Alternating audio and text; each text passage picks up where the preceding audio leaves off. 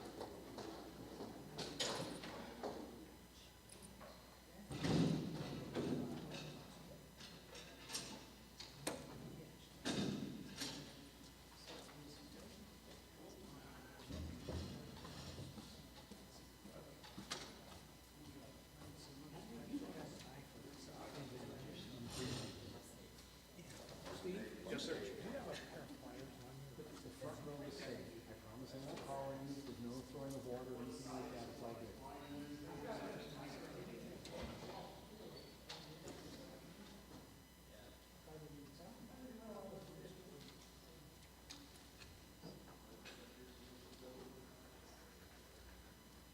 Trying to rectify a mistake I made about 40 years ago. I went the other way. Well, 30, 40 years ago, you had no choice. No? No? Okay, from 1997, give or take a year or two, was when limits first came out. Yeah, with Unix was out. That's true. I worked for, what is it, a company called ASD out of Boston. We made CT scanners and all that kind of stuff. And they need some people to go to Windows school and some people to go to Unix school. That was the wrong mistake. When they talk about forks in the road of life, That was the work road. I did this one other time. I was getting ready, time for enlistment in the Navy. The old man called me down to the stateroom personally. I was an ET. I was a ham radio operator that went into ET. And of course, I knew electronics, so I did horrendously well in school and everything else. So I mean, it's not that I was smart, it's just that I was not a newbie learning it. I cheated. And I got aboard ship. My first job is, you fix that son of a bitch. Is that one at the end of his finger? Muntz TV set. You know Muntz? I don't remember the brand, but I mean, That's the one that the guy that got a TV set, a pair of dikes. He started cutting pieces out of it.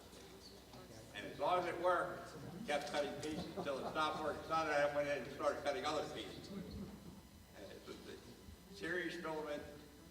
Yeah, there's nothing in it that it was the cheapest TV you could make.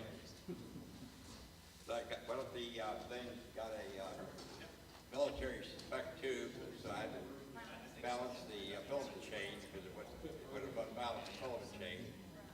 Put a resistor in it. And the old man was very impressed. And he wanted me to go to school. Elecraft K4.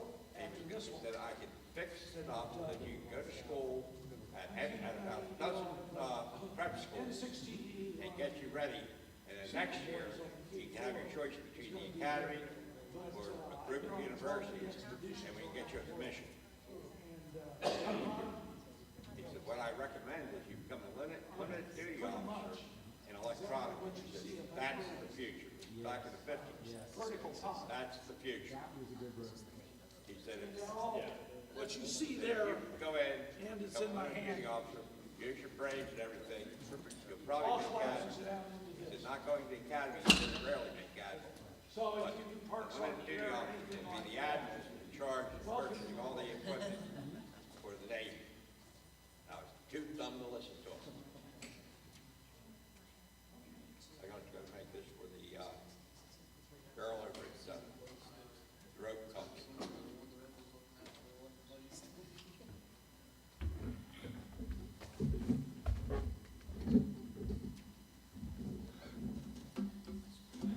Folks in the back, can you see those slides okay? Can you read them? Thanks. I assume I'm 5'9" plus back there? Okay. Touche.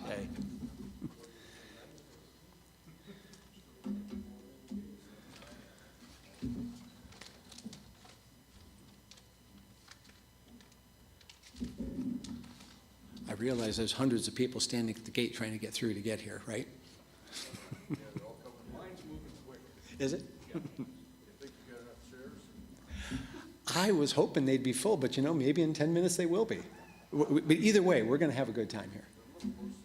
Yep. don't let them fool you, Andy. They're in here for the door prizes. Oh, is They that said what you it were is? gonna give out.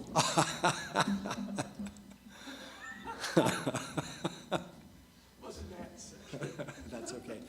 Okay, it's 9:15. Good morning, everybody. My name is Andy. I'm KB1OIQ. I drove here from Massachusetts over the last 2 days. I have never been to Hamvention before, thus I've never given a talk here before. So thank you. I'm glad to see you all here this morning.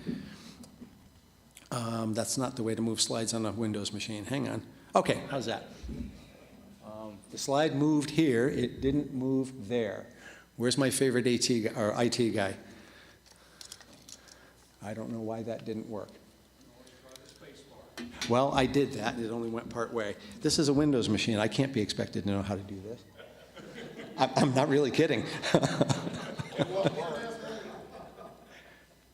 Where's the IT guy? Function F8. Hang on. You know, if I keep doing this, this thing's going to crash, and I'm just going to have to ad lib for an hour. Yeah, something like that. Okay, before somebody touched this, those slides were moving back and forth just fine, and now they are not. So we are experiencing technical difficulties. Please stand by.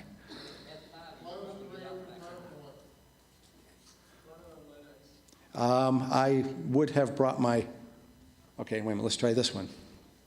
There we go. Hey, okay. I didn't do that. All right, let's try again. Good morning, everybody. I'm glad you could make it. Thank you very much for coming. I'm thrilled to be here. So again, my name is Andy. I'm KB1OIQ from Massachusetts. I am really, truly thrilled to be here. I'm glad you're all here as well. And people usually want to know, who is this person standing up in front of us, and why does he think he has a right to be here? Well, I just wanted to let you know, I haven't been in the hobby long, only since '07. And I've enjoyed it immensely ever since.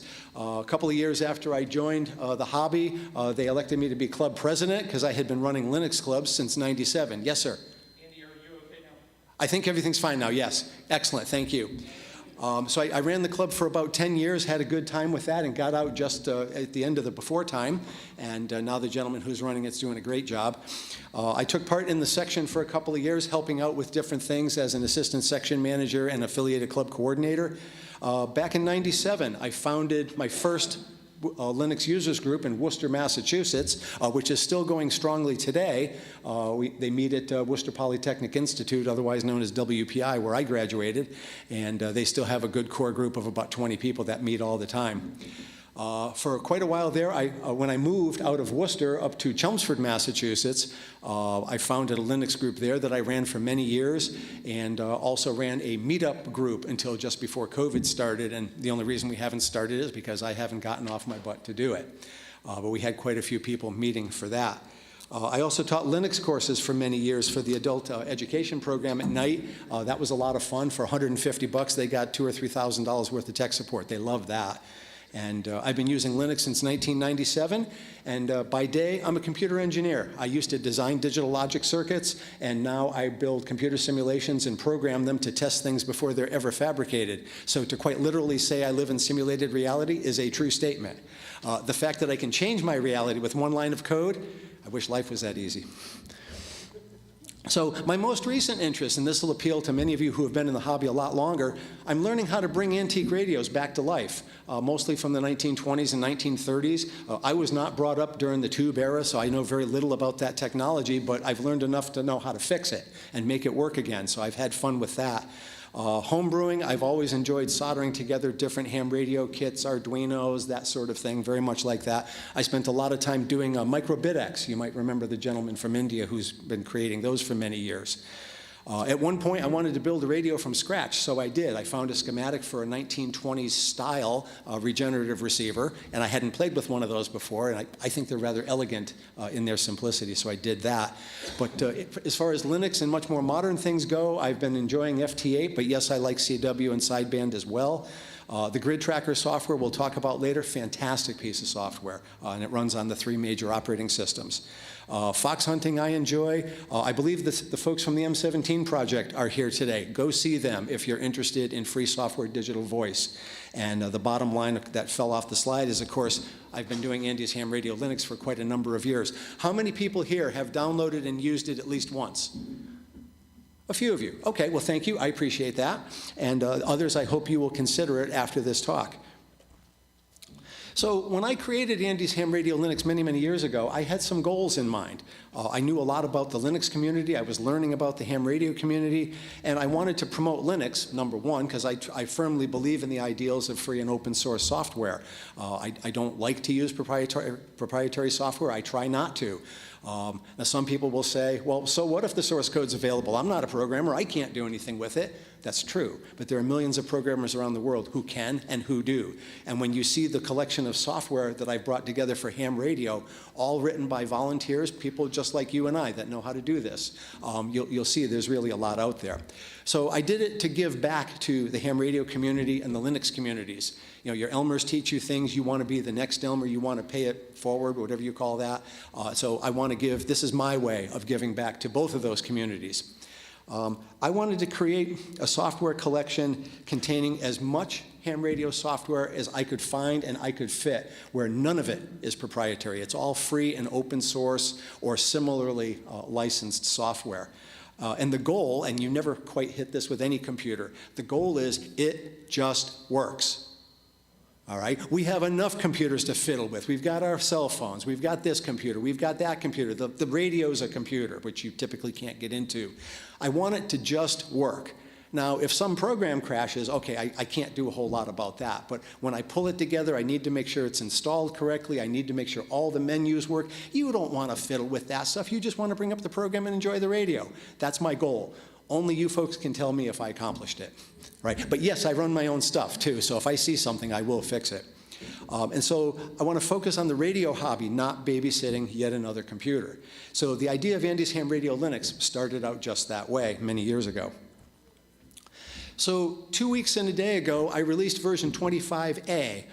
You can tell I'm not a marketing person, I'm an engineer, so I'm just numbering things sequentially. And when I checked last night at the hotel, there were 630 downloads of that software in about 15 days. Thank you. I appreciate the support. I could create this all day, and if nobody downloaded it, it wouldn't mean anything. So I'm thankful that lots of people download it and at least try it, and I hope some of you use it regularly. You can download the ISO file from the SourceForge website. Be sure to check the MD5 sum on it to make sure that you've got a clean, uncorrupted download, because that causes some very strange problems. If you're not sure where to find it, go to sourceforge.net and search for my call sign, Kilo Bravo 1 Oscar India Quebec, and or you can look for just Andy's Ham Radio Linux and you'll find it. As I said, all of the software is covered by the GNU General Public License or some other similar free software license. And how can you get started with this? Some people have an older computer that they're not using for Windows or some other operating system like that, and they often will try it before they send that computer to recycling. And that's a good way to do it. You were going to get rid of the computer anyway, why not try it? Be careful when you start getting 10 and 12 years old. Some of the processors didn't have the instructions that many software-defined radio programs need, so those programs might not work. But by and large, it'll work. You can kick the tires and see how you like it. So one way to do it is get the ISO file, put it on a thumb drive, and, or just take the ISO file and boot it up in VirtualBox. That's an open source tool that works on the major operating systems. Try it out. It's fully functional. Yes, it's a little slower on VirtualBox, but it works, so give it a try. And if you decide you like it, then create a bootable thumb drive and install it to your hard drive or SSD or whatever you have. And I'm going to say this about 3 times today because you'd be surprised how many people don't do it. And I don't quite want to say RTFM, but please read the Getting Started document. There's one wart of a bug in there that I wish would go away and it won't. And I've had no less than a dozen emails about it. Please read the document. I wouldn't have wasted your time writing it if it wasn't necessary. So the target computer that you can use, pretty much any computer that's not more than 10 years old will run most of this software. Certainly something newer will be even better. You've got to have at least 4 gigabytes of memory. Today, that's nothing. If you have more, that's okay. When the installation is finished, it will take about 20 gigabytes of memory, or I'm sorry, of disk space. The installer might get mad at you if you have less than 64 gigabytes, but either way, nobody should have any problem with that unless they're running some really old computer. By and large, processor speed is not an issue. Okay, the exception to that would be like a software-defined radio program, which by its nature is compute-bound. Okay, but a logging piece of program or something else like that, those are not compute-bound processes, so you won't have a real issue there. Not sure what that was. Networking, wired or wireless, pretty much everybody has wireless these days. And back many, many years ago when computers had DVDs, you could install from that, but pretty much nobody has those anymore. So you do need USB to do your installation, and again, that shouldn't be a problem for people. So when you boot it up, let's say you boot it up in VirtualBox, you'll get a screen that looks very much like this. You'll see a couple of icons down the side. You'll see a panel of sorts down at the bottom, and your background screen is there. And so if you get to that point, you know you're in good. And so did I happen to say that you should please read the Getting Started guide? Please? Okay. It's amazing how many folks don't read that. And there's one pain in the neck problem that I have not been able to fix, and I don't think it's in my software. So you boot this thing up, you double-click the icon that says install, you answer some questions. It's the standard Ubuntu installer. I've done nothing to customize it except change the slideshow that you see while you're doing it, assuming you sit there and watch it. So when you do it, it'll ask you, do you want to continue, do you want to reboot? What I recommend now is reboot it. And you'll get a screen that looks like this that says Other. And this is where the trouble starts. And I really wish I knew how to fix this bug. The trouble starts because in the installation process, it asks you for a username and password, and you naturally expect it's going to create the account you asked for. It doesn't. Why does it work for Ubuntu and not for me? Darned if I know, and if I knew how to fix it, I would, but I don't. So what you do here is you log in with the default name xubuntu in lowercase letters. Hit enter a couple of times without using a password, and then you'll get in. And so the instructions are written here. Once you're in, bring up a terminal window, type a couple of commands that are described in the document. It will create the account for you with the username you desire, and more importantly, it adds your user account to about 12 different groups that are required by different pieces of software. That information is not easy to find in one place, so I've put it there for you in that script. So if, for example, you have a laptop or some computer that's in a Radio Shack that's shared by your club, you might want to add lots of different accounts to that. So just use the script that I've created, and then you know everybody's account will be created correctly, it will have the right groups and so forth, and it'll all just work, which again was the goal. You do it exactly once for every account that you want to create on the machine. Now, most of you, it'll be just your machine in your shack. You do it once, you're done. You never have to worry about this again. To me, that's easy, but many people have had problems with that, largely because they just didn't read the doc. So after that, when you log out and log back in, if your username is Andy, that's what it's going to say. Whatever your username is, that's what should appear there. Then you give it the password that you told it, and you're in. So I don't know in the back if you can read all the text of those menus. If you can't, don't worry about it. It's not meant to be an eye chart. I just didn't realize the physical dimensions of this room and the font sizes and whatnot. But what I wanted to do is at a high level, just give you a feel for the types of software that's in there. There's a lot of it. And of course, I can't go through every line. That would bore you. I don't want to do that. But I want to give you a feel for just how much is in there. And I had to cut back a little bit because SourceForge says no files bigger than 6 gigabytes. And for the longest time, I was around 3.8 to 4 gigabytes, and that would fit on a 4 gigabyte thumb drive. These days, the thumb drives are much bigger, so that's not an issue. But I had to cut out some stuff to make sure that it fit within about 5 gigabytes. Most people have, cable modem or some other, fast internet technology, and so, FiOS, they might have something like that. And so downloading something of that size often isn't a problem. For those of you who might not have a fast internet like that, send me an email. I have been known to make thumb drives and mail them to people. I've only done it 5 or 6 times, but I will do it if that's what's needed, because I want people to try this. And in one case, I mailed a pre-configured laptop to a gentleman in Texas, and he used it for quite a while. That's extraordinary, but I did it because I got the laptop for free. But he used it. He had a lot of fun with it, so I was happy to do it. So you'll see lots of menus there. If you look on the right of that big box, there's all kinds of menus there, accessories and Andy's Ham Radio Linux and so on and so forth. And all of those menus are managed by the system. Ubuntu and whatever tools they've installed, XFCE and whatnot, manage all of those menus except, guess which one? The one that says Andy's Ham Radio Linux. That's the one that I put in and configured for all of you based on my idea of how these things should be organized. So if that menu and its submenus have a problem, talk to me. I'll fix it. If the other submenus, like there is one of those menus that says ham radio, I didn't do it. So, I mean, there are ways to customize it, but I didn't do those, and so it's not really something I can fix. Because in this case, I didn't rewrite all of this. This isn't Gen 2. This is built on top of Ubuntu Linux. And, when you stand on the shoulders of giants, you're going to, sometimes one of the pillars is a little crumbly, but this isn't too bad. So if you notice on the left-hand side that you may or may not be able to read, there's all kinds of groups of software. There's antenna software, there's software for CW, there's digital mode software.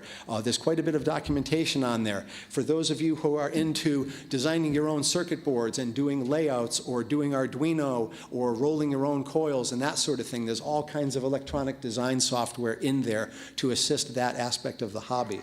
HF Propagation, there's quite a few tools in there, and there's a web link for VOA Cap, for example. It used to be a standalone program, now it's all done on the internet. You'll see there's quite a few different logging programs on there. There's a lot of Dave Freeze, W1HKJ, FL Digi, and what I affectionately call the FL family of software. FL Digi, FL Amp, FL Message, all of those, they're all in there. And a small subset of those are referred to as NBEMS. The MCOM folks will know that one, Narrowband Emergency Message System, I believe that stands for. And so I don't know if that's all the programs related to that, but if they're not in that menu, they're on the system somewhere else, and I'm happy to enhance that menu going forward if it's deficient. Rig control software, there's quite a few pieces of rig control software that are in there that will probably help you, as well as satellite stuff. If you happen to have a yard where you've got a clear view to the sky, not like mine, which is full of trees and leaves and I can't see the sky, which is a good thing, but not for satellites. There's quite a bit of software in there for satellites, such as the Fox telemetry program that AMSAT puts out. There's an installed version in there for you. Click the menu, it comes up, you configure it, off you go. And then last but not least, there's quite a few pieces of software-defined radio software in there. It's hard to put all of that on here because there are so many pieces of software that are specific to a particular hardware box that you would buy. So I tried to put big stuff in there in the hope that it covers most of the bases, but there may be something missing there depending on which piece of software, or I'm sorry, which piece of hardware you have. So I tried. Okay, let me take a quick breath here. Does anybody have any questions up to this point? Sir, in the back. Did I include chirp? Yes, I did. Yes, question, sir. WinLink is proprietary software as far as I know, sir, and I don't have any proprietary software in here. How about? I'm not familiar with that piece of software. Let's talk after. A couple more? Have you ever ported it to ARM? Have I ever ported it to ARM? No, I have not, but Ubuntu itself has been ported to ARM. So if these programs compile on an ARM architecture, it should work. But no, I've never done it. So I'll take one more question. Anybody? Yes, sir. I already have Ubuntu installed for other stuff. Is there an easy way just to add what you're recommending? Okay, I've been asked this question before. Many people will say, I have Xubuntu or Linux Mint or whatever flavor of Linux already running. How do I augment that to make it look like Andy's Ham Radio Linux? And unless you have a list of the software that I've put on, that's the only way to do it, and it's a manual process. There's no automated way that I know of. But in fact, on the software collection, there is a list of the software that I have on there. So you could go through the process of installing those things and get something close. So you don't have a build routine or anything where you can sit there and say, build? No, I don't. I do it the good old-fashioned way. New England Crafts /configure, make, install when I have to. If it's in Ubuntu's repository, of course I'll take it. But sometimes that repository is a bit out of date, and I haven't gotten to the point yet where I want to run my own PPA for this, which I could do. Right? Okay, let me move on a little bit here. Good questions from everybody. So I know lots of people like to customize their backgrounds and other aspects of their computer, and Linux makes that quite simple. But to many people, the idea of configuring everything is a complexity that they would rather not have. For some of us, we're control freaks. We want it to be a very particular way, and I resemble that statement. And once you get it, you're good to go. So one of the things I did is I found some background patterns that were Creative Commons license or other open license that you can put these on and distribute them. So if you don't like the penguin background or you just want something different, I've put some software in there. If you right-click on the desktop and hit, I believe it's desktop settings, you'll get a menu like this, and you can pick a background or download your own, put it in the right place, and you can make this look any way you want.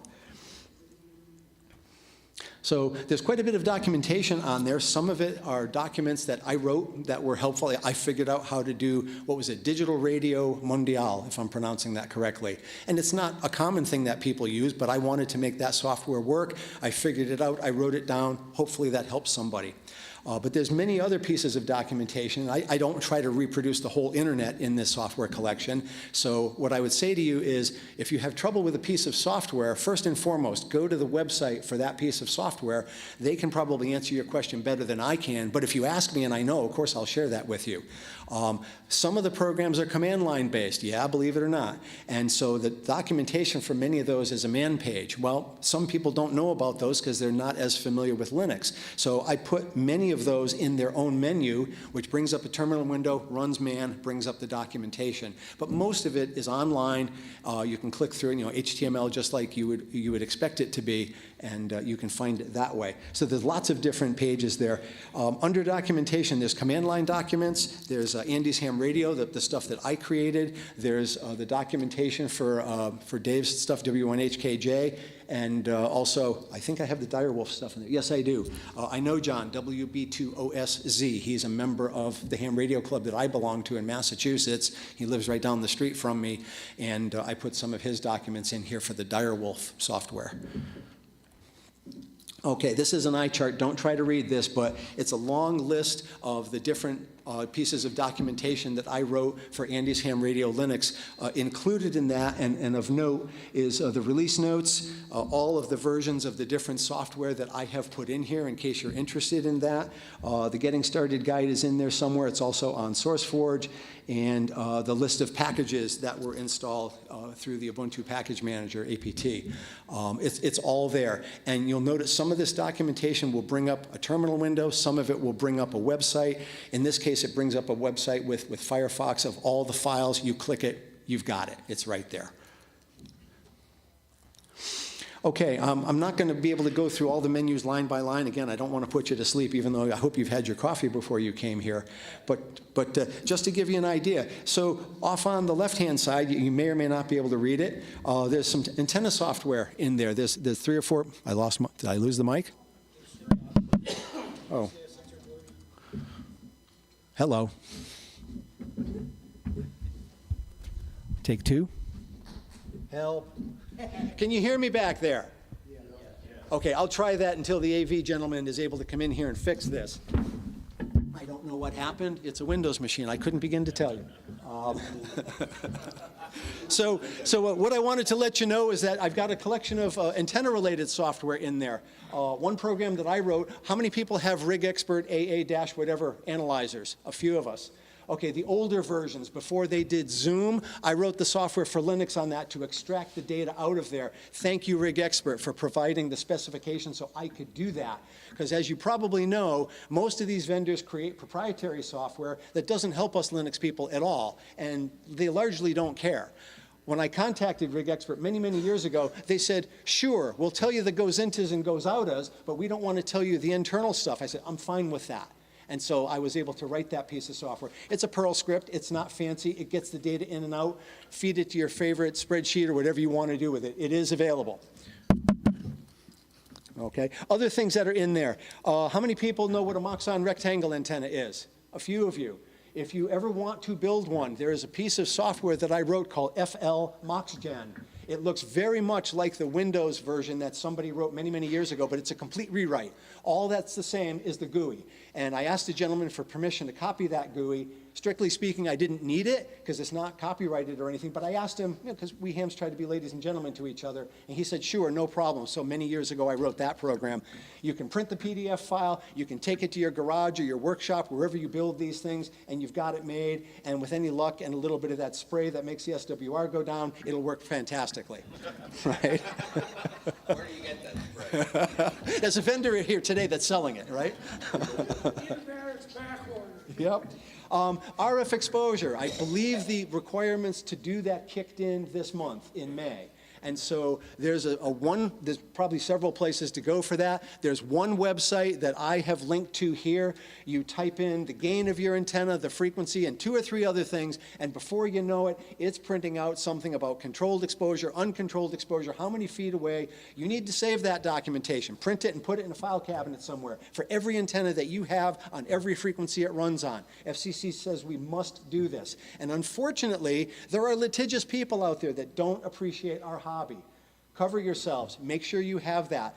You know you're not supposed to hurt anybody with your RF emissions, and we don't, but we still sometimes have to prove it. So make sure you have those things handy. If you change an antenna, rerun that analysis. It takes 5 minutes. It's a 1-page printout, and you save it. Then you're covered, right? You can say you did the analysis. There's FL MoxGen real quick. It's a very, oops, oh dear.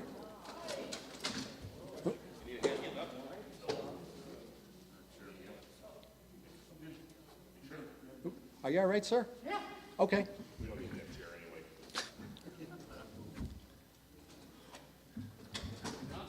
Okay, there we go. Glad you're okay. So real quick, there's the GUI for FL MoxGen. Again, I'm an engineer. I don't do fancy stuff. I want the function, not the form so much. But it does the job. You type in a few numbers, you get the antenna that you want. You can print it, and on top of that, it will create the correct file for XNEC2C, so you can do antenna analysis on it. Because the format of that file is kind of ugly, and it's a bit arcane because the program was written in the days of punch cards. And so nobody wants to go through, well, it was, but the code works. So we just needed a new user interface, and somebody did that. And so you can see what the user interface looks like for it today.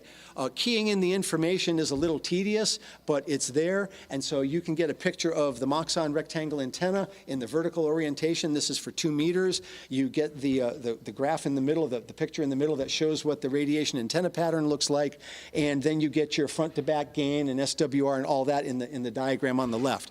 The software can do a lot more than that, but that's what I did just for the demo, just to show you what's in there. Other things that are in there. CW and fox hunting. How many people have done fox hunting in the past? A few of you? I do it. Have you ever engaged in the treachery of fox hunting by telling other people it's that way when it's really this way? No, we've never done that, right? We all know this here, I'm sure, but you don't have to know CW to find the fox. You just have to be able to track a signal.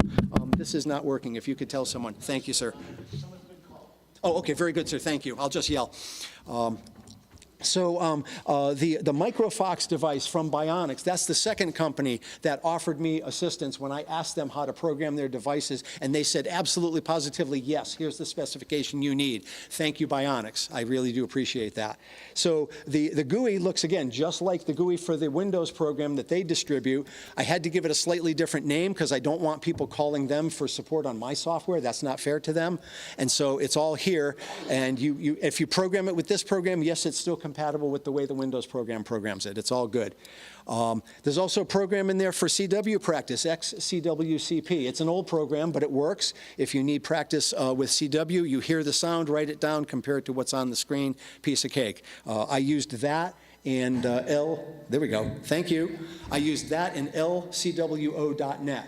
I always run that a month before field day so I can get, I can't do CW at a very high speed, but some of those people send the call signs at 30 words a minute, and I would want to at least pull that out so I can help the guys on the CW station.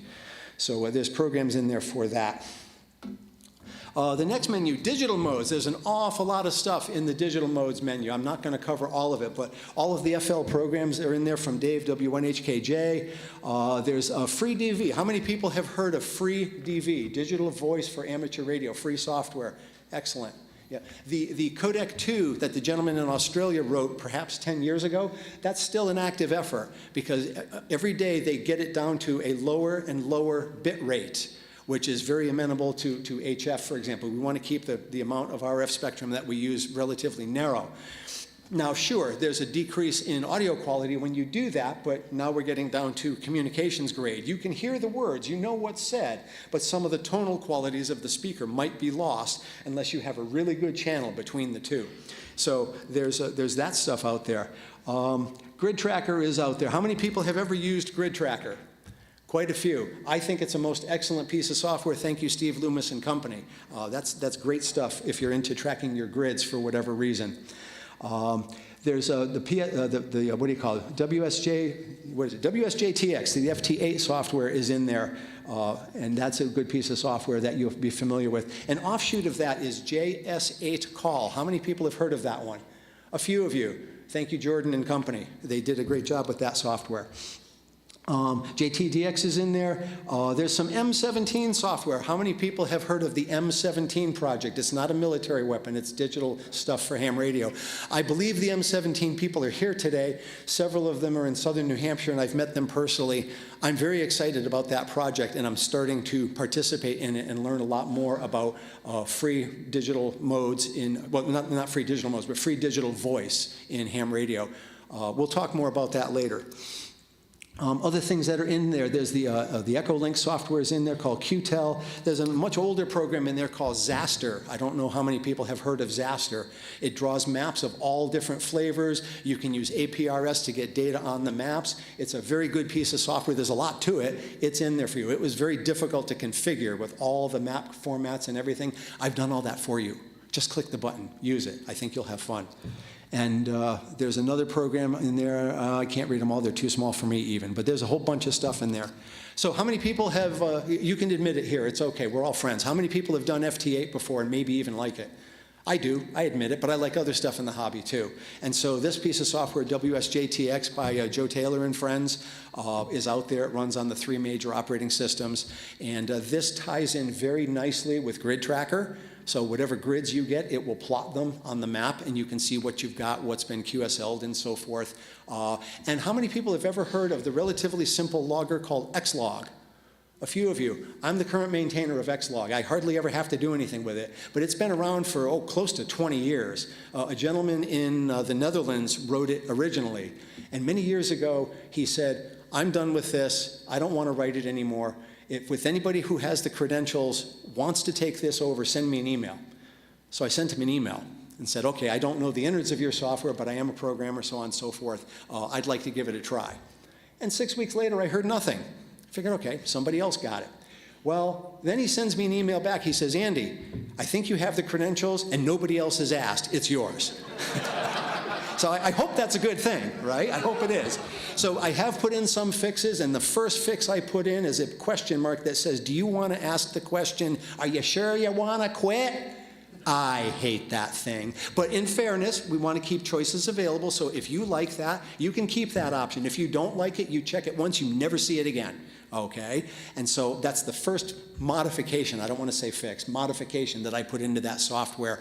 Typically, I'm updating it as the ADIF spec changes. I want to keep the ADIF output compatible with, you know, Logbook of the World, EQSL, and so forth, so I try to keep up with that spec. So as I mentioned, Grid Tracker is an excellent piece of software. You can use it. You don't have to use it just for FT8, but many people do. If you're into 6 meters and you're chasing the Fred Fish Award and you want to track your grids, you could use this software for that. No problem at all. It talks to WSJTX. It also talks to Xlog. I put that capability in there. So when you're using WSJTX and Grid Tracker and Xlog all at once, I hope you have a big monitor, it will automatically put your QSOs in Xlog. You won't lose them. So in that configuration, your QSOs are probably stored in about 3 different files, but at least they're there, you won't lose them.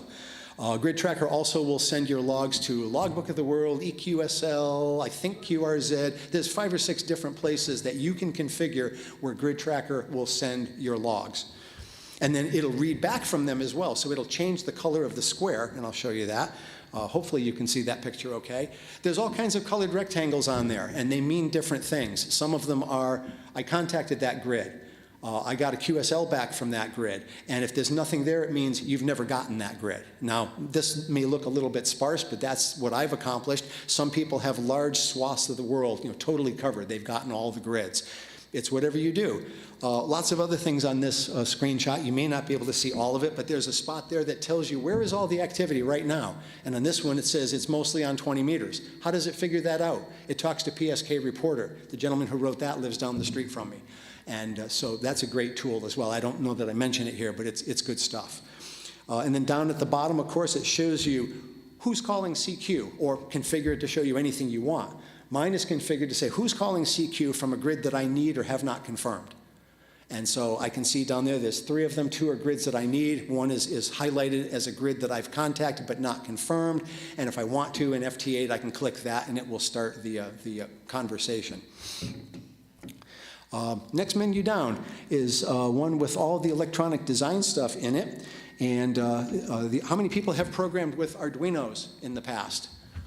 Quite a few? Okay, Arduino relatively recently came out with a whole new interface, 2.*, and this has that new software on there. It's 2.1 now. As far as I can tell, it reads in all your old files just fine, no issue with it. They've made some changes to the GUI and perhaps the libraries and whatnot. That's all in here for you. That's a big hunk of software to fit in here, but it's in there for you.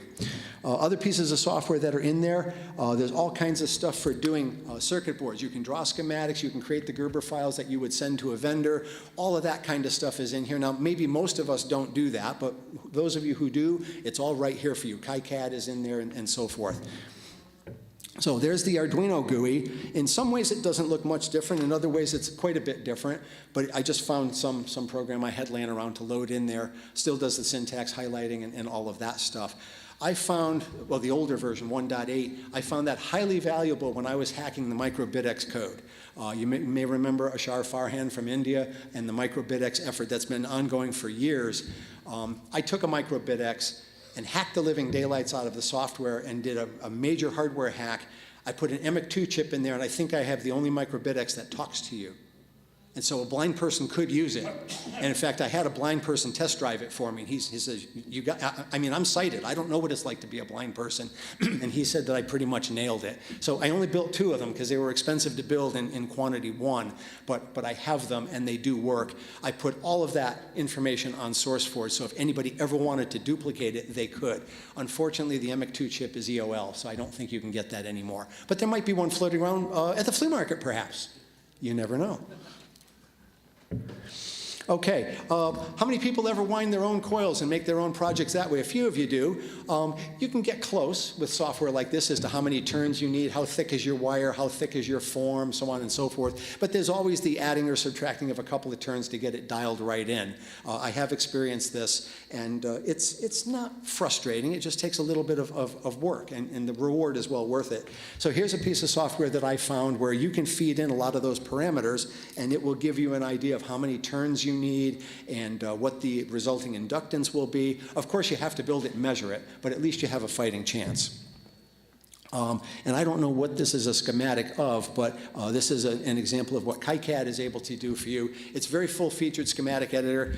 I did that about 40 years ago when I started my career in digital design. We drew them all out this way. Now it's all software that's synthesized and everything else. But many people still draw schematics for certain projects, and it's great that there's free and open source software available so that we can do this. Okay, another menu that's in there is HF Propagation. So there's quite a few programs on there that will assist you in trying to figure out HF propagation. What is the likelihood of contacting some part of the world from your part of the world? What time of day, what frequency, and so forth. And yeah, it's all a guess. It's all based on probability, but it helps to know that you at least have a fighting chance to do something like that. So a couple of programs I found. The top one you'll recognize. It's not a program, it's an image that a gentleman distributes, and he gave me permission to include that here. It has all kinds of information about solar flux indices and whether bands are open or closed, how likely they are to be good propagation or bad, and so forth. And if you click in the menu, you'll get that to come up, but it does not update dynamically. So if you need it to be that accurate, every couple, 3-4 hours, load another one, and you'll get the most accurate information. Down below is a fairly simple program called QGrid. You type in your grid, you type in the other person's grid, it'll give you latitude, longitude, tell you which way to aim your rotator, and so forth. And that's a way to do that. Another way is to buy the rotator that has the touch screen on it. I'm forgetting the name of the vendor. And you can just touch the map and it'll move the antenna right around there, and you're good to go. Nice piece of hardware. VOA cap. How many people have had experience with VOA cap? Probably quite a few of you. It used to be a standalone program on Linux, and I distributed it that way for quite a number of years. And later they stopped doing that, and they made it all web-based. So when you click the menu item here, it brings up Firefox, it brings you to that page, and then you can go forth and set it up to do whatever prediction you would like it to do. Xlog. Yes, that's an old screenshot from 2010. It hasn't changed. There's no reason to. It's a very simple logger. It doesn't have a lot of glitz or flash or anything like that. It doesn't need to. You can see it does basic logging. I say for casual logging, but I know the keyboard shortcuts, so I have used it for field day. I have used it for 13 colonies. Over 2,000 calls a week are logged in this when I do 13 colonies for Massachusetts. It's there. It's not nearly as fancy as the next one, CQR log, with which you may be familiar. This one has a database as the back end, whereas the other one is a flat text file, which is problematic because it's not so flexible, but it's easy to fix with Emacs or your favorite editor if you make a mistake. And so, are there VI users here? I'm sorry, I didn't mean to offend you. Okay, a couple. But you're a Linux user, you're forgiven, sir. Okay, the next menu is the NBeam stuff, and that is the narrowband emergency messaging system. In that menu, I have FLAMP, FLDigi, and the Sylpheed email tool, which does tie into that quite nicely. Other email tools might, I know that one does. If there are other programs that are part of this suite, tell me. I'll add the menu item for it.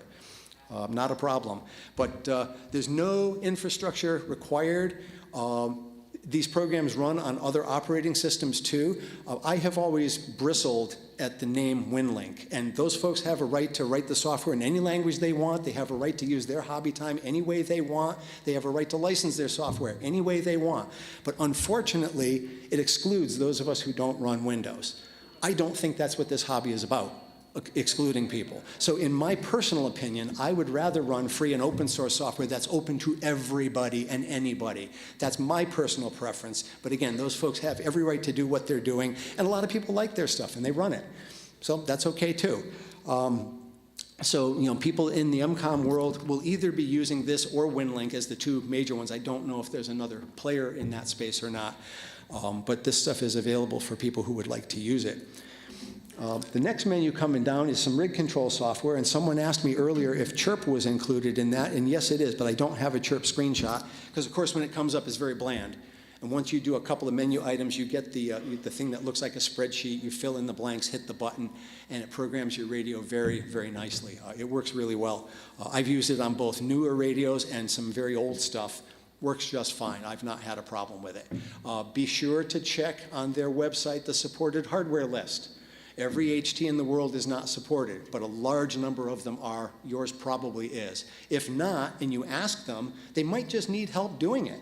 And so if you have that time and ability, please give them a hand. It just makes it better for everybody. One program I learned about, and the author sent me an email and said, Andy, I've got this program. Would you distribute it with AHRL? And I said, if it's free and open source and it's not a piece of junk, I absolutely will. And he didn't take umbrage at that. He understood I wanted to keep the quality of the software collection high. And that's a tribute to all of you who have written all those programs. I just tied it together. You folks wrote the programs.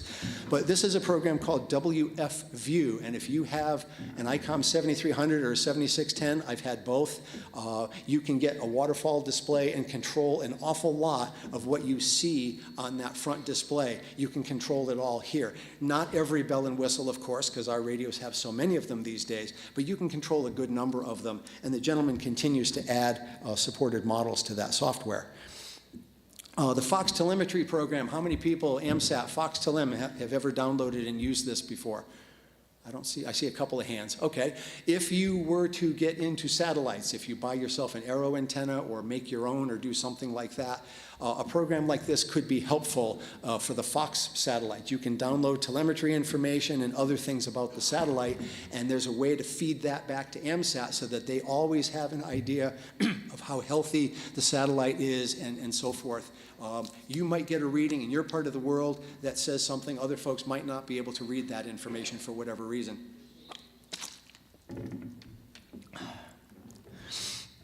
G-Predict. How many people have ever used G-Predict? I've used it many times. I think it's a nice piece of software. You configure it for the satellites of interest. You can play games with the graphics there. You can make that map fully large or whatever you want to do. I think it's a nice map. It shows you in the circle, in the grayed area around the satellite. You think of it like a flashlight beam from the satellite. What part of the Earth does it see? And if you're inside of that circle, you have a fighting chance of communicating with that satellite. Now, if you're on the edge of the circle, it might be 10 degrees above the horizon. You might not get that. In my area, there's a lot of trees. I can't get that. If you live in a flatter part of the world, you might just get away with it. But as it comes overhead, you'll almost certainly get it. Even I can get it, from here to here for a short time, even with the leaves and everything. So it's nice. And it will tell you, like in this case, it says, when is the next SO50? Well, okay, that's kind of a dated slide. But it will show you on that polar plot where the satellite is, where it's going. If you're aiming your antenna manually, you have a fighting chance of aiming in the right part of the sky.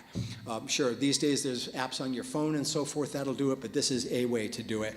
And built into G-Predict is a way to control your satellite rotator. If it's one of the supported rotators, it will aim the antenna for you, which takes a lot of the tough part out of it, and then you can just focus on making contacts. When I was doing this, I recorded all of my contacts because I was a new call sign in that satellite, so they were all jumping all over me, and I couldn't remember them all. I couldn't write it down fast enough. So thankfully, I recorded it, and replaying 12 minutes of audio wasn't so onerous as I added it to the log. Amusing story. I lived in Chelmsford, Massachusetts at the time, and 2 towns away was Nashua, New Hampshire. And my first satellite contact was with a gentleman in Nashua, New Hampshire. It's just how the waves went that day. And I got a nice card from the gentleman, by the way. I still have it. So software-defined radio. How many people have heard of GNU Radio Companion? Quite a few. Okay, I probably will not do the software the justice that it deserves, but I will try. You can use it for software-defined radio, but for any signal processing application, you can describe it graphically and connect the boxes quite literally, set the parameters for each box. How wide or narrow do you want the filter? Do you want tight skirts or wide ones or whatever you want? You can set all of those in software. And when you have it, you push the go button, and it writes a bunch of Python code and executes it for you. You never have to touch Python. You don't need to know anything about it. And it will run your application. And one common example is plug in your RTL SDR device or whatever you have. There's things that you can download or find where you can draw a picture of an AM radio receiver or an FM radio receiver and try it. And if that works, say, okay, the system as a whole is working, now I could potentially do something much more sophisticated with it. And so that's what I encourage you to do. Now here, don't worry about reading all the details. It's a block diagram connected by lines, and one of them is an audio sync, which means it comes out the speakers. One of them is a box that represents your RTL SDR or HAC RF or whatever device you have, and all the rest in between is the digital signal processing. And it's a very sophisticated, very nice piece of software. This is a quick program that I hacked together. I do not know a lot of details of how to use this software, but very quickly I hacked together an FM radio receiver, got it to draw that fancy graph at the bottom and the waterfall on top. And on the top there's a drop-down menu with 4 local stations. And so I said when I pick, WABC, whatever the station is, it will switch to that frequency, I will hear it, and it all works. And it works quite well actually, even with a cheap dongle for software-defined radio. GQRX, who's played with that software before? It's a nice piece of software. I don't think it's changed much lately, but it doesn't need to. It's mature software. You can hook it up to a software-defined radio device such as an RTL SDR. You might recognize that frequency as NOAA weather radio. And so you can tell it if it's an AM transmission, an FM, narrow, wide, whatever the band is. You get the nice, both the waterfall and the other graph here. And you can tell, because in almost any part of the country, they've got 4 or 5 of these stations broadcasting. You're bound to get one of them. Sometimes you can get 2 or 3 of them. And so not just for NOAA weather radio, but anything that's out there that is in the frequency range of your dongle, you could do that. Here's a program that to me is relatively new. I have not used it before, called SDR Angel. It appears to be a fairly complex piece of software, very sophisticated, has a lot of capability. I put it on there for all of you to use, but also it's one of the early programs that has M17 support. So if you're interested in M17, this might be a way to go about it. So what do I think is new and cool? Well, we talked about free digital voice a little while ago. David Rowe, VK5 DJR, created that about 10 years ago with his helpers, and they've continued to enhance it. Somebody put a GUI on it called FreeDV, which is in here, which you could use. 14. I think it's 230 is the frequency that they use for those sorts of communications. And they also have a place on the internet where you can set up a sked and chat with people. But the M17 project is a little different. That's a fairly new project, perhaps the last year or so. And what they're doing is they're taking Codec 2, which is the name of the coder encoder that David Rowe and company created, and they're layering protocols on top of that that can be used by application writers to create applications that support M17. So Codec 2 is a free and open source voice encoder decoder. Say that 3 times fast. You can see the source code, you can do it. Now, why aren't these things more prevalent? This man has a PhD in the subject, and he's been writing this software. It's widely believed that his thesis work is the prior art protecting him from patents. Okay, no one has ever challenged it in court. But all of these other proprietary modes, DMR and D-Star and Fusion and all these other things, they're all proprietary, and none of them talk to each other. That fragments the community. We saw this in Unix 50, 60 years ago. The community got fragmented. It's a bad thing. Yes, you can buy a box that translates from one to another. I'd rather not. I'd rather stick with the free software. But again, your hobby time, your money, you have every right to do what you choose and what you think is fun. I prefer to stick with this kind of thing for those reasons. And so if you go to m17project.org, you can learn more about what they're doing. They have a Discord server where they talk about a lot of things. I believe they are at Hamvention, so you can talk to those folks directly. They're doing some very, very cool stuff. I encourage you to go learn more. Downloads. Honestly, I wouldn't care if 10 people downloaded it or 1 million. I'm going to create it anyway, because to me it's fun. I set my laptop up this way. I wanted to share that with people, as I mentioned before. So in the beginning, I've been doing this since, 2008, 2010? 2011, May 2011 was the first version. Version 8. The first 7 versions were not worthy, in my opinion. So version 8 went out the door. I'm up to version 25 alpha, but there were several versions of 24 and whatnot. I think there have been about 35 total releases since 2011. Every 6 months to a year, I come out with a new one, which is largely a refresh. But every now and again, Ubuntu has a major release, and I need to keep up with that so that you all have the latest and greatest stuff. And you can see how the download count has skyrocketed over the years, and I'm thrilled to see that. Now, I actually think it's 2 or 3 people that have bad download links and they just keep trying, which I give them credit for that, right? But again, thank you all for your support. I appreciate that. And as I mentioned, as I checked last night, there were 630 downloads of the latest version. It's only been out for 2 weeks, so that's boding well. It tends to average about 1,000 downloads a month, and so 250 a week. I'm happy with that. I know there's software that does that in an hour. That's okay. That's not the point. The point is the quality of it and getting it into your hands so that you can further enhance your enjoyment of the ham radio hobby. Last year, March 2022, I was extraordinarily surprised and pleased when the SourceForge people sent me an email and said, congratulations on 100,000 downloads. I didn't do all that. You all did that. Thank you very much. I sincerely appreciate that. And if you want to read the article that was written by my local section about that, there's a link here for that, and you can read that. If anybody wants my slides, send me an email. My call sign at the League, I would be very happy to share the slides with you. If you have a group that has a connection via Zoom and you'd like me to give a talk to your group, I'd be very happy to do that. If you're within an hour's drive of my house, I'll come visit you if you want me to. I'd love to just help spread the word of this to people. Go to SourceForge, search for my call sign. There's other ham radio programs on there that I've put out there for you, the Microfox program, FL MoxGen, and so on and so forth, and you can download those at that place. Related videos, the Rat Pack folks, Radio Amateur Training, Planning, and Activities Committee. They meet virtually. I'm not sure even where in the country they're located. They have a large library of talks that people have given to them via web conferences. I was asked to join them one evening and give them a talk. So if your friends couldn't be here today, after you yell at them for that, send them to this link so they can watch the talk and learn something about ham radio Linux. There was also a gentleman on YouTube. He refers to himself as the old tech guy, Kevin, KB9RLW, if he's here, thank you. If not, I'll meet him later if he's here. He did what I thought was a very fair review of the software, and warts and all, he showed it right there, so feel free to take a look at that. And that is my very last slide. I will have time for perhaps 1 or 2 questions, and then I'm happy to talk to people outside of the building. I want to bail out so the next presenter can take over.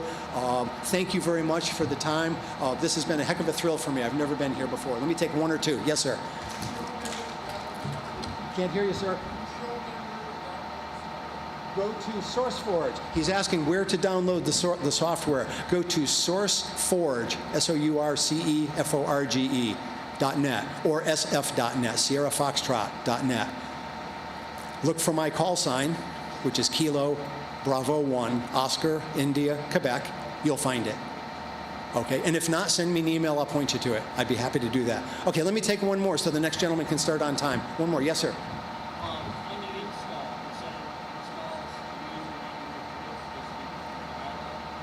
Yes, it does include. So the gentleman is asking, of the groups that are associated with your account, does it include the dial-out account? Yes, it does. So, okay, folks, I need to bail out of here. If you see me around the convention, feel free to stop me, say hi, throw tomatoes at me, whatever you'd like. Thank you very much for the opportunity. I appreciate it.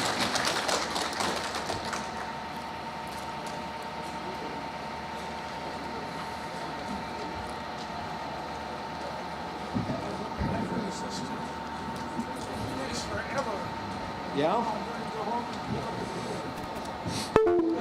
Whoop. What's that? Thank you very much. I appreciate that, sir. Does this bundle include the source code, or do I get that? No, I have guitar files at home. I can point you to where they are or send them to you or whatever. There was just not enough room to distribute all of that. But the ones that I built from source, I have them all. I saved them. I have enough space at home to do that. So let me come down the stairs, and I'll be very happy to share with you. I know what it's like to be delayed by the previous speaker. I don't want to be that way. No, sir, I'm good. I'm right here.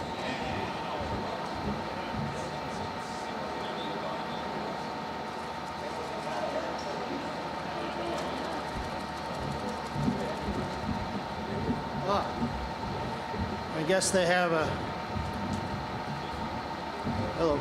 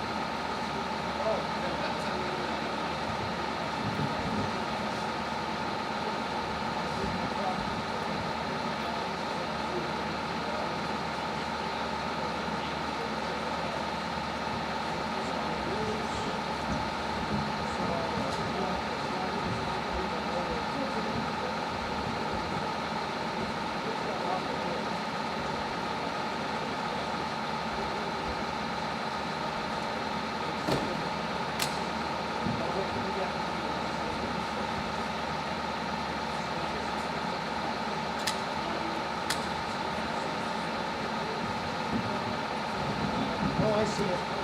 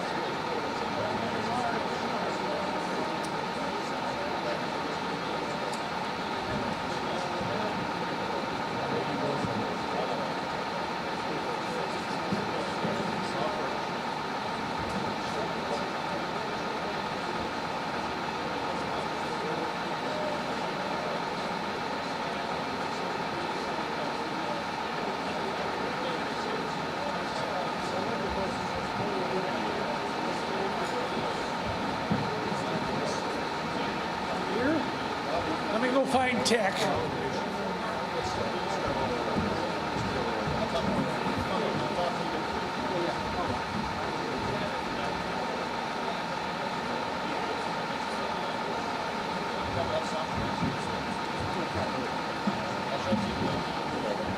Hey, good morning, everyone. Everyone here for the Elecraft K4D forum? Great. How many of you have had your radios for less than 6 months? Okay. How about less than 3 months? Wow. How many of you have watched the YouTube video with Bob that we recorded last year? We've got about 3,500 views, which is amazing. So we're glad you're here. We have Eric with us. We don't want to take too much of Bob's time, so we're going to start a little early and let Eric tell you a little bit about what's going on and maybe answer questions. So Eric, thanks for coming.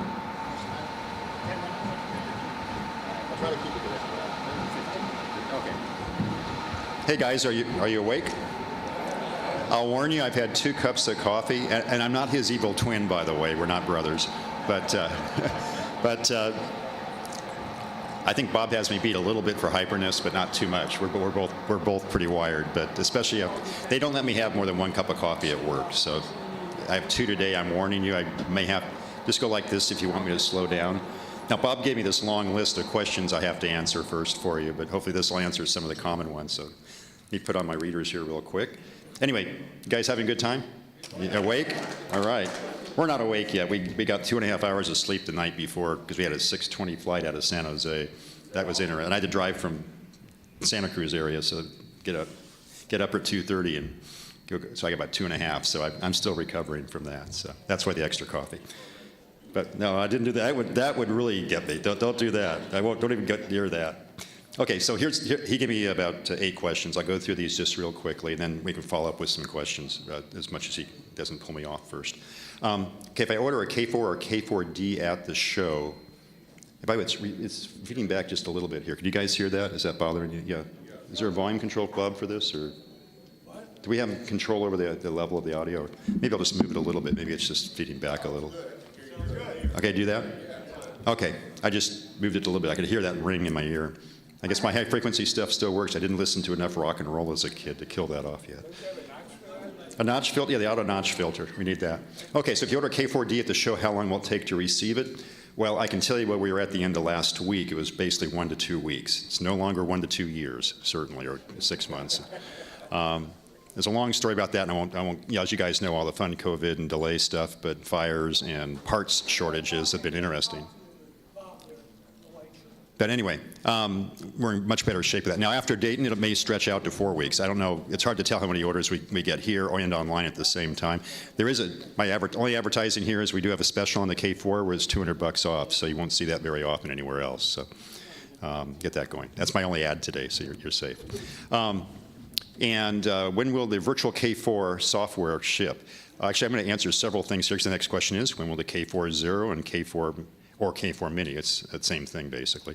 I think we're going to call it the K4 Zero. That's the front panel with computer and Ethernet connection and all the stuff as a small, K4 lookalike.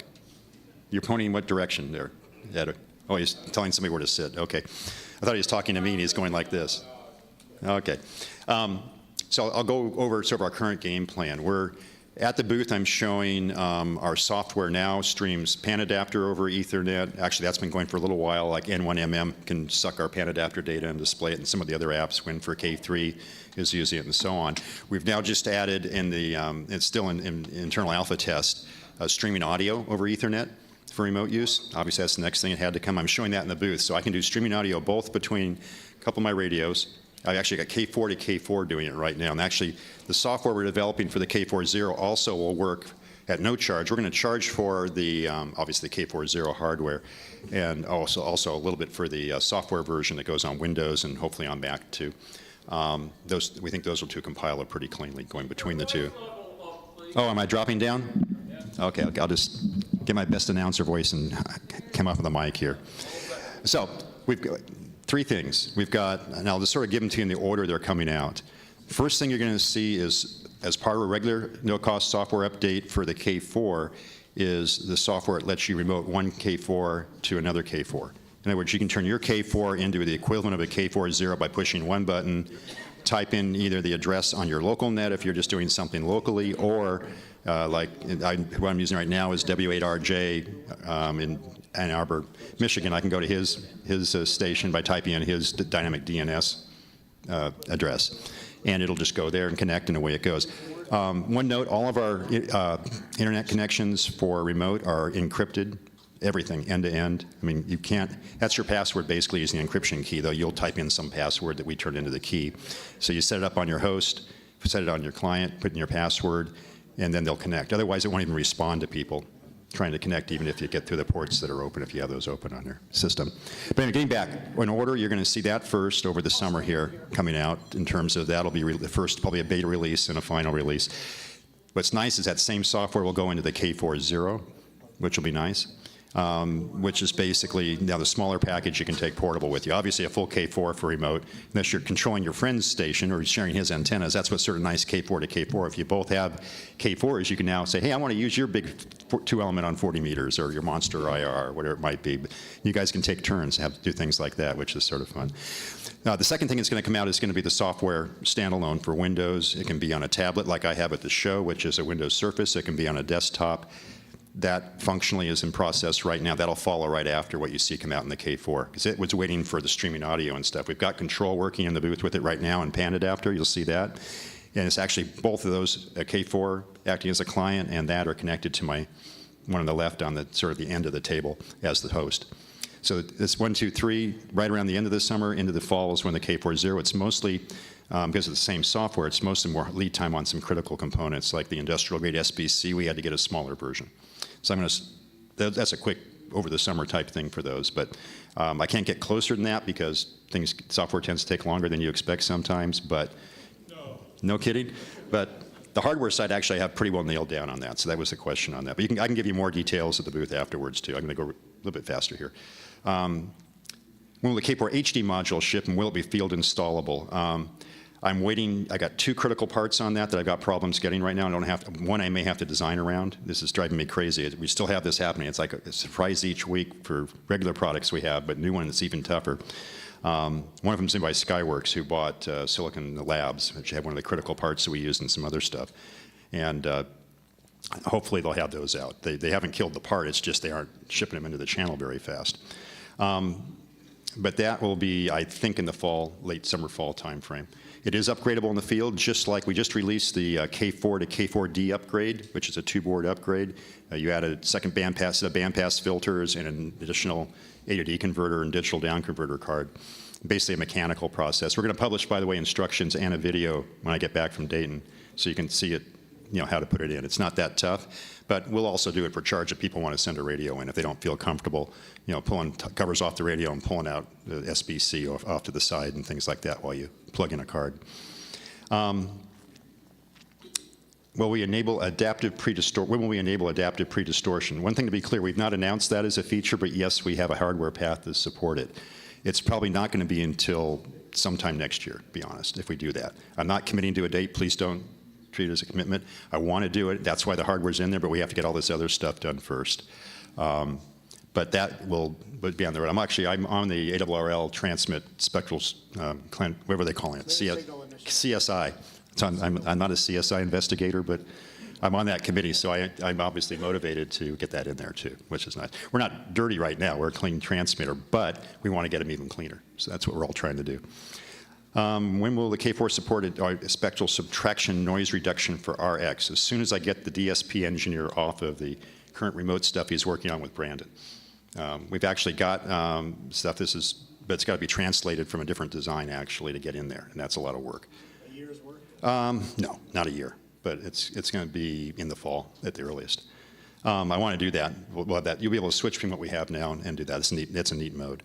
When will the K4 enable other buttons flagged implementation in progress? Scan, opposite TX ant. I'm not quite sure why that one says in progress. General coverage ban button. That's actually to bug Wayne because he's controlling the UI on that. That's not actually a big thing. I don't know. I honestly don't know those features. Those are ones that he probably should have just not turned on and confused you guys with in progress. It should have just been hidden because they're not that used all that often, but it'll be nice to have those in there, certainly. This is the last question. Then I'll answer a couple of questions, and then I'll let you get on. When will saving and restoring pre and attenuate? Oh, this is in process right now. So when will slow down, Eric? When will saving and restoring preamp and attenuator, actually an AGC, per band, per antenna, like the K3 instead of per band, per the VFO, happen? A big part of that's happening right now. It's also correcting some oddities we see when you do A to B swaps and copy A to B. And that should be out, I think, in the next software release. And I'm not sure if every single one of these is in that, but I know that the AGC stuff's being dealt with also, where it was like always defaulting to slow. If you wanted to, you set to fast and it kept going back, would drive you crazy. That's a Wayne thing, and it's always dangerous having one of the owners do this stuff. So, You have a question over? yeah, is it related? You gotta save your diversity settings separately too? I don't know. I don't know. When we say diversity settings separately. It's global now. For the AGC and all that, and preamp and Well, AGC attenuated preamp are basically by, I believe, per band, per VFO. If you go to diversity, that's a good question. I don't know what diversity does with that when you tie them together. It may be the same thing, what you had them set for. You turn it on and it stays on. Yeah. After a band change, you probably don't. I think the AGC is going to be global by mode, correct? It's going to go away from being per band. I'm pretty sure we're switching it like the K3 is, I think, pretty much on that. Yes, sir? That's also in the same time frame as the HD. I've actually got that one going through engineering now. I only have one problem part on that, so I'm crossing my fingers. So a year? Oh, no, not a year. It's probably more 6-month type stuff. 2 meters and 440, or 420 to, or 30 to 50, in that range. All right, that was all the ones he had. Let's just take 2 more questions and then let Bob get on. This guy here?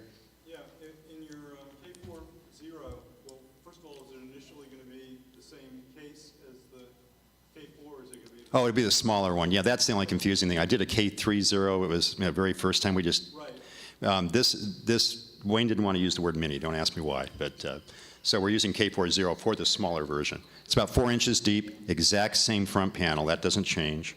So you got a K4 front panel.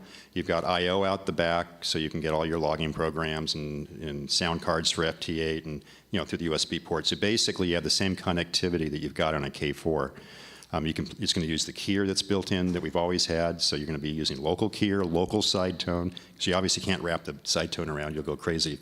For those of us that are CW operators who have tried that, that's really interesting. It's like listening to yourself with a delay when you're trying to talk. Oh, that's a nice effect. Do you like that? I think that's time for me to stop. I'll do one more question, though. Wait. I'm sorry, I can barely hear you over this.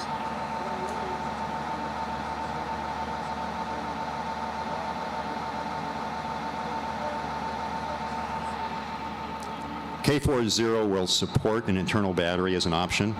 It's already got space for it. It's a large one that can run it for a while. It also has the charger option built into that. Wi-Fi, we can plug stuff into the USB ports on the back. We've got to provide a way for you to, I don't know if I can deal with the web-based hotel login easily through that without opening up too many security risks, but hardware-wise, we've actually got some, we know how to get in through the back door to what's already built into Linux to support some of the USB Wi-Fis, and it works already right now. But I don't know if that's easily supportable outside. I apologize for this. I don't know. Is that air conditioning or something it turned on? Sorry about that. Yeah, this is supposed to be really quick. I can't answer all of them. I apologize. But I'm going to hang out for about 10 minutes just to hear what Bob has to say. Then I'm going to head back. You know where to find me over there. I'll be here all day. I know there's a lot of people coming in, but I'm here to answer questions. So I'm trying to whet your appetite here, and then you can come back and talk to me there too. Thanks a lot. Okay.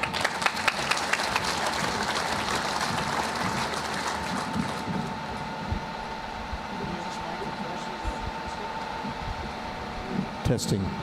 Good. So if you have a question, since I can't hear over this air conditioner, way in the back, you can't come up to the mic to ask your question. Let's get to the questions after the talk. If you have a question for Eric, he's right there if you want to ask him direct. No, Parks on the Air is in room 1 if you came to this meeting by mistake. Thank you. Okay. Hi, I'm Bob, N6 TV.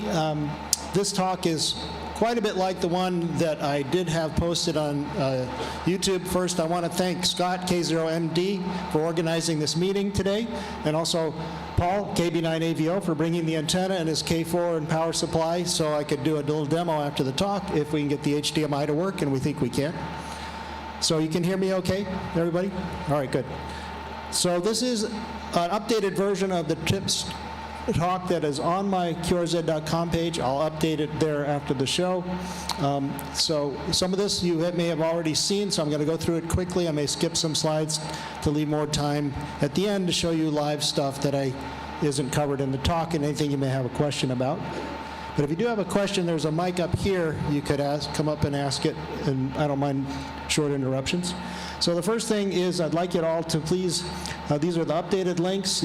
Everyone should gets a hard copy of the Introduction to K4 manual. And if you click on that link in the PDF that'll be on my website, you can download the introduction and search it. The RTTY setup guide I authored. It's a little out of date. It still talks about you have to use 915 hertz FSK tone, but you can use any tone you like now. And I'll update it one of these days. Of course, the built-in manual is not only in the radio, but it's on the web, and you might find it much easier to read and search using your ordinary web browser rather than the part built into the radio. And if you want to write macros, there's the link to the programmer's reference.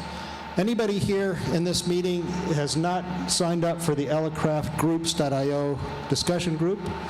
Everyone here is already on the discussion group. That's great. There is a files area. It's a little hard to find in the UI, but just add files to the end of the URL like you see here.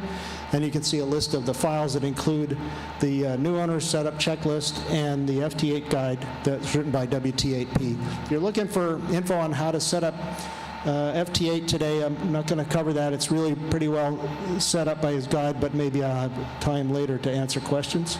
This isn't my laptop, so I don't know if FT8's installed on it. So number one tip is to use the norm switch. So you get the radio from the factory.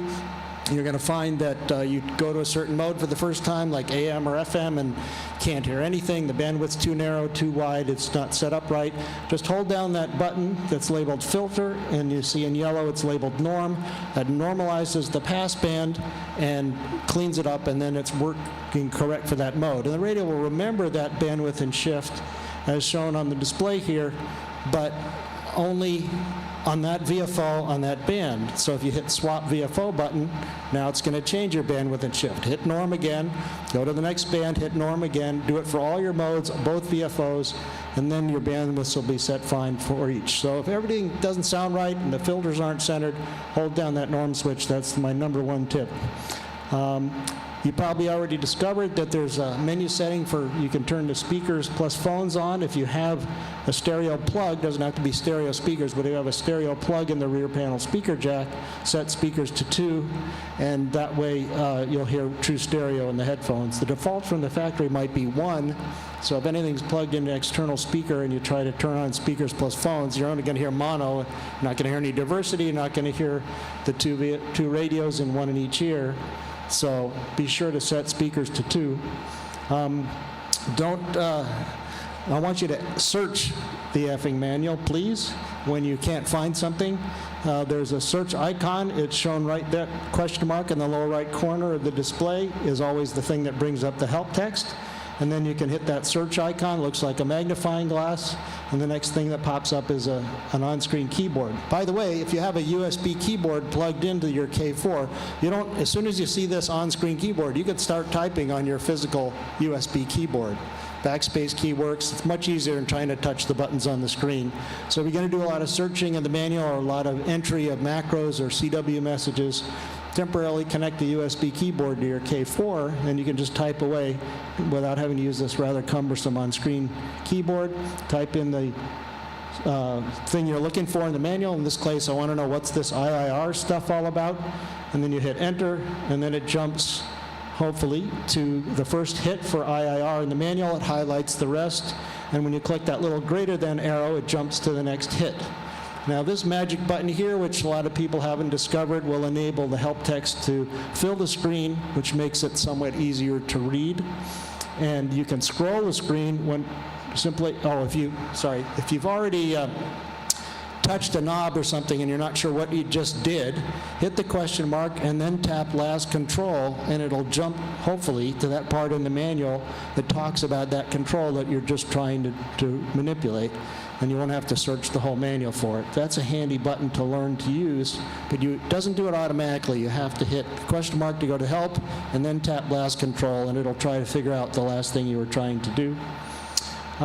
So tip number 4, and I may do this as a live demo here later, as shipper in the factory, you might find the waterfall display is full of noise and not really showing clean lines and clean traces of weak signals, which is the whole purpose of the waterfall. So the first thing I recommend you do is change the scale, which is the vertical axis height in dB. It comes at the factory about 20, which doesn't cover in FS units. So I would change it to 80, and then I think you'll find it works most better. Your S9 signals show up and your S0 signals show up. And my favorite is to use fixed 2 mode. I'll show how that works. It basically scrolls a half a screen at a time when you get to the edge.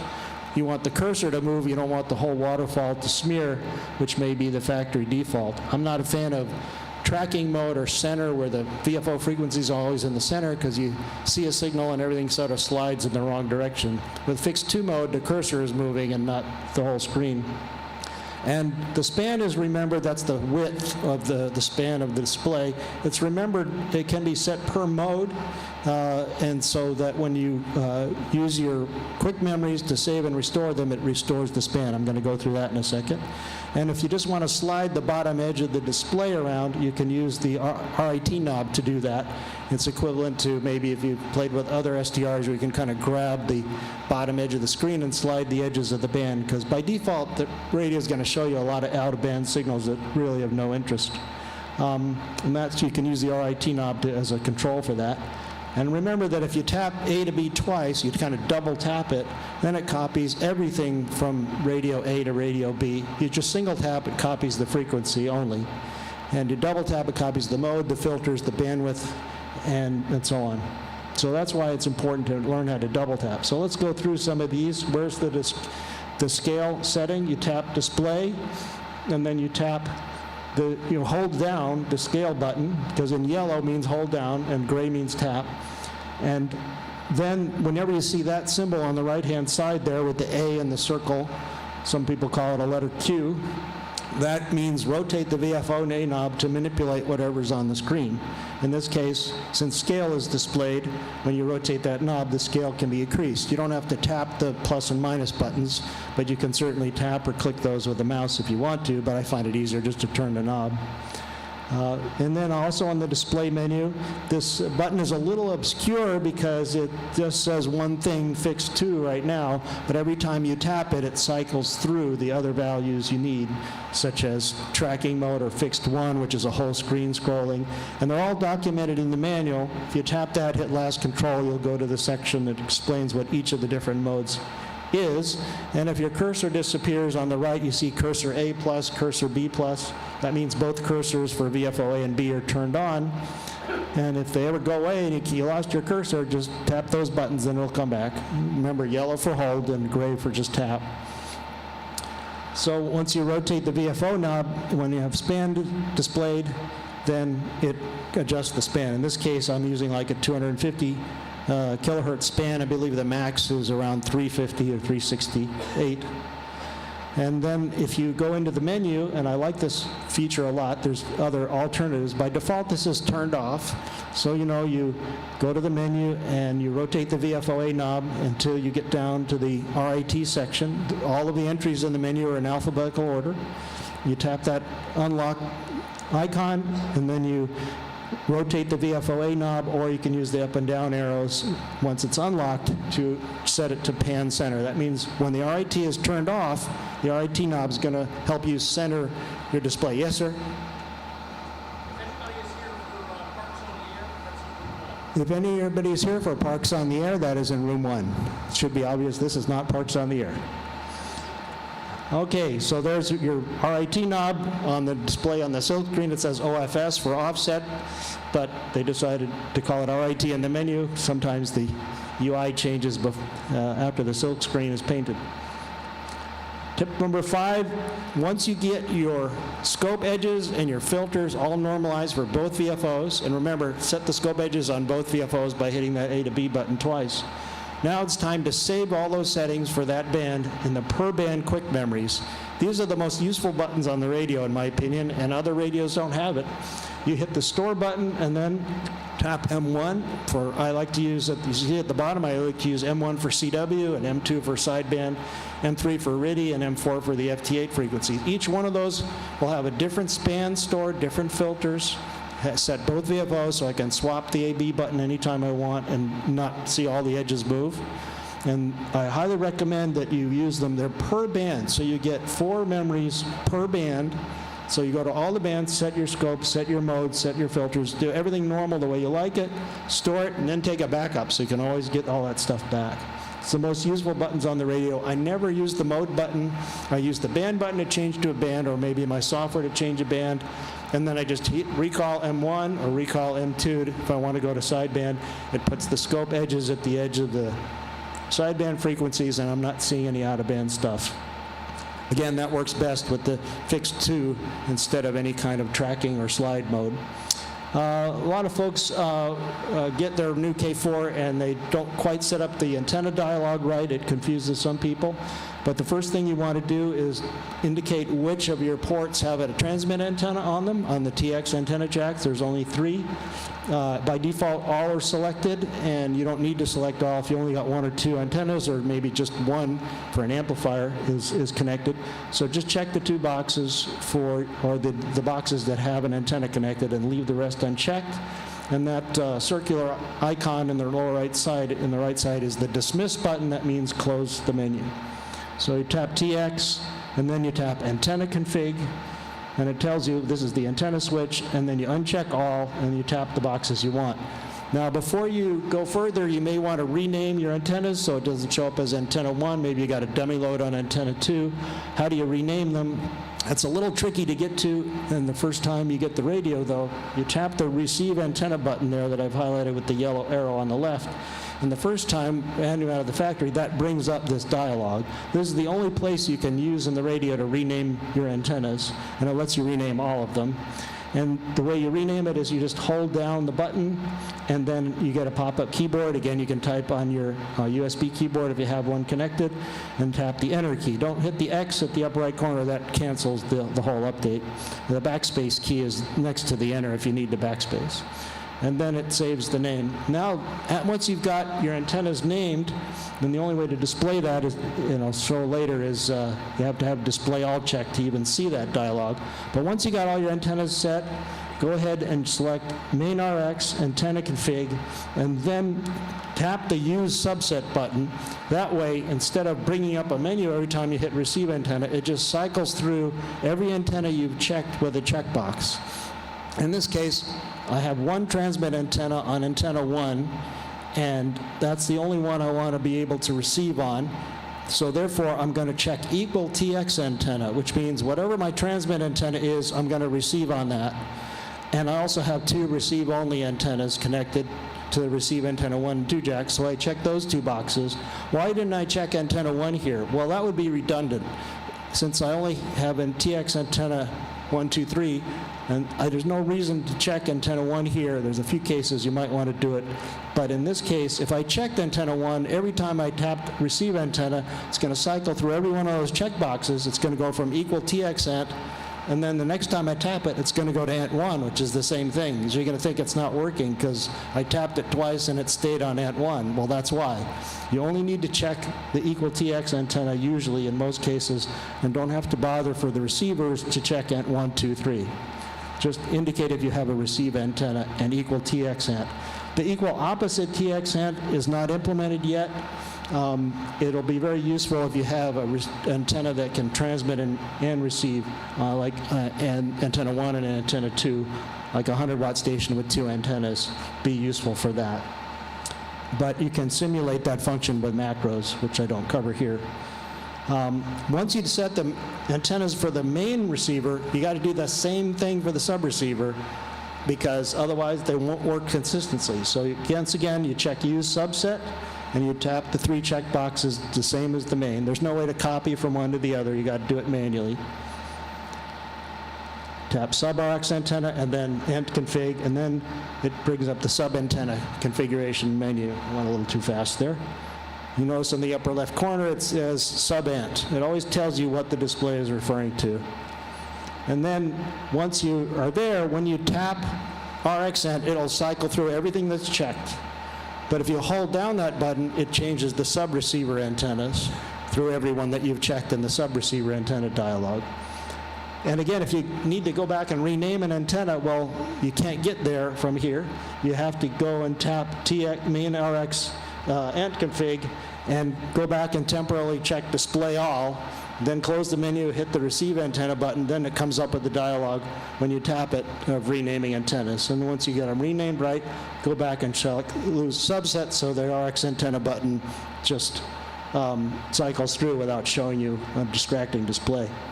So the antennas you're using are always displayed on the radio, and the left-hand side is in white is where it's showing you your main receiver antenna, and this happens even if you have only one pan adapter showing, because you don't need to have 2 pan adapters showing to use the sub-receiver. The middle always shows your TX antenna in orange, and the right-hand side is your sub-receiver's antenna. And so every time you tap those buttons, watch those displays to see what's changing. If you have a mouse, you can actually touch those parts of the screen with the mouse. It's a little small to touch with your finger, and you can cycle through antennas that way too. So the display menu is a little hard for some people to understand. How many people have hooked up an external monitor to their K4? About half the guys. So you can use the external monitor in 2 ways, as it just a pan adapter only with frequency, or you can have it mirror the main display, and you can slide the mouse back and forth between the two. These buttons here in the upper left, let's see if I get this laser pointer to work.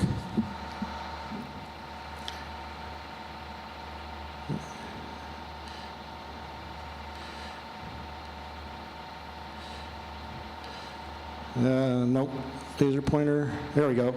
So these buttons here are indicating what you are doing with the monitors. You can highlight one, or you can highlight both by hitting this ampersand.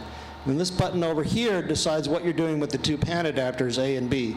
Some of these settings apply to the pan adapter, some applies to the monitor form. Like waterfall height, you could want the height to be maybe the same on both LCD and the external. You highlight this, you hold down waterfall height, or waterfall there, and then you can make 50% waterfall height, for example, on both monitors so they're consistent. Or maybe you want more waterfall in the external monitor, so you just highlight external monitor and set the waterfall height. But maybe you want the span to be different for VFO as A and B, or you want it to be the same, so you just tap the letter A and then you adjust the span for pan adapter A or main receiver, or you want to adjust the span to be both the same. So that's what those buttons do. It's a little confusing at first, but it does make sense. First, you're selecting which monitor you want it to apply to, both or just one, and then you select which receivers you want it to apply to, both with the ampersand or just one. No laser pointer. Okay. So let's have some new stuff here after this slide. So we'll show you what's new. Got a request. But in the meantime, as it comes from the factory, if you're CW, how many guys are CW ops like me here? Oh, good. CW ops love the Elecraft stuff. The pitch to control as shipped from the factory, and by the way, this is an old graphic. I think it's PTCH now on the display, not PTC. It comes at 600 hertz audio tone, which is pretty high. It makes the passband sound a little harsh to my ears because the passband's always centered on the pitch, although the pitch can be adjusted in 10 hertz steps and the passband jumps in 50 hertz steps, and you'll notice a step function as you start changing the pitch knob. But if you tap pitch at the top, when you see the yellow at the bottom, that means it's not the control that the knob is changing. You have to tap that WPM to switch it right here. You have to switch it to pitch at the top, then you rotate the knob and adjust the pitch. Set it to 500 hertz or 470 is the one I've settled on as being the most pleasing sound. And then your passband will sound nicer and your pitch will be nicer. And as shipped from the factory, the paddles and you're using the internal keyer doesn't affect external keying. The weight is a bit heavy. The dots and dashes are a little too long compared to the spaces between them. That was once needed correction. I would change it to 1.0 now if you have R30 or later, which most of us should have by now. And there's this new menu option since this was first put together, which allows you to enable sharper filters when the bandwidth is set to below 200 hertz. So you jump to that menu item and you can turn on that menu setting to enable the sharper CW filters. And it kind of natural, as soon as you crank the width down to 200 hertz or less, it's going to enable those. And you can hear the difference when there's signals nearby between the sharp skirts and the original ones. This is a brand new slide. Somebody was asking for how do I what's the best tip for copying weak signals? Well, on CW, I found that the audio peaking filter really helps a lot. It does need some fine tuning. You got to be exactly 0 beat, which you can do with the spot button. But if you tap main RX and then you set the APF bandwidth to 50 hertz, because the default is 30, which is really too narrow in my opinion. Here's the main RX button, and here's the APF BW button. Nothing in yellow because it doesn't have a hold function. You just tap that and it cycles between 50 hertz and 30 hertz. And I recommend you do that on all bands and both VFOs because it's right now remembered per band, per VFO, instead of being a global setting. And once you do that, take a backup so you can get back to it. Unfortunately, I've set all mine to 50 hertz, and after either a software update or a restart of the radio, it comes back to 30. Sometimes, not always. So you may have to do this multiple times. And then the trick to activate it quickly, I've already covered, you tap main RX and tap APF bandwidth. And then you can, is that normally to invoke the APF, you have to hold down this filter button to get APF to come on. That's too slow. When a weak one's calling you, you want to hear it right away. So I program a macro that does this AP slash and AP $ command that turns on the audio peaking filter for both the main and the sub instantly. And if you tap it again, then it turns off instantly. You don't have to hold down that APF button. So I really like using the AP macro. So that is a really handy function. It should be on a single tap, but the radio doesn't have that built in. Program it on a K-Pod button. K-Pod. This is Paul's K-Pod. Thank you again, Paul. Put it on a K-Pod button and single tap, instant on or off. I really like that feature. How many here, I think I'm going to skip this one over to save some time because you've already known by now, I hope, that you always want to change your FTDI default options to turn off serial enumeration and turn on disable modem control at startup. If you plug in your USB or turn on your computer or reboot your computer and you hear da-da-da-da-da-da coming out of the radio, that's because you forgot to change these options back. Sometimes the Windows 11 update will wipe these out and send them back to the factory defaults. And of course, that only applies if you've enabled CW and PTT keying on your menu, which is a real handy feature to do. How many here are using N1MM contest software? Okay, so that software has built in the feature to key CW and PTT on the rig control port, so you don't need a win key. You can just use it over the serial cable. You just enable CW and PTT keying in the menu, as I've shown in those slides. And I think you'll find that it works quite well. You do need to turn your CPU to maximum performance so there's no timing issues. And I think you'll find it sends great CW. And you can just use the paddles and the radio for hand sending. So here's tip number 11, which is that some people don't realize that the remote antenna function, which is a hold of the antenna knob, is also a fifth function key for programming a macro. So I wanted to use that to automatically adjust the reference level in my display. Anybody have a P3 before they had the K4? Quite a few. Remember, you change bands and the reference level, you had to go in and adjust it because the waterfall was a mess.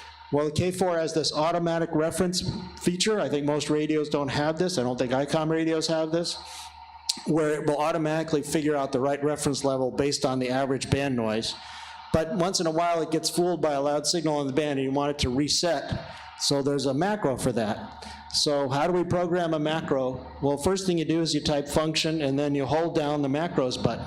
and you get a display that looks like this, and when you rotate the VFOA knob, then you can scroll up and down the display.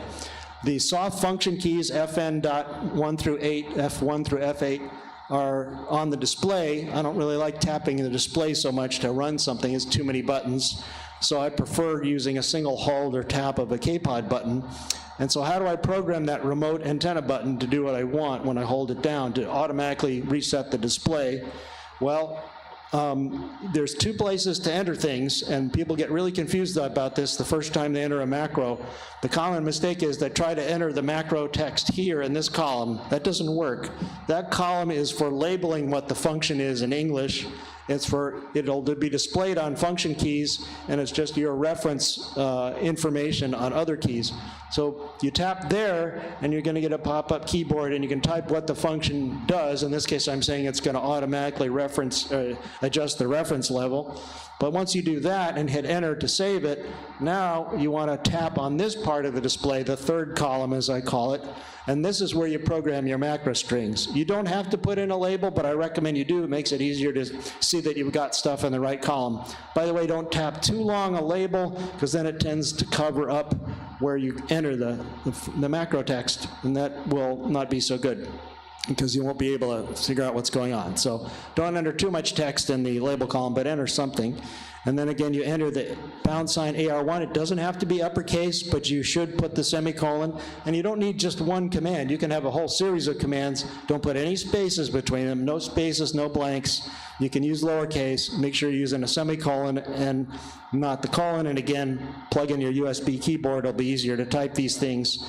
No, right now there's no load utility for these. The best you could do is edit the backup file that gets created when you say save all the macros. You can tap enter to save, and you're done. Now here's it's a new slide. This is how I programmed all of the function keys on my K-Pod. It was very hard to get this screenshot. I had to glue a bunch of pieces together, and I left out, when I was doing that, the K3 tap button, which is why it's there at the bottom.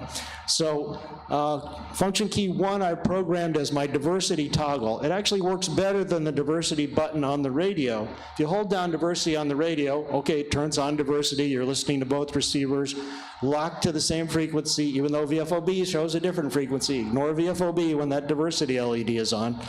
But what DV backslash, not forward slash, but DV backslash does is it toggles diversity completely on or completely off. If you hold down diversity on the radio, it turns on diversity. If you hold it down again, it turns off diversity and leaves the sub receiver on.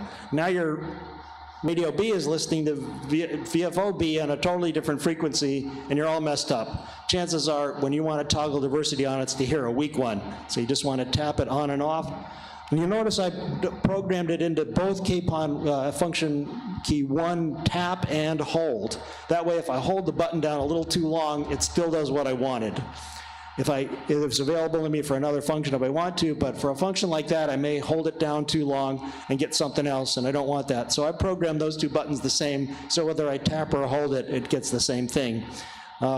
Function key 2, I've got as a band stack button on tap. You know, the band stack is 3 different VFOs and modes that are automatically saved by the band button. So if you tap the band 20, okay, you're on 20 meters now. Tap band 20 again, even though you're already on 20 meters, it's going to go to the next set of frequencies in the band stack. Tap band 20 a third time, it's going to go to the third set of frequencies in the band stack. Tap it a fourth time, and you're back to where you started. It's a little hard to hit, the band button on the radio and then the band so many times. If you just do BN greater than, that's like walking through the band stack, put it on a single tap, and you can see the 3 frequencies you've saved. It's very handy if in a contest you're running up and down S&P, didn't get through to that guy, save that in the band stack, move to the next guy, and tap and go on. I really do a lot of screen captures to explain stuff to people, so I'm always using the SS0 command to capture the LCD screen to a bitmap. It puts it on the USB stick. SS1 command if I wanted to capture what's on the external LCD. That's a hold on F3. And out of order here, I've got the 3 of tap to just turn diversity and sub receiver off with a single tap, kind of undoing what the diversity button does. And I told you about the APF toggle before, so I can quickly toggle the APF on and off. The AP/ command, I put that in the lower left corner of the K-Pod where it's real easy for a right-handed guy like me to reach with my left hand, and that turns on the APF real quick. And if I want to toggle a subreceiver on and off, I just hold down F4. This function A to B is just a quick way of copying frequencies. A, B, all is like a double tap of the A to B button. Here's a function that isn't on the radio at all, which it almost belongs, but it isn't. 6 tap is doing AB2. AB2 just swaps the frequencies. It doesn't change the mode or anything else. It just swaps the frequencies, doesn't mess with the display. If you tap AB on the radio, it does the equivalent of what I've got on the hold key, which is swap everything except antennas. It swaps preamp, attenuator, band edges, all this, the mode maybe. Normally the AB button on the radio doesn't do what you want, so make a K-Pod button do it. And then these last two have to deal with the RIT. I'm often using RIT off for phone and maybe on for CW, and I have a way of turning it on and clearing it with 2 commands. This is an example of putting 2 commands together with a semicolon in between. Okay, just a couple more tips, and then we'll have hopefully a live demo. If I can get the HDMI to work. If you have an amplifier, an Elecraft amplifier, even if it's a non-Elecraft amplifier, you want to enable this per band power option in the menu. The default is no. This allows the radio to automatically switch to the last power level you used on that band. Using any solid-state drive from Elecraft or otherwise, you probably need 10 watts on one band and 20 watts to drive it to full power on the other band. The radio remembers that, but only if you turn on this option to do it. And then it will then remember your last power setting on that band. And if you have an Elecraft amp hooked up with a proper aux cable, it will remember that setting and automatically detect when the amp goes into operate mode, switch to the second power saving for that band. And if you turn off operate mode, go to standby or turn the amp off, it goes back to your barefoot power level setting on that band. So for Elecraft amps, it remembers 2 levels per band. Doesn't work with non-Elecraft amps, but it does remember the last drive level that you've used. So set that to yes. An update for this is there's some new settings in the menu. The old one up there at the top, TX delay key out to RF out. That's the delay between the time that it keys the amplifier and the RF comes out. And right now, the issue is that it's about 3 milliseconds slower than what it says on the display. So if you set it to 5 millisecond delay, you're actually getting about 8. Set it to what you think your amplifier needs. If it's a relay, it might need 10 to 12 milliseconds of delay between the time that RF comes, the amplifier's keyed and the time that RF comes out. So that's an old setting, and it's worth checking what your amplifier requirement is from the manufacturer. You can get away with 5 milliseconds easily on the Elecraft amps, because they're solid-state pin diodes, but a relay-type amp, like an ACOM or an SPE, probably want to increase that number. Factory default's 8, and you're really getting about 11. Now this setting at the bottom is brand new, unkey to receive. And if you hear, this is the thing that NG7M fixed, or bugged them about so long, they finally got around to fixing it, which is when you have an amplifier connected, and so it's being keyed, and it's in operate mode, as soon as you go back to receive mode, you'll hear a big pop in the receiver. And that means you haven't added enough delay to mute the receiver a little longer, because most amplifiers these days, as a safety for rigs like the 7300 that have an RF tail, they hold their relay closed longer than you wanted it to. So you've unkeyed the amplifier, but the amp has stayed keyed just for a little longer, just in case there's any RF tail and you don't trust the transceiver. So and even the 1500 does this. It holds its relay, its pin diode, closed for about another 5 or 6 milliseconds after you've said, I'm done transmitting. And then it opens that line. That causes a big transition spike in the receiver from no signals to a whole bunch of signals. And that's what causes the pop for about 1 or 2 milliseconds. So if you're hearing that and it's bugging you, go into the menu, change this new value, unkey to receive, which means mute the receiver an additional, let's say in this case, 6 milliseconds after you stop keying before the receiver is actually going to receive. And so that's going to eliminate the pop and make it much more pleasant to operate the radio, especially in QSK mode. But even non-QSK or phone, If you don't like that pop and you're using an external amplifier, use that new menu setting. Last tip of the day, and then we'll go to questions and maybe a live demo, is how to set my radio for the best punch on single sideband. You got, how many of you here are mostly sideband and not CW? Oh, we got a few. But the CW guys need help on phone too, because they rarely use it. So you tap TX and TX EQ. By the way, this TX Cal menu, you may not see that on your radio. That's something they enabled in field test radios. It's, I think, a built-in calibration program, sort of like my K4 Cal program. But I don't think it's enabled in any radios yet, except the field test ones. I haven't tested it yet. Anyway, tap TX EQ, and you get this sliders that come up. And this is my recommended starting point if you have a flat microphone, not a Heil HC4 that has its own EQ built in. But if you have a mic like a CM500 or any Electret mic that works on a PC, chances are that's got a very flat response. It's not optimal for maximum punch when you're DXing or contesting. It might be good for rag chewing and ESSB mode where you have a lot of bass or something. But if you don't want a lot of bass and you're trying to get through a pileup, you can just send that command I've listed on the screen there, and that, or put it in a macro, and that will instantly set all these sliders, or you can move the buttons around, or even drag it with the mouse if you like. But one tip for you is that this flat button over here on the right, that is really useful for hearing the difference. And the way you hear the difference is you play a voice memory back. You record something. Don't try to speak and listen because you're hearing your own voice in your head and it doesn't sound quite the same. Turn up the monitor so you can hear what it sounds like. Play back one of your recorded messages, and you can do it while this screen is up. And then tap flat, and it'll reset everything to flat response. Play the same message again, and you'll be able to hear the difference in the monitor. If it sounds better, you tap flat again, and it recycles between the flat and the new equalizer settings. People are afraid to tap flat. Oh, I got to start all over again. No, just every time you tap it, it toggles back and forth between flat and your last setting. So that's a handy tip to hear the difference. And I've listened in a second receiver. I've also listened in the monitor. Something that doesn't sound the same to me, they sound the same, especially if you're not talking, but if you're hitting the memory play buttons.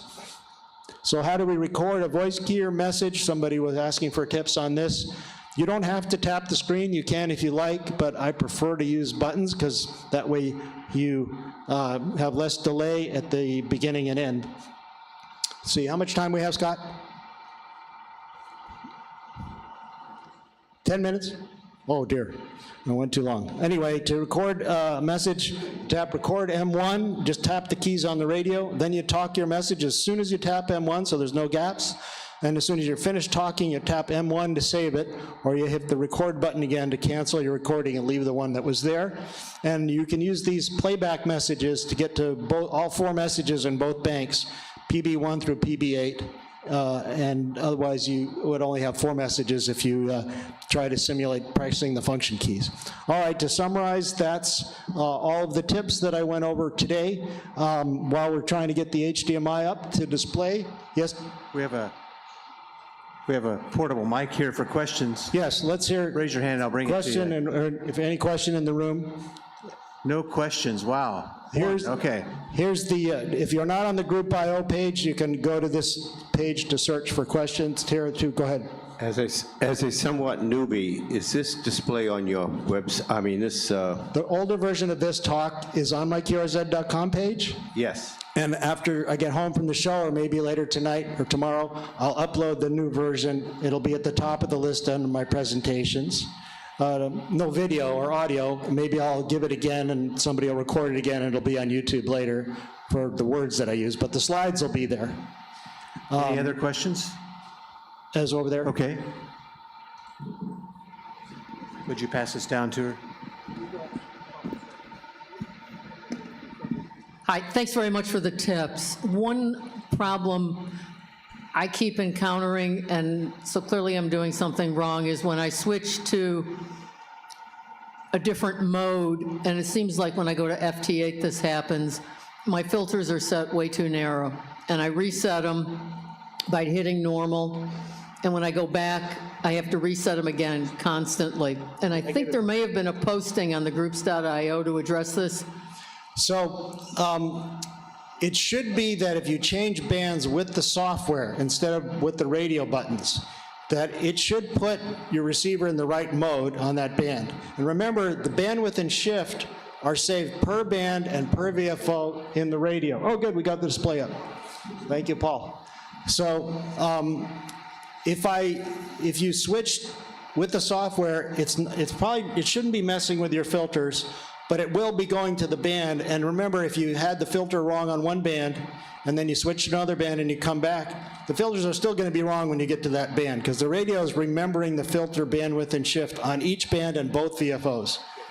So my recommendation is hold down that norm button, and then tap A to B twice, so it's in the B VFO too, and go to another band, either with the software or with the radio, tap norm again to fix the filter, and then when you go back to the first band with the software, it should have the same filter you used the last time. The software shouldn't be messing with the filter. We have a question. When you say the software, you mean like WSJT? Yeah, there's a little drop-down list in WSJT and JT90X that says pick FT8 frequency and change bands with that, instead of hitting the radio buttons to do it. Okay, thank you. You're welcome, hope that works. There's a question over here. I'll bring the microphone. Where's Paul with the radio? Okay. You're welcome. So yeah, let's thank Paul for bringing the radio as well. Yeah, and the antenna and everything. So we have about 8 minutes left. If you want to see anything on the radio I haven't showed already, or yes, sir. Say again. Yeah, let's wait till you get the microphone. You guys can come up with questions too. Yeah. Scott's getting some exercise here. All right. When I tune across the band, when I get in the center, the cursor goes across, but when I get to the band edges, the cursor quits moving and the band moves. Right. That's because you have slide mode enabled. Let me show you. See at the bottom here? I might use that wireless mic to talk while I'm moving the radio. Okay. Thank you, Stephen. Hello, testing. Great. Thanks, Stephen. So if you tap display, which I'm going to do now, you see that on the screen there. On the right-hand side, you probably have it set to slide 1 or slide 2 mode, something like that. And if you just tap that again and change it till it says not track, but fixed 1 or fixed 2. Fixed 2 is my preference. Now when I move the VFO, well, I was changing the span here. You got to get out of the menu. When I move the VFO to the right and I hit the edge, it'll go right back to the middle, half a span scrolling. But what you were seeing is you probably had display set to slide 1 or slide 2. Let's try slide 2. And you have to cycle through them all to get to them. There's I missed it again. Here we go. So now you see that when you get to the edge of the display, it starts moving. The whole thing starts sliding to the left or right. And it comes the slide 2 means when you get close. For slide 1, it means you have to get right to the edge and then it starts moving. So when I get right to the edge here, it'll start moving. See everything starting to move now? Can you see I see that? Okay. And again, I have this RIT knob programmed so I can move the VFO back down to the CW band where I like to operate. And now I want to move the band edge. So I'm going to rotate the VFO, the RIT knob, and you'll watch the center frequency on the display because you're actually moving the center with it. But notice the left edge is going up and down. So I'm rotating clockwise until it says 1400. Bingo, I'm where I want to be. And now I would hit store and M1. Now I've saved the 20-meter quick memory. Now if I totally mess up and go recall M2, let's see what he's got there. He's up in the phone band. So now my edges are different, my span is different. If I hit recall M1, bingo, I'm back down to my CW edges where I wanted them to be. But if I tap AB, which was a mistake, now my edges are all messed up again. Why? Because I forgot to copy the span to both. Tap A to B twice, and now store it in M1. Nope. I'm playing a voice memory. Store M1. Wrong key. Store M1. You have to wait for this display to come up. Don't happen, then M1, then it saves it. All right. Now if I hit recall M2, and then recall M1, I'm back to phone, and if I swap the VFOs, only the frequency moves. I guess I forgot to tap the edges there. But anyway, it will save both edges in both VFOs. Okay, we have another question here? Yes. Over here, Bob. One over here? No, it's right here. Oh, go ahead. Just go ahead. Bob, real quickly, is there a way to adjust the speed of the waterfall? Yes, you can adjust the speed of the waterfall by tapping display and then average. This slows things way down if you have the average up real high. And if you go down to 1, then it speeds everything up. There's also a waterfall speed command in the programming manual that is frames per second. I believe it's # FPS, and you can set it up to 60 frames per second, but you don't always get that. But FPS 30 is like 30 frames per second, # FPS, put that on a macro. There's no menu setting for it. It's one of the few things on the radio you can only change with a software command or a macro.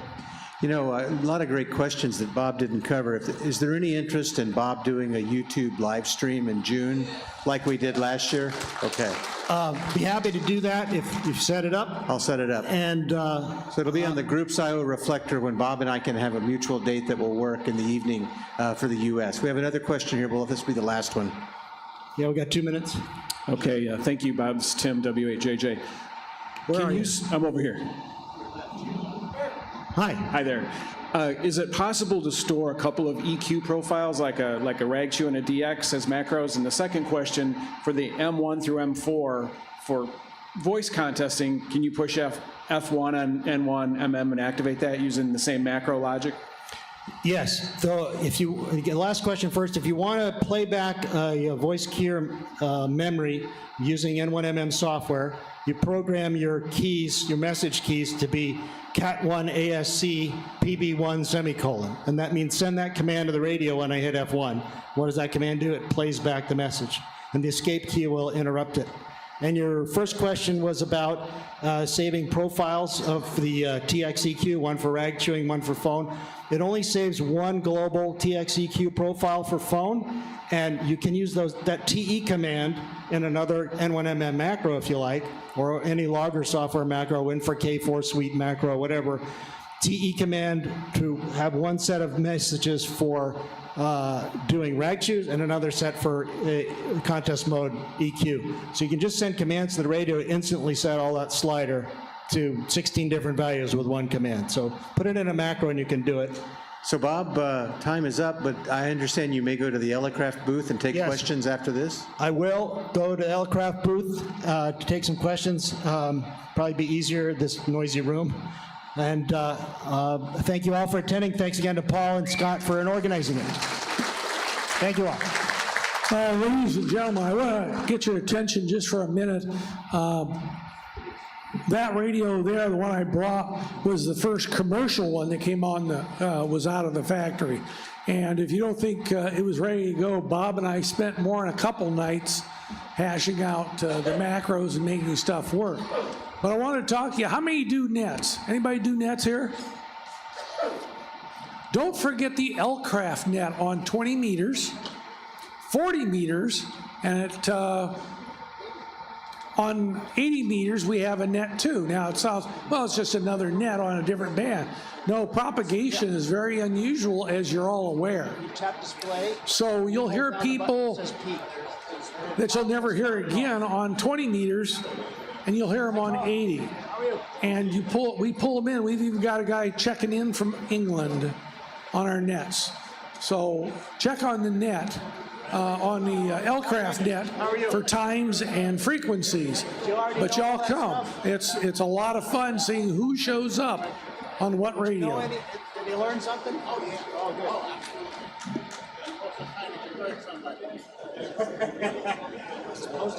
good. I'm on a search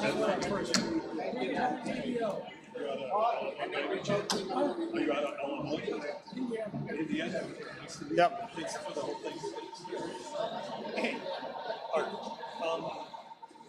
Pelican. Just a straight Pelican case? Yeah.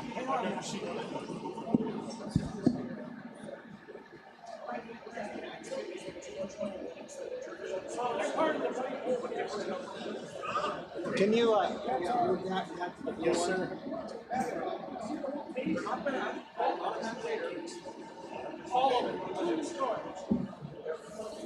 So this is their, it's a pricey case.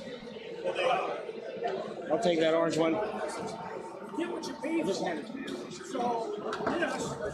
Does the next talk start right now? Or lunch break? 10 minutes in between. Okay.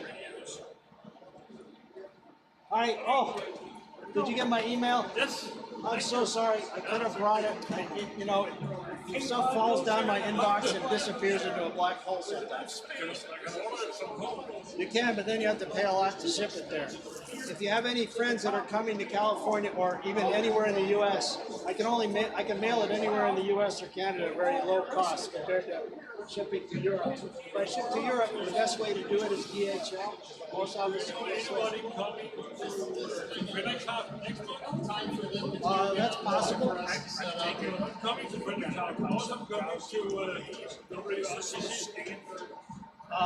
That one I'm not going to, but I have friends that are going. But I'd like to get it to you Straight soon. HDMI. Yep. No rush then. Maybe I'll send it to the post office. And then we'll just Take it out set this guy. Dell has jumped on the USB-C to all the things. That's the truth. Okay, go ahead. All right. I had two stations. I had one other, and I combined two. That's got You have an Ethernet port. I do, but I don't. There's no. That's live. I do, but I don't need it. Thank you. No, no audio. It's all verbal. Yep. HDMI is literally the only thing I do.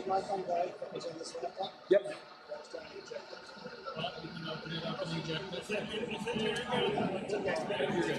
Thank you.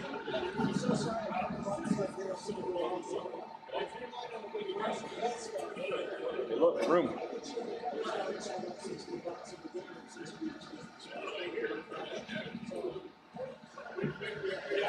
It's showing on the screen. Sometimes splitter means reset. If it's got a solid screen, it should have solid. This is 1980 by 10 or by 1200. Should I change my resolution down to 1080? If you need 1080p, it'll just match up better, but we got space.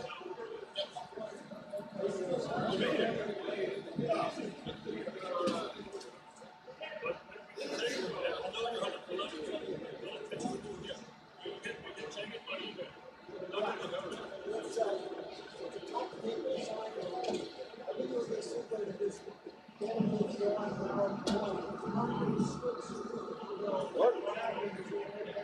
Oh, that's why.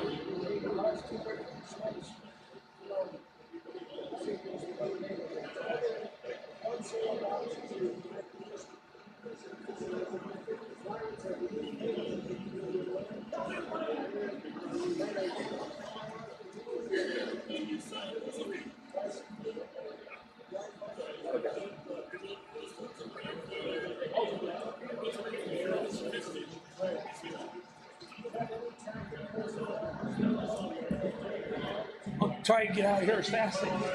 You're all good, brother.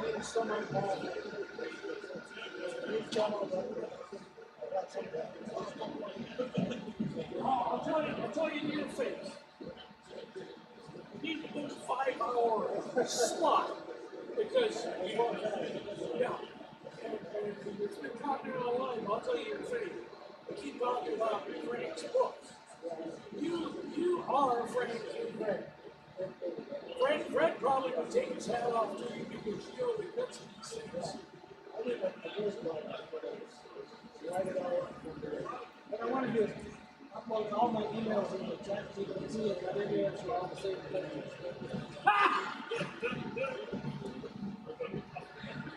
I have two businesses. You can only answer that question.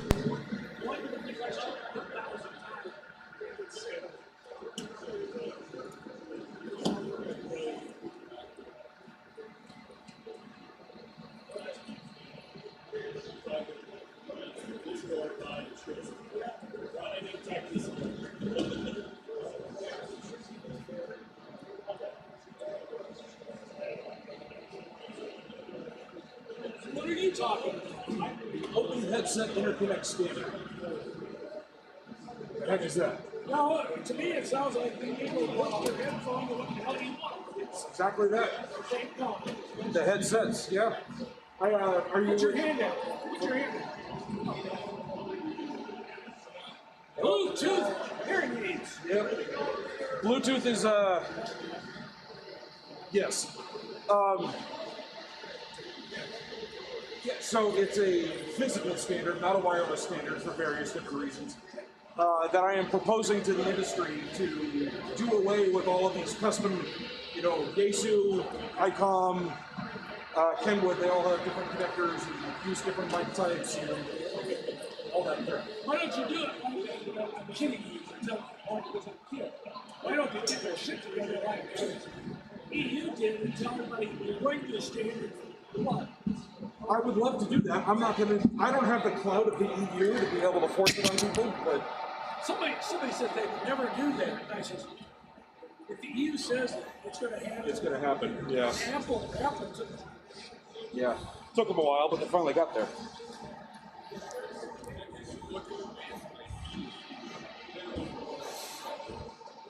Our joke on that K4 was the fact that was the first K4.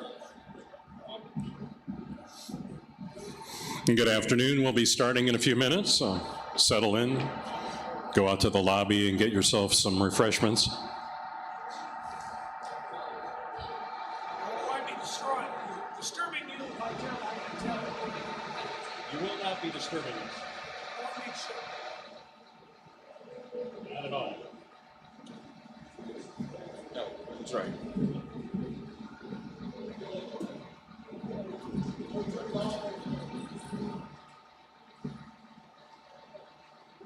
Let's go right.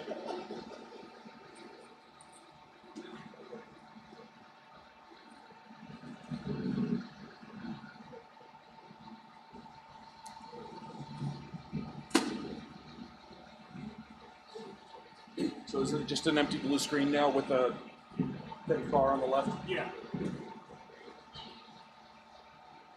The taskbar, dock, whatever thing is on the left. Hey, the thin bar, that's what I said.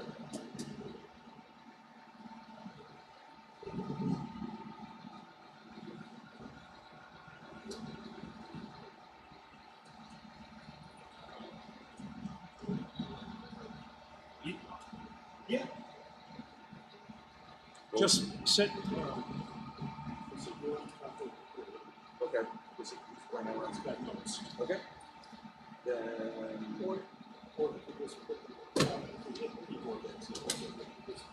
yeah, I can do that. Okay. Let me make sure that this is starting to slide. Oh. Seriously?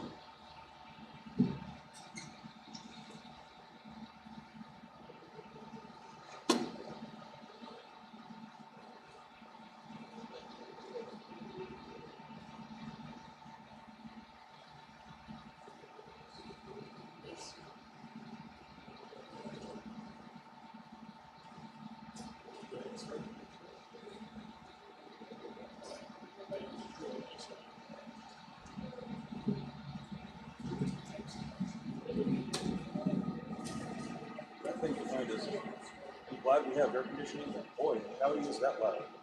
It is. Okay. All right, cool. And that's blue. Still blue. All right. Ready?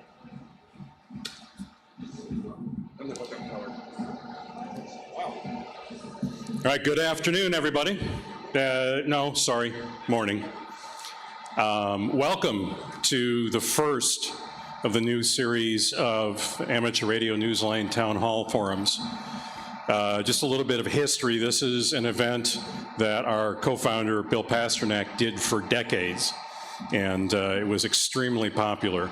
And it's been, Bill's been gone now 6 years? 7 years. It ended when he passed away, and we've all been talking amongst ourselves and decided we wanted to try and bring it back. So this was all kind of a little bit last minute, and we really appreciate those of you showing up. And we will hope to continue this because it was a very popular thing, and it's part of our legacy that we'd like to see continue. I'm Paul, WD9GCO. I'm one of the anchors at Newsline. This is Neil Rapp, WB9VPG, also one of the anchors, and also the co-host, or the host, of the Ham Talk Live podcast. So we are up here representing our team. Brief history of me. I've been licensed since '77. I grew up in Southern Illinois, belonged to the Marissa Amateur Radio Club. That was Bob Heil's club. And we ran the Westlink Report every week on our repeater, which was the beginnings of Amateur Radio Newsline. So every week as a kid, I'd listen to Westlink Report. And now for me, it's kind of surreal that I get to be an anchor on that thing. It also is cool that it's been going on since 1976, except for about a month or so after Bill passed away, before everybody kind of got their bearings again and started. We have not missed a week since 1976. So we are coming up on 50 years of doing this. And we're all very proud of what we do. We get people from all over the world download and listen. It's broadcast on shortwave, it's on repeaters, it's streamed over the internet, and it's really a good feeling when people here come up and say, we listen to what you do. Because when Neil and I and the other anchors produce, we're just in our studios and our homes staring at a computer screen. We don't know when we upload and it goes out into the world. So we really appreciate when people come up to us and say, I listen to it, because it puts a face to what we do, and it makes it feel more important. So you got I've been doing the talking. All right. Neil, at the time when he was licensed, which was 1976, 5 years old. At the time, the youngest licensed ham in the US or the world? In the world. He was on the cover of QST magazine. So this guy's been around for a while too. So ham radio is pretty much his entire life. So we are going to get started now with our presentations. Our first one is Tim Elam, VE6SH, I believe, who is the current president of the IARU, and he's going to discuss some things that are up currently that affect all of us and are very important. So, Tim?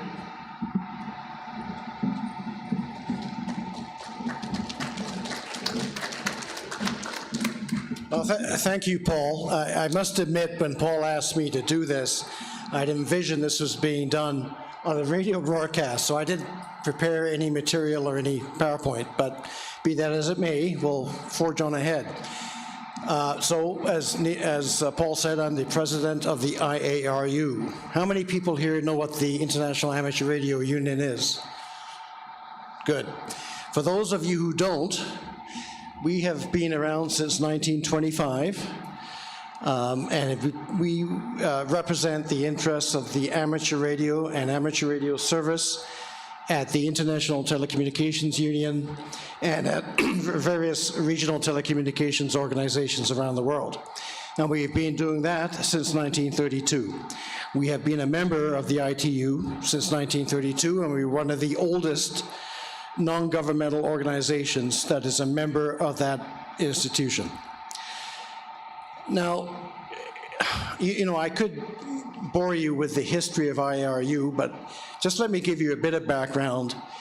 We represent 168 member societies, and those are member societies, one in each country. So ARRL is the member society in the United States, Radio Amateurs of Canada in Canada.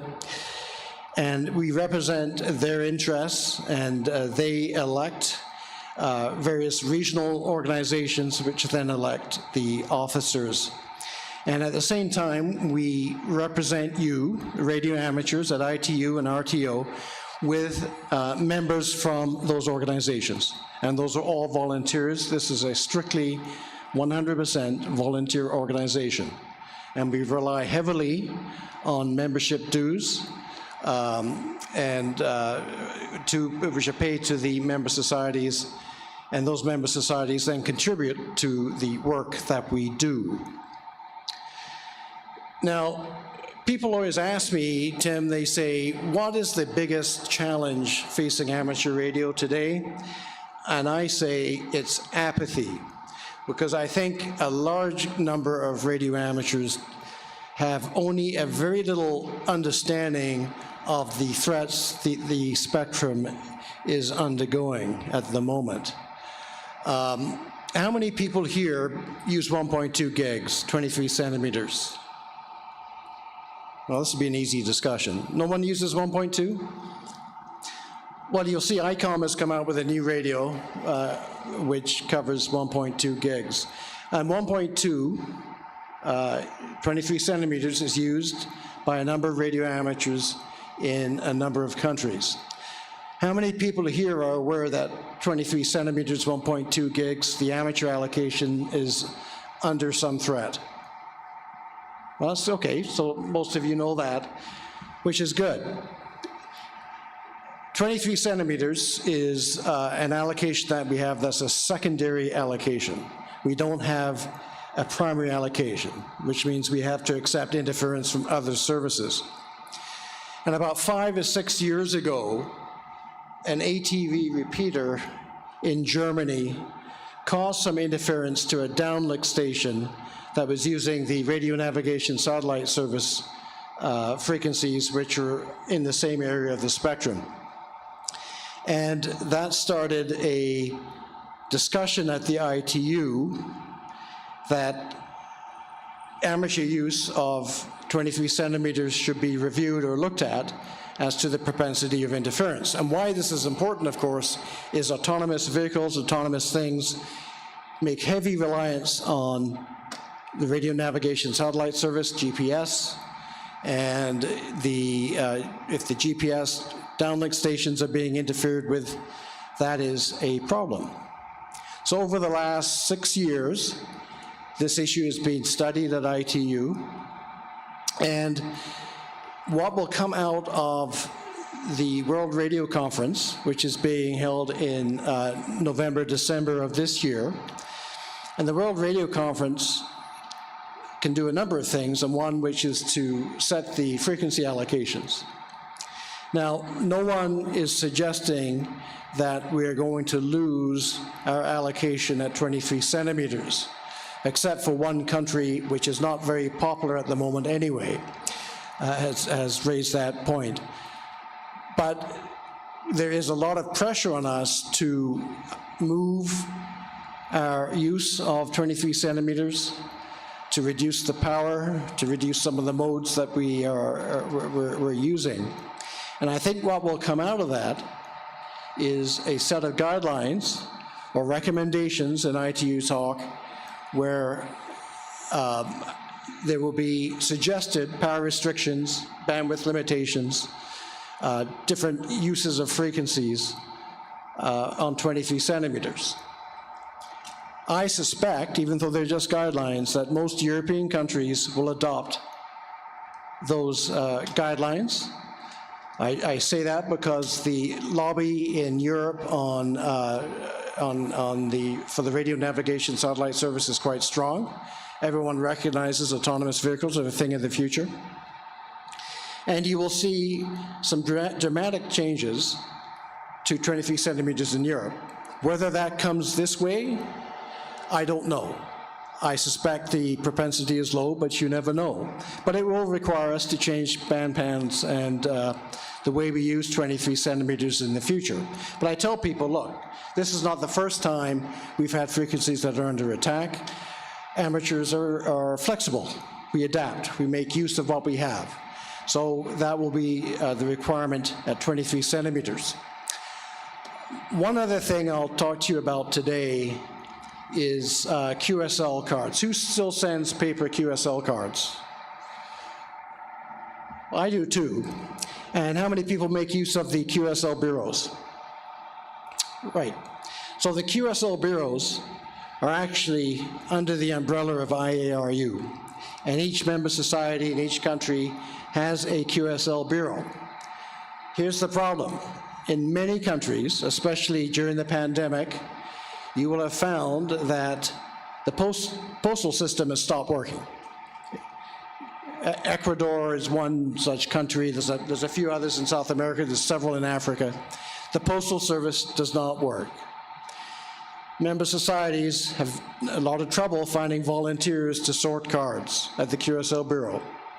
As you know, we're an aging population, and trying to find volunteers is a challenge. I know in my own bureau in VE6 land in Alberta, it has taken quite a while for us to find someone who is up to the challenge of doing this. So all this to say is, you know, we like sending QSL cards. I like sending QSL cards, but I think we've really got to say the time of us sending pieces of cardboard around the world in a cheap, efficient manner to confirm a QSL is going to be a thing of the past quite quickly. I say that because I think a lot of the QSL bureaus will stop functioning in the future. The postal system is not going to work in a number of countries. There's a lot of pressure on us to be greener, to not use paper products. So this is something that I think even if you like getting cards, I think in the next 5 to 10 years, that is going to start disappearing. And of course, as you know, there's a number of ways you can, electronic means you can use to send and confirm QSLs. I don't have anything much more to say directly. I would encourage you that if you like the way, if you want to support what we do, please join your member society. You know, I tell people that maybe you won't agree with everything your member society is doing. I don't always agree with everything my member society is doing, but I can tell you that everyone at a member society is fully behind and supporting what the work of the IARU and on spectrum defense. So if you're not a member, please consider joining. Like I say, we're 100% volunteers. We send people at no cost. They don't charge for their time to these ITU meetings and RTO meetings. They've got specific technical expertise, and they do a fantastic job for us. I'm happy to take any questions, Paul. If anyone has questions about IARU and what we do, or generally about the amateur radio service, happy to answer them. Yeah, if you have any questions, raise your hand. I'll bring you the mic. Anybody? Oh, come on. All right. Okay. Well, look, thank you. Thank you for hearing me out. IARU is not exactly a sexy topic, but it is an important one. If you want to know more, we have a booth in the IARU, in the ARRL Expo area in I think it's Hall 2. Come by and say hello. I'll be there. Joel Harrison, W5ZN, who is the IARU secretary, is there. And we have some representatives from the youngsters on the air there as well. So come by and see us. Happy to answer any questions. Thank you.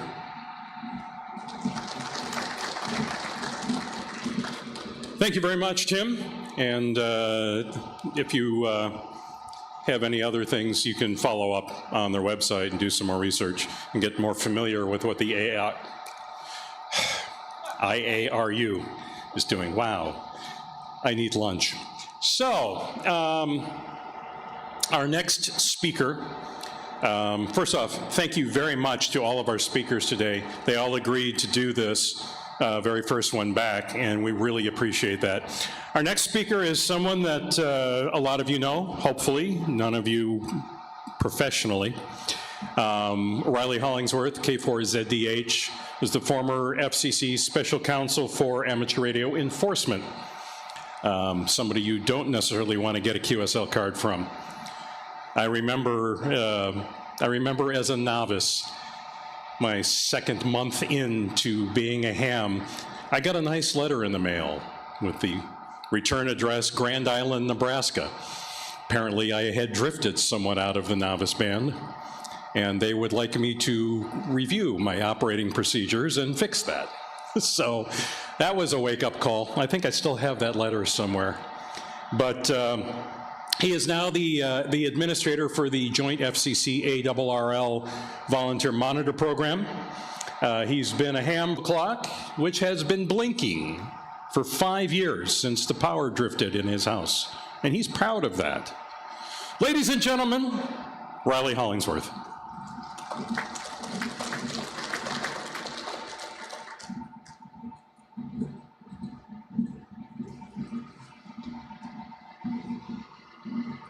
Let me know if you can't hear me. I want to echo something that Tim said about the member societies. I was at the FCC over 30 years, and I worked in the land mobile area, two-way radio, trunking, paging, public safety, and everything. And I got the privilege of going to the 8th floor a lot of times, which was affectionately known as the commissioner's offices. And saw everybody in there plying their trade, whether networks, Netflix, all of that. I never saw anybody in there, nobody representing amateur radio, unless it was the League.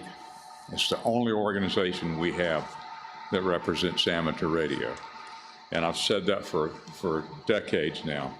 Noticed, off topic here a little bit, Newton Minow died in May at 97. He was a former FCC chief in the 60s. Do you know who he was? Some of you do. He's the one that told the broadcasters at a national broadcast convention that TV was a vast wasteland. And he said, I can assure you, he asked them to watch TV for a day on their station, put up the magazines, put up the newspapers, and just watch TV. And he said, I can assure you that you'll observe a vast wasteland. You'll see a procession of game shows, formula comedies about totally unbelievable families, blood and thunder, mayhem, violence, sadism, murder, Western bad men, Western good men, private eyes, gangsters, and more violence and cartoons, and endless commercials, screaming, cajoling, and offending. So I wonder what he'd think about television today. I'd like to hear what he would say. Amateur radio joyfully occupies our lives, and that's why we're here. And I have a granddaughter that's 6 years old, and it's my first one, and she's got a real technical bent. So I'm really hoping that her first show and tell will be Morse code. But the other day I was upstairs and I heard her in the radio room. She hangs out down there, saying, what would you like on your pizza? And then she said a few minutes later, okay, your order's number 205, it'll be ready in a minute. And I went flying down there, and she was on the handheld microphone on the 2-meter rig. Fortunately, it was turned off, but it scared me to death that at least she's not afraid of it. And by the way, folks, please, this is not in the rules anywhere, but if somebody gives you a 5-9 signal report, please don't say thanks for the flowers. Just don't do it. She heard me give somebody a 5-9 signal report. They came back, thanks for the flowers, and I didn't think any more about it, but that night at the dinner table, she was staying with us. There was a moment of quiet there, and she said, Grantee, why did you send that man flowers? And you should have seen the look on my wife's face. Just don't do it. The Volunteer Monitor Program is a formal agreement between the FCC and the League. It was conceived of, actually, the FCC's idea. You know, a federal agency with an idea. That's, I wrote that down. To enhance the official observer program. The FCC was concerned because they had lost half the field offices and half the field engineers. A lot of good engineers stayed, but a lot of good engineers left. Now, what people don't realize is all of the antenna fields, there are 13 of them around the country in Alaska and Hawaii, are still there, but they just don't have the staff. So they wanted to come up with a official observer program, turbocharged, so to speak, and they agreed that they would participate in the training, the League would manage it, and they thought that it could be manageable if we had about 160 or 70 volunteer monitors. So it took 2 years to get that approved because, you know, the bureau chief had to approve it, then the assistant bureau chief had to approve it, then the assistant deputy, and then the deputy assistant, and then the bureau chief, and then the assistant deputy, and it took 2 years to go up through the ranks, but it was approved. So in the summer of 2019, we started talking to candidates who had expressed their interest on the website. Rest of that you can find on the league website. I won't go into detail. The whole history of the program is on the league website. But the program was meant to collect evidence that could be used to correct misconduct on the bands, and to, they really emphasized this, recognize exemplary on-the-air operation. And in cases where, with our friendly advisory notices, our stern advisory notices, the behavior wasn't corrected, the FCC wanted those cases. And I'll give you some statistics in a minute without boring you to death. But it was proposed to re-energize enforcement efforts in the amateur radio bands. And it's a good thing that this program started, because right now the FCC is under incredible pressure due to the Pirate Act to find pirate FM stations. Years ago, the FCC was taking pirate cases, but the very first inspection they did of a pirate FM broadcaster, the mayor was in there being interviewed. And in another one, there were people in the community being interviewed. So the FCC said, well, wait a minute, maybe these FM stations provide a niche, something for the community to have, because at that time, and it's probably still true, I don't listen to it anymore, you could drive clear across the country on FM and listen to FM radio and hear Delilah everywhere you went. It was canned, and people were tired of it. So they quit doing it. But of course, the human nature being what it is, the pirate broadcasters got a little stronger, a little more power than 4 watts, and then companies started making bigger transmitters and so forth. And broadcasters got really ticked off about it because they started losing revenue, I guess. So they went to Congress, and Congress passed the Pirate Act, and the FCC is under severe orders to get this straightened out. And the Congress also said, by the way, while you're doing this, we're looking at your budget. So they're in a panic to get these cases, the pirate radio cases, off the air. But under the program, the FCC agreed to give priority to our cases that we couldn't resolve. And we wouldn't have to go through an online complaint process. They would take the case directly and pursue them as fast as they could. So we started that, and the first full year informally was 2020. That was sort of a training year to show the volunteer monitors what to look for. And if you don't identify for 15 minutes, we don't care about that. We care about things that degrade the service. Everybody makes mistakes. And I don't know how many of you are new licensees in the room today, but you're never going to get into trouble making innocent mistakes. The people that give us problems have been licensed for a long time. They're usually extra class, and they know better. And they complain about there not being a CW requirement anymore, and they haven't made a CW contact in 20 years. They use 1,200 watts to talk across the region night after night. They run out of things to talk about because they haven't done anything technical in 30 years. And so it proceeds to arguments over politics, and then they get nasty. And in case you haven't noticed, we're in a very nasty period of society. The pendulum is over to the nasty side. You know, when I was growing up, we had road rage when I got my license, but we solved it with finger gestures. We didn't shoot out windshields, and nobody ever heard of airline rage. Nobody ever heard of that. And I was at Walmart here not too long ago watching 2 people argue over a vacant parking space. They both had spotted it. And I had some time on my hands, so I said, I'm going to ride around and see how many vacant spaces are within walking distance. It was like 175 spaces. And they're arguing over this space, who saw it first. And probably at least one of them paid $50 or $60 a month to go to the Y to get exercise. But when they go to Walmart, they want to park in front of the door. It's just human nature. My grandfather was illiterate. He was the smartest man I ever knew down in South Carolina. He worked in a cotton mill, and he told me, my cousin and I, when I was about 12, and we were about 12, 2 things I never forgot. One was, he said, kids, you're going to learn in life that some people are just crazy as hell. He said they vote, they make babies, and they drive cars, but they're just crazy as hell, and you'll never understand them. And if you do understand them, that means you're as crazy as they are. And the second thing he told us was, when you're working on something, he worked on everybody's lawnmowers in town and kept everybody going with their lawnmowers and so forth. He could do that very well after he retired from the cotton mill. He said, when you're working on something and you can't get it solved, just let it set a while. And I thought that was pretty dumb. And I remember saying, Granddaddy, if you just let a lawnmower set, it's not going to fix itself. And he said, you're not going to understand what I mean till later in life. And by letting it set a while, your mind works on it. I was working on an HD37, which is one of my favorite vintage rig, and I recapped it.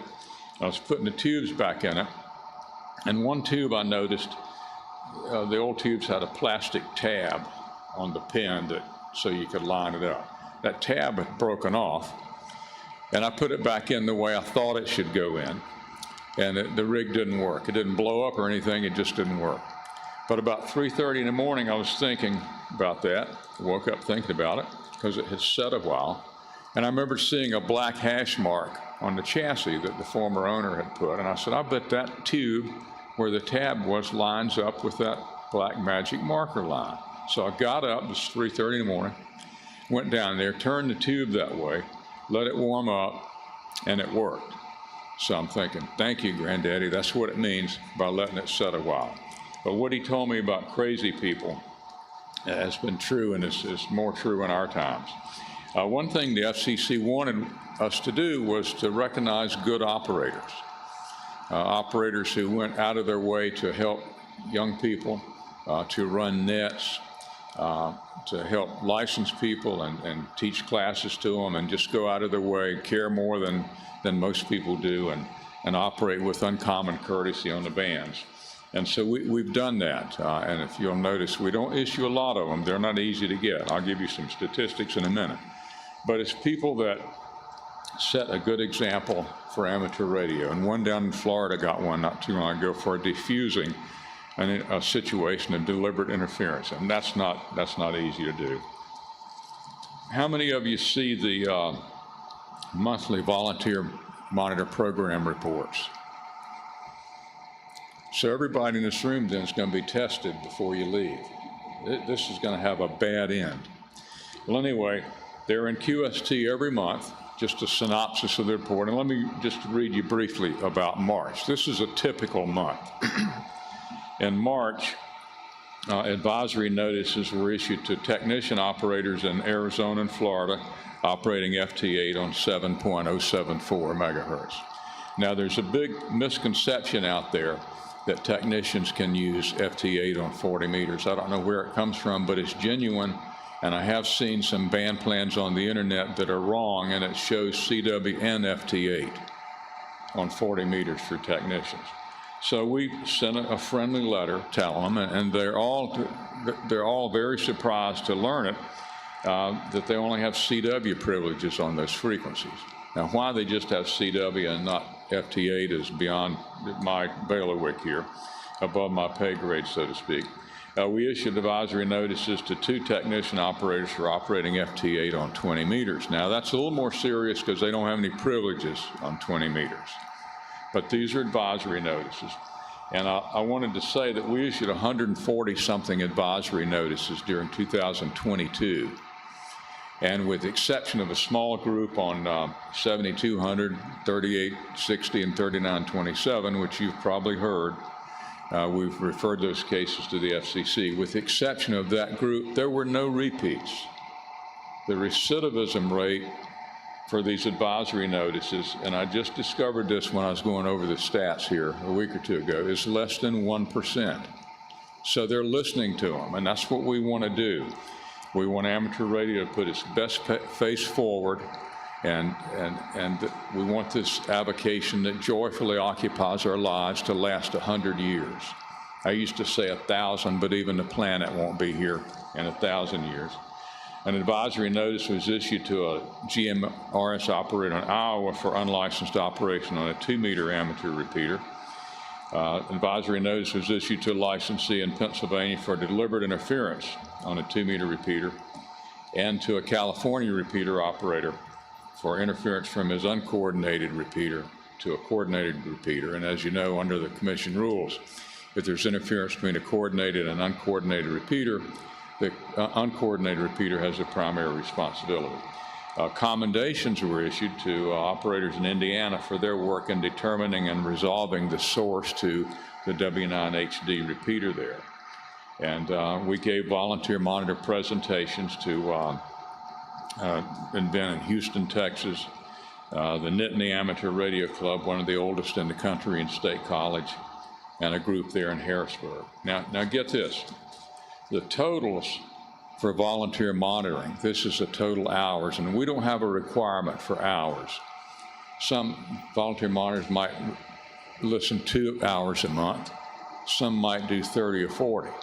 If they get up to 50 or 60 hours a week, talk to them and say, look, maybe you're overdoing this a little bit. Your main goal is to enjoy amateur radio and more or less audit what you hear. You're not the police, just give us a report on what you hear. But the total monitoring for February, 2,000 hours on HF frequencies and 2,300 hours on VHF frequencies and above.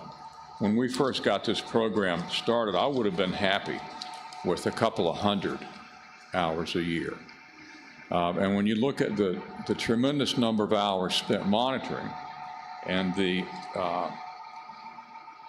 advisory notices that are necessary, like for example in 2022, the total number of hours monitored last year, and I get this, total number of hours monitored by the VMs in 2022 is 23,000 hours. That's on HF alone. It was another 23,609 hours on VHF, UHF, and above. But all of last year, we issued 120 advisory notices. So when you look at the percent of advisory notices compared to the number of hours monitoring, we're in very good shape. The goal is to keep the bad conduct tamped down to below 1% so we don't lose our frequencies, because we're sitting on very valuable frequencies and too many of us take them for granted. In all of last year, there were 22 good operator commendations, 13 referrals to the FCC, and there'll be bad result on that. You're looking at forfeitures, and the minimum forfeiture now, which the FCC calls a forfeiture, it's really a fine, but they call it a forfeiture because lawyers work on this stuff, and forfeiture has more letters in it than just fine. But a forfeiture is a fine. The minimum fine now is $7,000. It's not a good thing to get. And you think, oh, they'll never collect it. I know people this day that are having disability payments garnished and Social Security garnished. They didn't pay these forfeitures. The FCC also refers cases to us when they need a little more fact-finding or when they think that we might be able to solve it. And we got 3 of those. And we had 8 meetings with the FCC. And that's a pretty good year. But like I say, the main statistic is the recidivism rate. I know recidivism is usually used with prisons, so I should just say the repeat rate is less than 1%, except for that small group who will never learn. It's the same 6 people. It's 6 of the crazy people that my grandfather told me about, and they will never learn. But in all fairness, a couple of them have very serious drug problems and mental problems. There's some very sad cases out there from Vietnam War veterans who have PTSD. And since we're a cross-section of current society, drug problems. And it's sad, and they'll be just fine for a week or 2. Their medications run out or they go off the rails. And I've had them call up and threaten to kill me one day, and the next day call up in tears and ask how they can get help. It's very sad, and I try to work with them as much as I can. Now, finally, I'm wrapping it up here. Amateur radio joyfully occupies our lives, but we live in a very technical world. And as you know, technology can change right out from under us in a flash. How many of you in this room ever thought Sears would go out of business? Whoever conceived of not just the internet, but being able to Zoom and send files over the internet. Just in a flash, it's here. And I remember in about the 4th grade, how much time do I have, Paul? Paul, how much time do I have?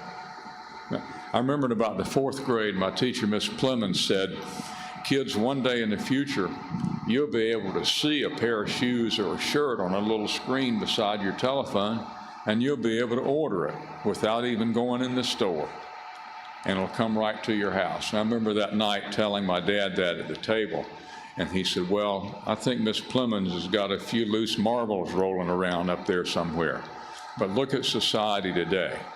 Things can change in a flash, right out from under us.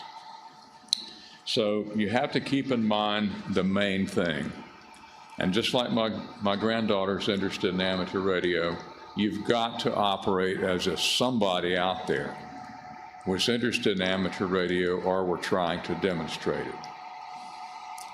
If we get to the situation like we were on 75 meters in 1990, after 12 years of neglect by the FCC, which was necessary. The FCC didn't have the staff, and there was the explosion in cellular and trunking and land mobile and paging. And I was there, they honestly didn't have the staff. But in 1989 and 90, when I started listening to amateur radio again, I was appalled at how far it had sunk.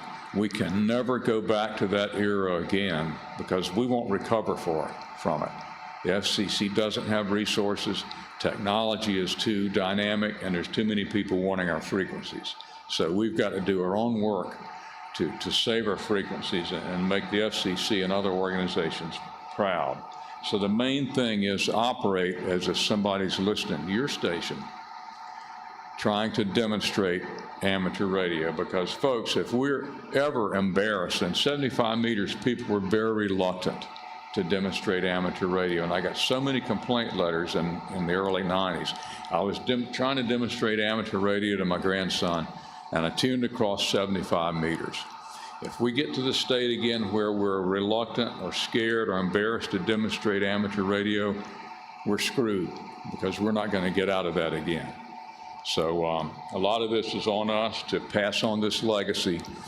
We didn't get into amateur radio totally by ourselves. We're standing on somebody's shoulders, and it's our responsibility to pass this wonderful legacy on in at least as good a shape as we got it.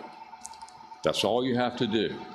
Operate as if the world were listening, and I think we'll be fine. We'll get nibbled around the upper edges or the edges of our upper frequencies, of course, but we can't aggravate ourselves to death, and we can't be an embarrassment to the national communications infrastructure. That's all you have to do, operate like that. Thanks for coming, and don't say thanks for the flowers if you get a 5-9 report. Does anybody have any questions before we let Riley go? Put your hand up if you have, and I'll bring you the mic. All right. Thank you. Thank you very much.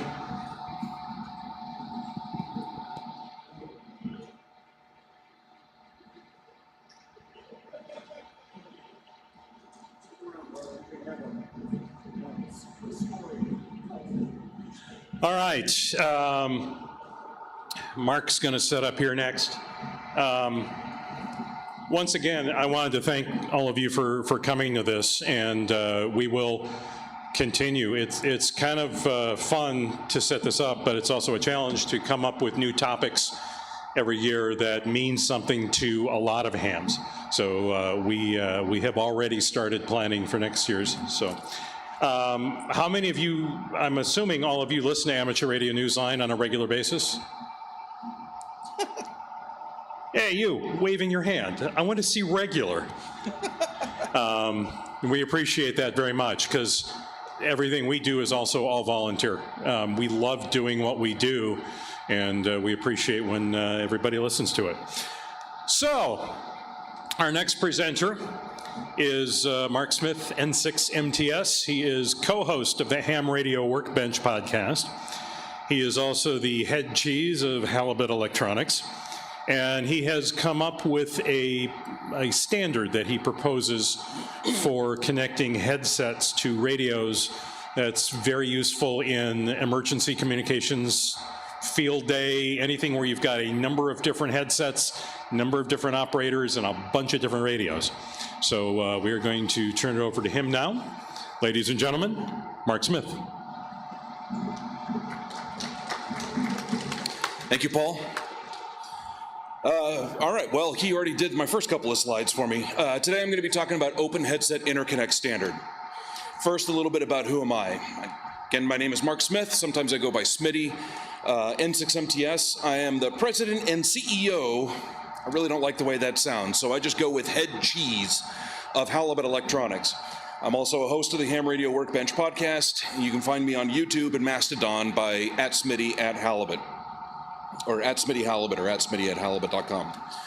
I've been a ham since 1992. Y'all were talking about getting your licenses in 76. I was born in 75, so, you know, just going there. And 1992 is when I was in high school, and I want to tie back to a story you were talking about at the beginning of your presentation. My first homebrew transmitter was a 3-meter transmitter. Can't believe I'm admitting this on a microphone, but do the math. Anyway, in college I spent a couple of years in electrical engineering, but I eventually got my degree in computer engineering from Cal Poly San Luis Obispo. For the last 30 years or so, including my time in college, I've been working in IT, network engineering, system administration, and information security mostly. But I left all of that in 2001 to combine all of my my hobbies and whatnot into Halibut Electronics, where I am making amateur radio and audiophile products. All right, that's enough about me. So what is the Open Headset Interconnect Standard? Well, let's go through one word at a time. Open, meaning that it is a open standard in the free as in speech sort of way. It is not owned by anyone in particular. You don't have to pay royalties to use it. It is a published open standard for anyone and everyone, hopefully, to use with no obligation. Headset. It describes the signaling commonly found between the user and the radio, things like the microphone, the headphones, and the PTT. Interconnect, meaning that it describes both the physical and electrical connection of those signals between the user and the radio. And standard, meaning that devices built to this standard will interoperate with other devices also built to the standard. The idea is to be able to work with anything else that is using that same standard, not be locked into one particular vendor or product line. So let's look at the standards a little bit. Or let's look at what standards we have in ham radio. Either as defined standards or de facto standards, we have standards for things like RF and power. For RF, we use 50 ohm coax, or occasionally 450 ohm twin lead, but 50 ohm coax is definitely dominant. For power, most of the time we're using 13.8 volts DC, plus or minus 15%. And most radios will use that kind of power and that kind of coax, right? These are standards. I don't have to buy special coax or a special power supply for a given radio. If I buy a new radio, I can use my existing infrastructure for that. On the physical standards, for RF, we have one electrical standard, 50 ohm coax, but a lot of different physical connectors. But because it's the same electrical standard, it's very easy to adapt back and forth between the different physical standards. The electrical standard is the important part, and then we can build adapters to go back and forth between the various physical standards. Same with power, right? Like on the back of your HF radios are commonly that 2x3 Molex, but not quite Molex connector that delivers the 13.8 volt power.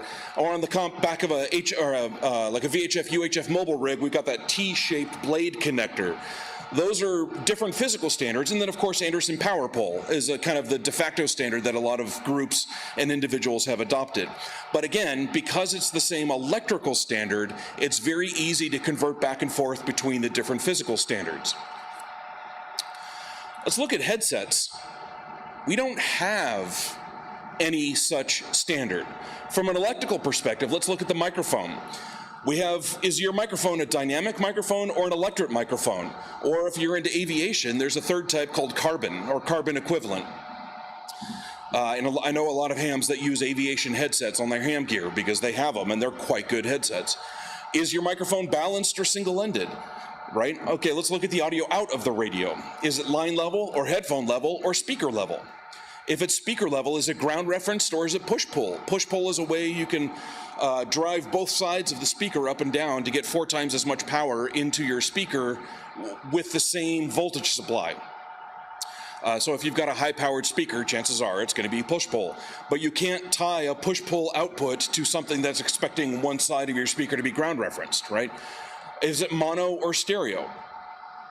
For PTT, the 2 main commons, one is just a contact closure to ground, but HTs like to have your switch in line with the microphone circuit.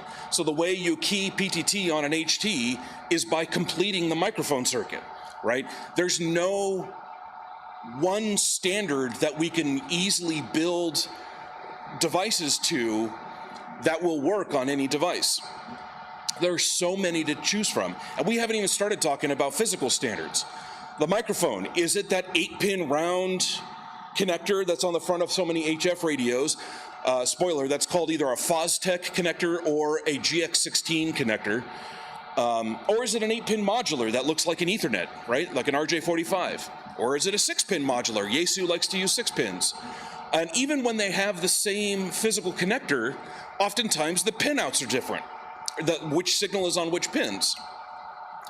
Same thing for the audio out. Is it 3.5 millimeter or is it quarter inch? Or is it an RCA? PTT, is it on the connector with the microphone signal or is it its own separate cable? Right? There are so many different ways that different radios use these kinds of signals. Let's look at an example. On the left, I've got a Heil Pro 7 headset, right? And it's got these 2 3.5 millimeter plugs. One of them's a microphone and one of them's a headphones. But my Yaesu FT920 that I have at home has this weird round 8-pin connector.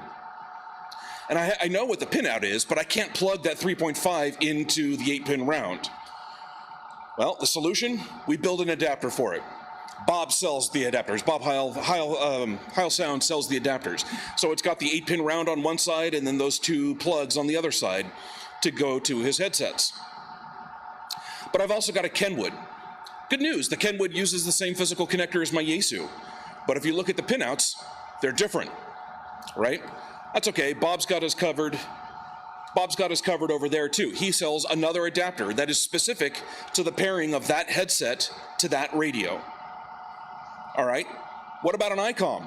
Sweet, the same connector. Obviously, it's gonna be the same pinout. Oh, nope. Same connector, 3rd pinout. All right, so we're back at the same place. What about ICOM? Bob still has us covered. He sells another adapter that works with his headsets to ICOM radios. But wait a minute. The other 2 radios use dynamic microphones. ICOM is expecting an electric microphone. So with his headsets, if I want to take my headset from my Yaesu to my Kenwood to my ICOM, now I have to swap out the microphone element to go between the Yaesu and the Kenwood, which both use dynamic, and the ICOM, which uses an electric, right? So that's not very convenient. All right, well, my buddy's coming over, and he's also got a headset that he wants to use, and he doesn't want to use my headset because it's got my ear goobers in it, and I don't want to use his headset because it's got his ear goobers in it, and we don't like sharing ear goobers, so he brings his own headset over. And that one uses a standard called CTIA, which is the 4-pin TRRS 3.5 millimeter socket. It's very common on PCs. It's the PC gaming headset standard. It's also was used on a lot of mobile phones before mobile phones took away our headset ports, right? So it's left audio, right audio, ground, and microphone in that order on that plug. Still doesn't plug into my Yaesu or my Kenwood or my ICOM. But that CTIA headset is an electret microphone. So it should work great on my ICOM, but if I plug it into my Yaesu or my Kenwood, the microphone audio is going to be way too hot because electrets are about 15 dB hotter than a dynamic. So if I plug it in there, I'm going to be distorting my audio. So I've got to put active electronics in there to bring that signal level down. All right, let's make this even more complex. That 4-pin, I called that a CTIA standard. Bad news. there are two different standards that use that connector. The other one's called OMTP, which thankfully very few cell phones actually ended up using. The only difference is they swapped the order of the ground and the microphone, right? The point being is that if you're working in an environment where you have lots of different users and they each have their own headset, and those headsets may be different, and you want those headsets to work on your radios, right? So this is most often a common problem in multi-user environments. Your adapter game is strong because you don't just need an adapter for every radio or every headset, you need an adapter for every combination of radio and headset. So this is a full mesh of adapters, and that gets really problematic. So how do we address this? Well, enter Open Headset Interconnect Standard. Let's take a look at an Open Headset Interconnect Standard environment. On the left-hand side, we have a bunch of what I call user devices. These are the headsets. They don't have to be headsets, though. It can be just a microphone, like this kind of microphone, and speakers, and a handheld push-to-talk, right? So that's why I didn't use the term headset to describe this side, because doesn't have to be a headset. So these user-side devices, ideally, in a perfect world, sorry, should have gone forward. In a perfect world, our devices would adopt Open Headset Interconnect Standard natively. And that's where I want to get eventually. But we're going to have to do some adoption. We have to get some adoption before the equipment manufacturers are going to adopt this standard. So in the meantime, I am fully expecting that we're going to have to build adapters that go from whatever your headset is to the OHIS standard, right? So you buy one adapter that goes from your headset to the standard, and that adapter stays with your headset. No matter what radio you plug it into, that adapter stays with your headset, and it is the only adapter you ever need for that headset, right? And so now your headset has this OHIS port on it. Similarly, on the radio side, we build another adapter that adapts whatever your radio has to OHIS. And so it now has an OHIS port on it as well. And that one adapter stays with that radio. It is unique to that radio and stays with that radio, no matter what headset is plugging into it. Okay? And then OHIS is the part in the middle. It is the standard interface that defines what signals are on what pins, what kind of connector and what kind of cables you use. That is in that middle there. But that adapter, those adapters that you build stay with those devices, and you never have to worry about what other device you're going to plug, what radio you're going to plug your headset into, or what headset is going to get plugged into your radio. Now that you've got that standard in between, I can take any headset and plug it into any radio, right? So think about this in like an EOC, in an emergency operations center. I've got my ear goober filled headset that I bring with me into an emergency situation, and they're gonna say, all right, Mark, you gotta go sit down at that radio over there and handle traffic on this repeater. Great. I take my stuff over there and I plug in. And I don't care what kind of radio it is. I don't care whether my headset was designed for that radio or whether I've got the right adapter for that, because with OHIS, it will plug in. Let's talk a little bit about the standard. This part's going to get EE nerdy. You don't have to worry too much about this, and if you are the EE nerd, you don't have to write this down. All the standards are available at ohis.org. The standards document is there, as well as a version of this presentation. But just as a quick summary, the electrical standard for the microphone is electret microphone level, which ends up being about -45 dBV, plus or minus 3 dB. It is a pseudo-balanced connector, which means it has its own separate ground return path, and 5-volt DC bias voltage is provided by the radio toward the microphone. If you're hearing me all of this and it's going right over your head, don't worry about it. You don't have to worry about this unless you're trying to build devices to this standard. Similarly, on the audio out from the radio is standard headphone level. It's not a power speaker and it's not line level, so you should be able to plug it straight into your headphones. PTT is a simple contact closure to ground. And then I also included in the standard 5-volt power up to 200 milliamps provided in the cable so that you can power devices downstream from the radio. This is optional because there are certain environments where you can't easily get at a power source. And so it is optional, but it does mean that any downstream device, any user device that requires power is not going to work with that radio device. So it's part of the standard that you have to document and clearly mark whether an OHIS radio port provides power or doesn't provide power. But assuming you have one that does provide power, you can use that to power downstream devices. From a physical standpoint, the standard connector is an 8P8C modular connector, commonly but also incorrectly known as an RJ45. That's a pedantic argument we can get into some other time. RJ45 plugs. The cable is a shielded Cat5 cable. I don't actually care whether it's category 5, it can be a better category or even a lower category. The important part is that it is twisted pair and that those twists, those pairs are on very specific pins and that it is shielded. Which pins go into a given pair is important, especially for the microphone line. But again, if all of this doesn't mean anything to you, the important outcome of this is that it means you can use common off-the-shelf Ethernet cables. You don't need to have a special, expensive, unique cable. This is designed to work with Ethernet cables that you can buy at the store for a couple of bucks each.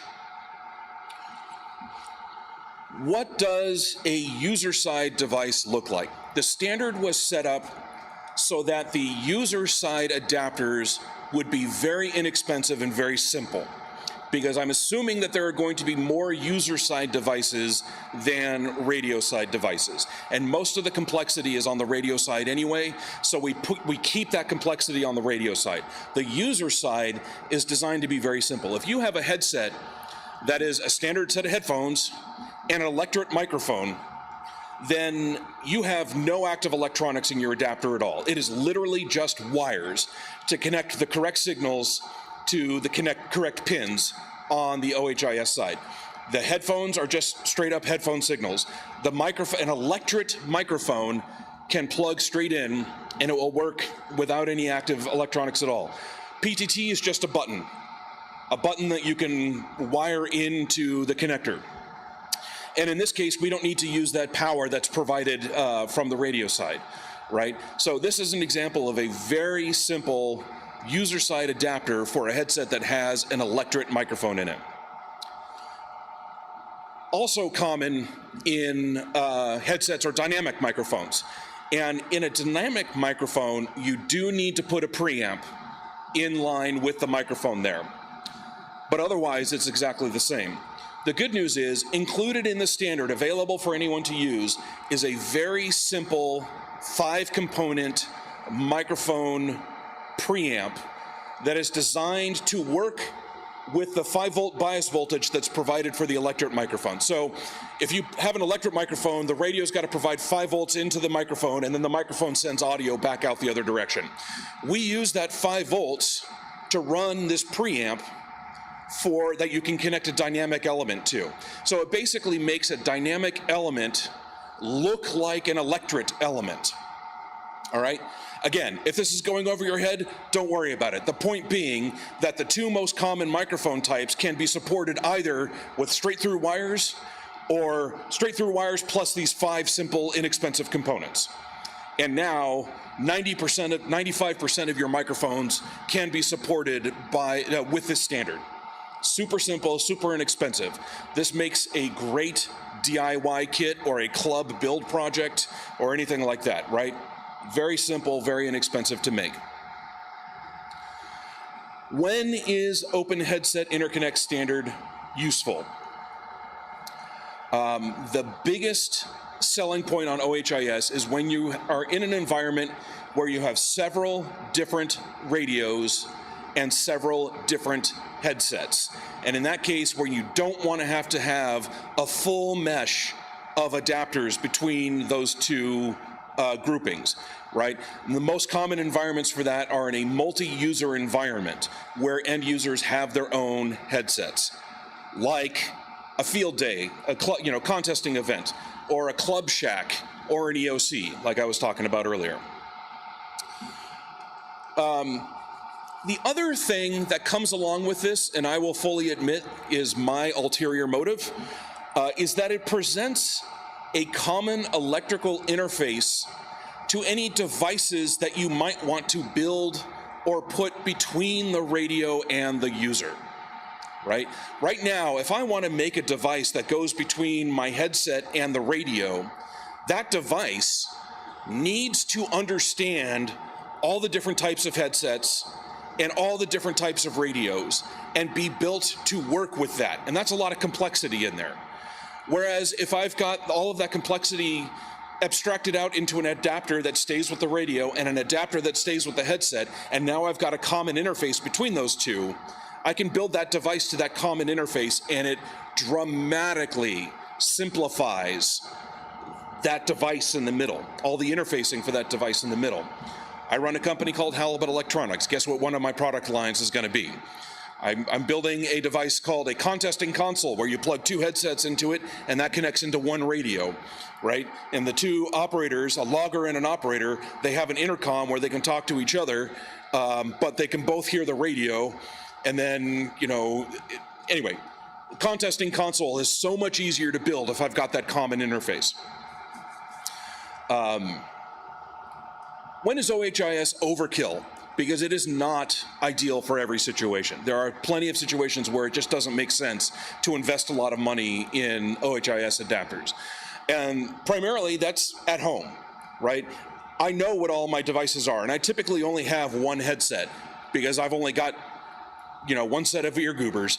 So I only need one headset that can work with my radios, and it's fewer adapters, and they're simpler adapters if I just get the adapters I need for my headset to my radios, right? So that full mesh problem doesn't really apply there. So in that case, OHIS is somewhat overkill.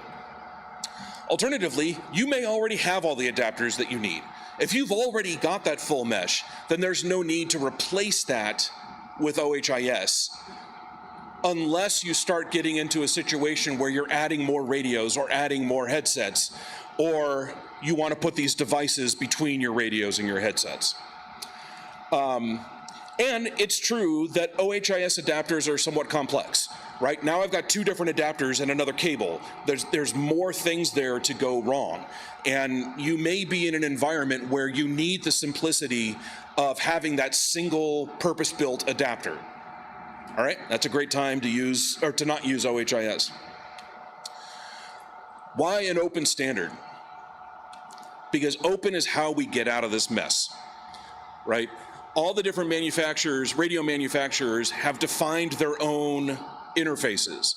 And while they're not proprietary in the sense that you have to pay them money to use that interface, if I were to come in here and say, you have to pay me licensing fees to use OHIS, it would never go anywhere, right? Like that's just silly for me to do. I have and don't want a vested interest, a financial interest in OHIS.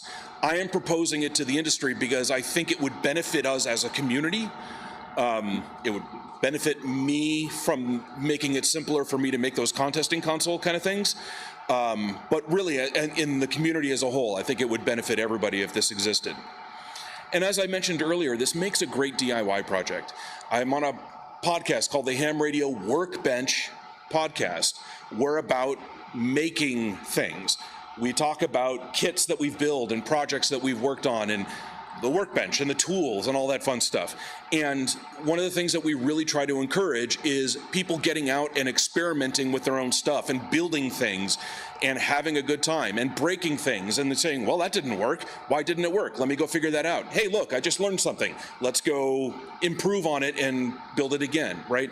That kind of stuff.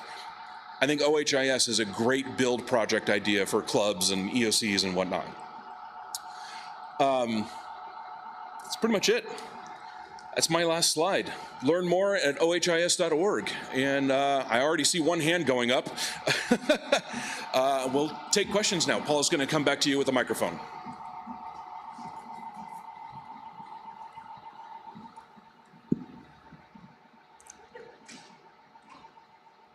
This would also, it sounds like it would make it easier to hook up like a TNC or something like that to any radio and not need a specific adapter for every single TNC. So that there's another benefit you can add to the slides. That's a very good point. So he had a microphone. Y'all heard it anyway. Yes, that kind of goes in with the category of if you're trying to make something that goes between the user and the radio. And in that case, I'm not trying to make something that goes between the things. I'm just trying to make something that plugs into the radio. Yeah, a TNC. And these devices, I'm not calling them a radio and a headset because I plan on designing a USB sound card on one side and OHIS port on the other. Right? So you can plug your computer into your radio using OHIS, or you can plug your headset into your computer using OHIS, that kind of stuff. So there's nothing that says that the devices on either sides of these adapters have to be those two particular devices. If you've got a situation that makes sense to plug some other kind of device in using this standard, there's nothing stopping that at all. I was wondering if you had any good response from the industry, and number two, is anybody else proposing something similar but different? So the first one, have I gotten a good response from the industry? I have talked to a few folks from the industry, and I'm not going to call them out right here. One particular company kind of looked at me and smiled and said, "You got a long road to hoe," right? This is going to be an uphill battle. I think the smaller, more recent radio companies would be more likely to adopt this. I think I'm going to have a real hard time getting Yaesu, Kenwood, and ICOM to adopt this because they have an entire ecosystem built around their existing proprietary standards. Proprietary in that they're the ones that are using it, not in the fact that you have to pay them money for it.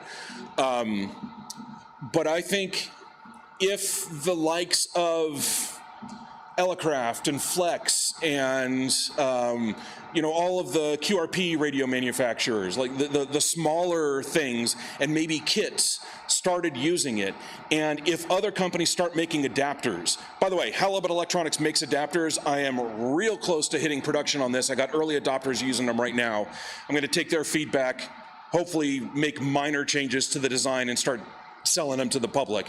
But I didn't want this to turn into a sales pitch. But adapters are coming. And if other people start making adapters better and more cheaply than I can, because I'm a one-person operation, I just can't do things super inexpensively. If we start getting that kind of adoption from bottom up, I would not be surprised if eventually the big three put an OHIS port on their radio in addition to their existing stuff, right? They've already added USB, right? They've started adding 3.5 millimeter line ins and line outs because people are starting to use that and they want to not get left behind on that part, but they still have their own proprietary stuff. So I will consider it an absolute success if we start seeing OHIS ports on any radio. But especially from the big three. And so I mentioned I've talked to two different companies. One was like, yeah, good luck. The other one, they actually came to me and said, tell us more. We want to know more. I'm not going to call them out because I don't want to put words in their mouth. They made it very clear that nothing was set in stone, but they asked me a bunch of questions. So I'm hopeful that we'll get some adoption from some of the big names, but we'll have to wait and see. Did that answer both of your questions? I can't remember what. Competition. Oh, competitions for the standard specifically. I am not aware of any. If anybody else is aware of any other proposed standard like this, let me know, because it certainly hasn't gotten big enough to get any traction, if I haven't heard of it, because I went looking. But if anybody is aware of anything else or anyone else that is trying to accomplish this same thing, let me know, because I very much would like to work with this. I call it the Open Headset Working Group, but so far I'm the only member. Right? So it's working group is a strong term, but I am very much open to collaboration and getting other people to contribute and add their feedback to the standard itself.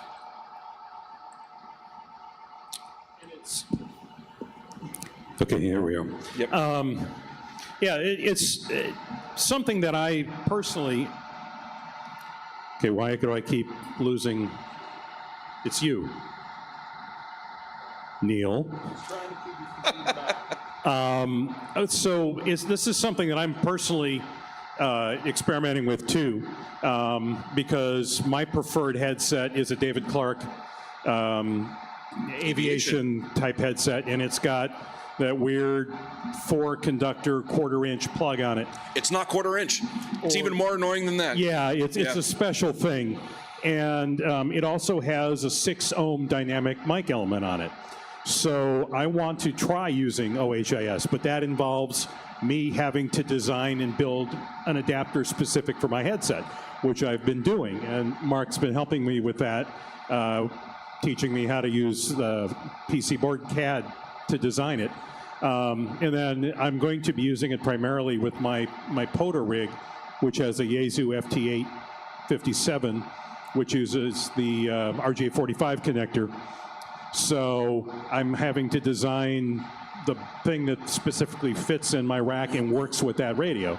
So, you know, in this case, I'm trying to design this so I can show my club how this all works so that we can build simple adapters and use it when we do field day, so that any one of us sits down at any one of our radios with our headset and we can use it. So there's, it's something that I really believe in. And I think just purely from the experimenter standpoint, it's a great thing to try. And, you know, like he said, if you want some information, there's cards up here. The standard is published and it's open. Anybody can use it. So it explains what needs to be, the levels, and what needs to be on what pins. And then any piece of Ethernet cable, plug it in, and you're good to go. Ethernet cable. Shielded Ethernet cable. Those are like $3 a piece. So. Yeah, so yes, I do sell adapters, but I would love to be driven out of the market on that. If anybody wants help making their own adapters, or even if you're a business and want to make adapters cheaper than I can, come talk to me. I will help you put me out of business on that. Because I would rather I'd rather spend my time doing the devices between the adapters, or helping you and your club make your own devices, or kits or whatever. Yeah, in my case, it's because I'm kind of an outlier with that headset, so that's not an adapter style that somebody is going to make. So it was up to me to make it. So to your point, sir, I think I just saw Asher Farhan walk out of here, and I was kind of wondering whether the SBIT-X will end up with an OHIS port on it someday. All right, any other questions? All right, thank you very much, Mark. Very good. Thank you so much. And we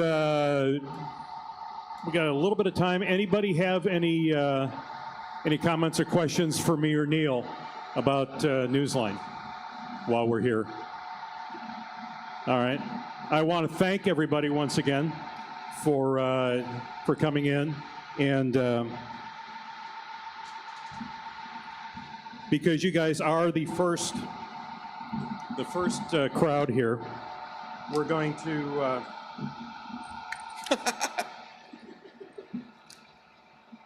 The selfie. We're going to get a picture of me and Neil and you guys. All right. So thank you very much. We appreciate it. If you want more information on OHIS, I've got flyers up here on the stage. And I also want to give a big thank you, not just for this, but for everything in this room, to the AV crew. That the sound this year in this room is incredible. Everything is crystal clear, and this is wonderful. So thank you very much.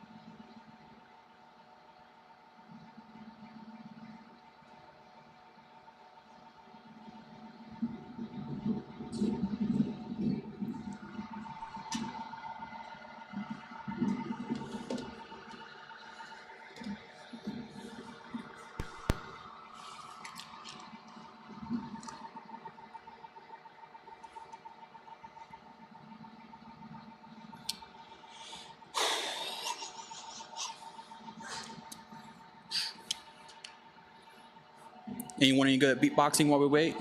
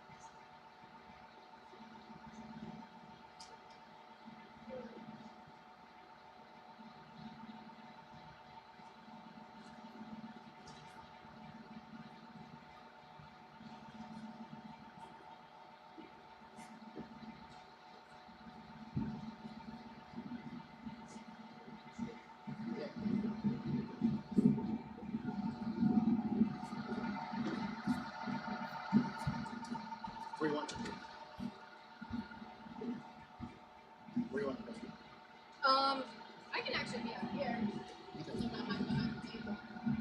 Thanks.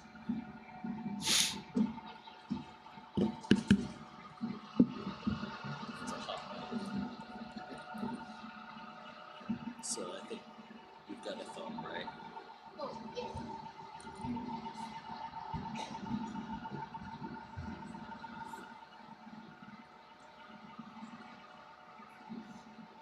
Yeah, because we can switch mine out while they're doing presentation.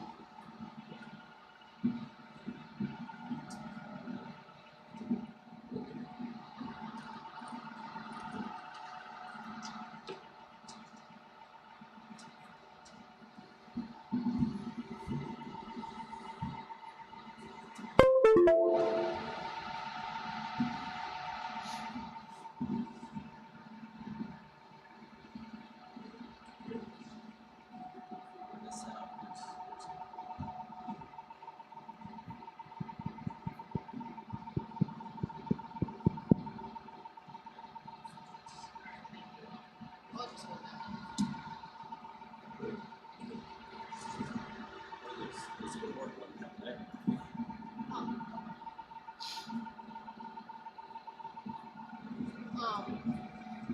Are we able to bring our presentation up just so we have it? Maybe put it on the desktop so we can do a quick exchange.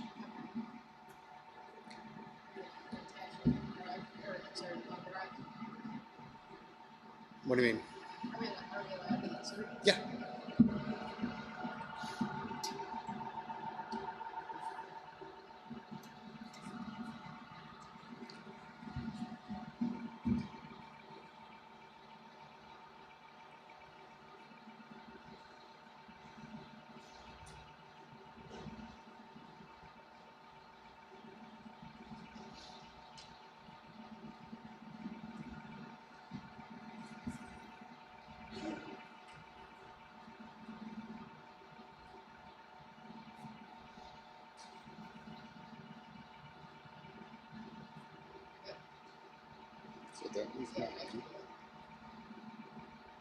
No, I'll go to try that.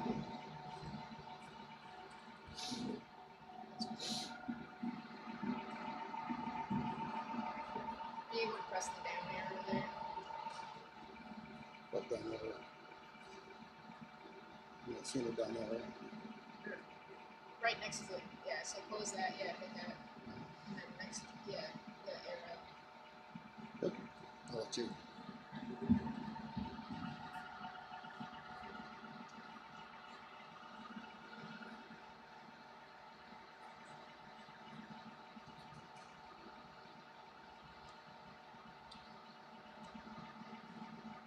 Are we?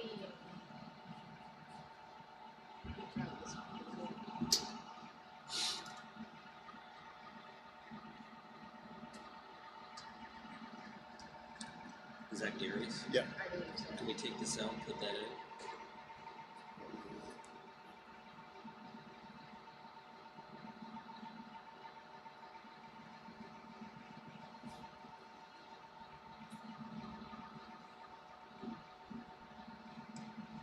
So go here first.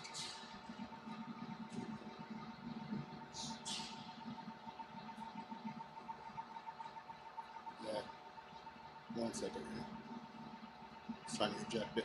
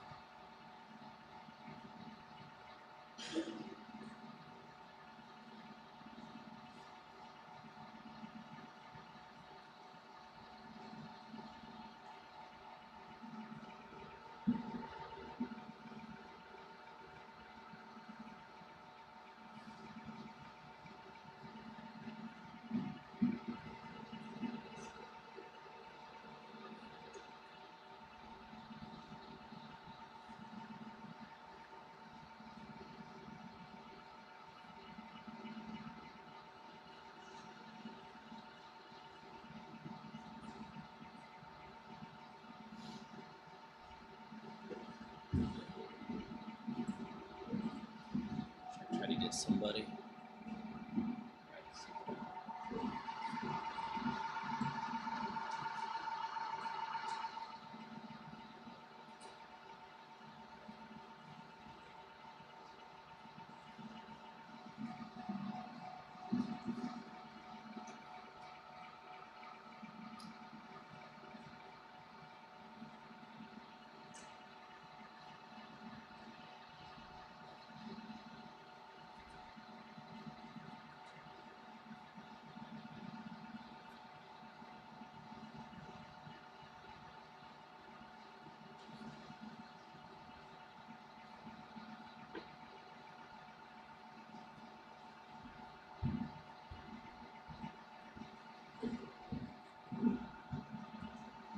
So,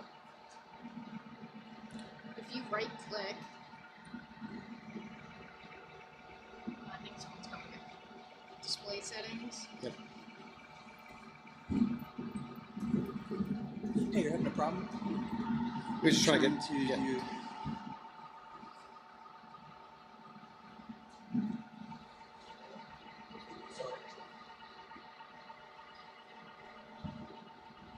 Which one? Nope. So we have the first. We'll look that up eventually, but Gary, so remember, whatever he does, remember if you switch out. Okay, do you want something else up first? Yes. What'd you like? That right there. Okay, so we're going to click and we're going to drag it over here.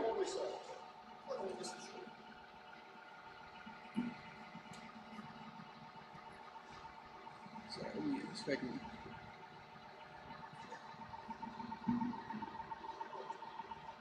Okay, so I'll have to do that for all these images.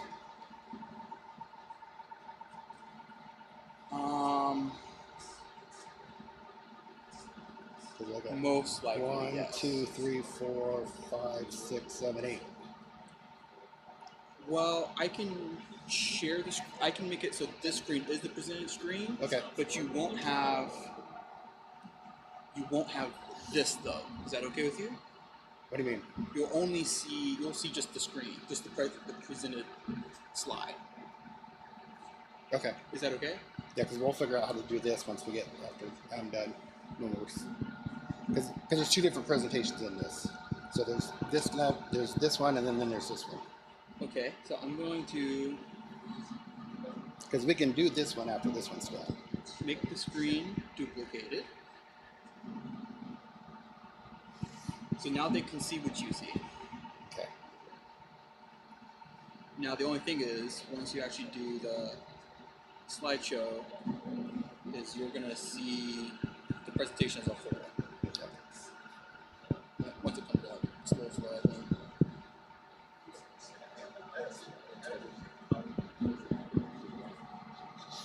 No. It's gonna do that. Okay, so I guess we'll just hope for the best. So let me just make sure. Yeah, see now it's.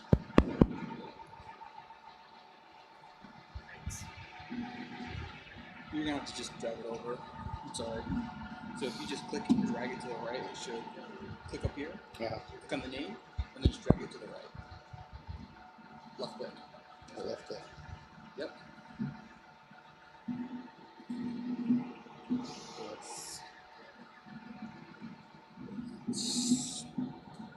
Still not quite.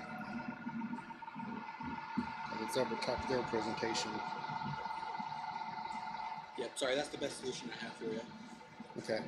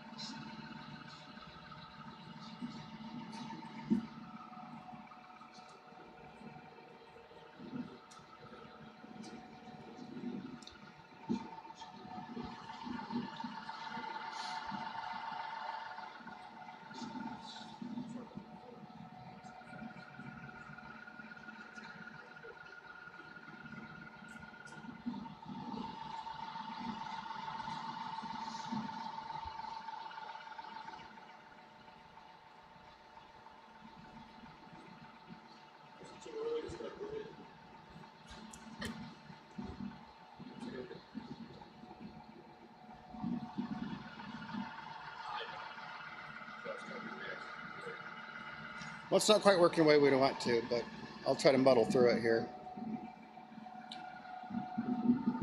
So my name is Gary Clark, KC8TND, and I'm one of the section coordinators with Dayton Skywarn. And we have Brandon here, and Brandon's going to be coming up here in just a few minutes, and we're just going to talk about our partnership that we have with the Wilmington Weather Service here in our role that we had. So this is our how we're broken out here in the Wilmington area, and I can see a Dayton section there. Dayton section has 15 counties in Wilmington's 52 county area. We're an independent group. We're not an Aries group or a Races group. We don't work for the EMA or activated by EMA. Our solely purpose is to support the National Weather Service.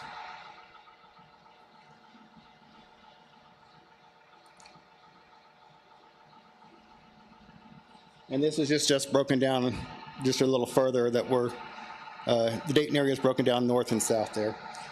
So one of our areas we're talking about is our partnership to save lives. And one of those partnerships, we had a tornado here back 2014 and here, right here in Greene County, not very far from here. It was in Cedarville.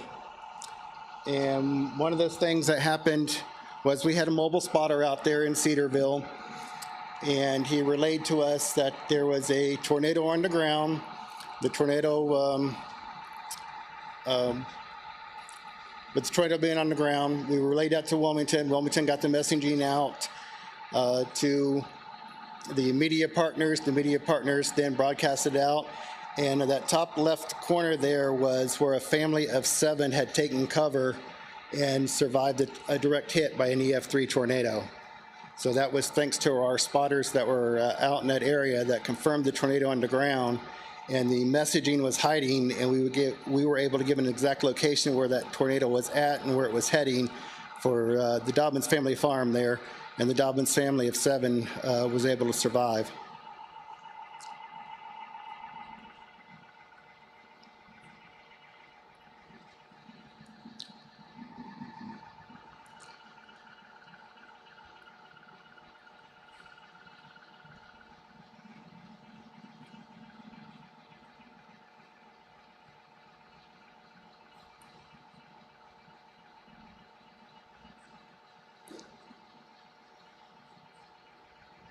And this is us as net control for that day. And right there at the top 2 screens, you can see the tornado. That was the picture that was sent in that media broadcasted to show the threat underground. So then we have 2019. Many of you know there was a multiple tornadoes that happened here in the Dayton area. And I want to see if I can get this to come up now. There we go. Whoop.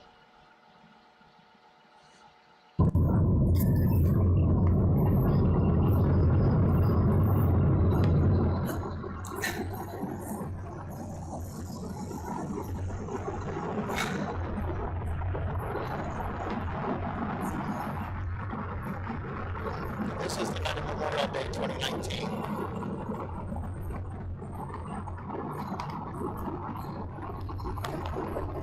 This is why we tell you not to spot at night.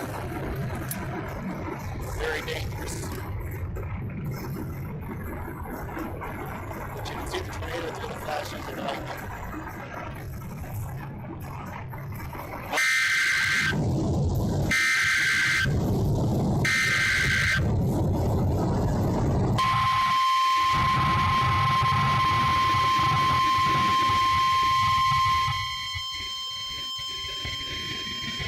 Tornado emergency for Montgomery County.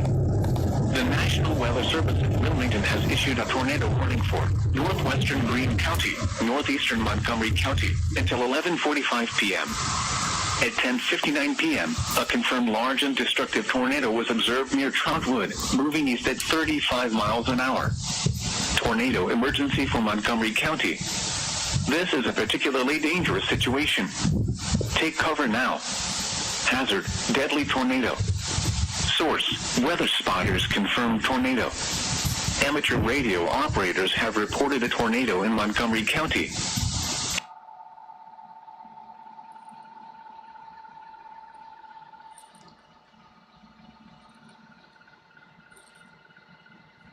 Not sure what happened there.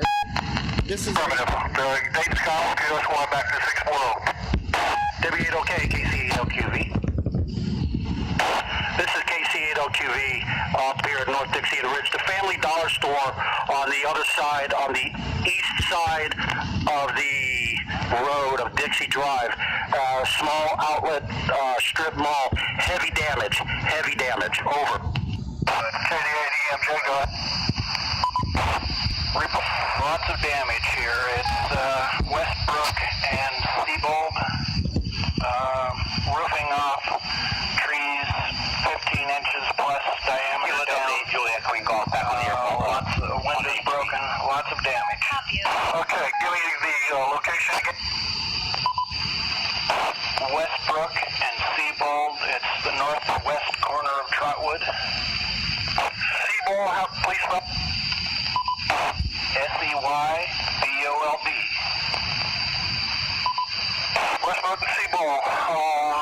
Roofs off, trees down, 15 inches in diameter, windows broken out, heavy damage. Thank you. KD8, Juliet, can we go off that control? W8, go ahead. I am at Diamond Mill Road and Little Richmond Road, north of New Lebanon, looking east-northeast. Power flashes, tornado on the ground. Tornado on the ground. Thank you. VUG, go ahead. There's a strip mall at the intersection of Siebenthaler and Dixie, and it's basically destroyed. There's a very strong smell of gas, natural gas, in the parking lot. I can't get through to anybody. Maybe you guys can. This is Dayton Skywarn. A confirmed tornado was located near White Patterson Air Force Base, moving southeast at 50 miles per hour. If you are in the path of this tornado, please take immediate cover. I repeat, a tornado, as confirmed, located near White Patterson Air Force Base, moving southeast at 50 miles per hour. Please take cover. This is W8OK. Last station calling. Hotel Foxtrot, please repeat.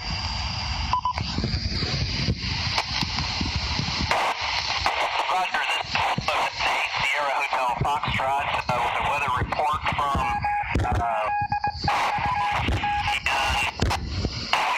there is tree debris down everywhere. We're talking limbs anywhere from 4 inches in diameter, trees uprooted, power lines down, power poles across the roadway. Okay, Hotel Foxtrot, what location are you talking about? I am standing at the intersection of Westbrook Road and Rangeview Drive currently, and just to my west, which would be at between Garber and is reported on the second here. There was a tornado, a fog cloud on the ground north of Cedarville at Weimer and Barber Road. Copy. A tornado on the ground at Cedarville. Repeat the cross street. Weimer Road and Barber Road.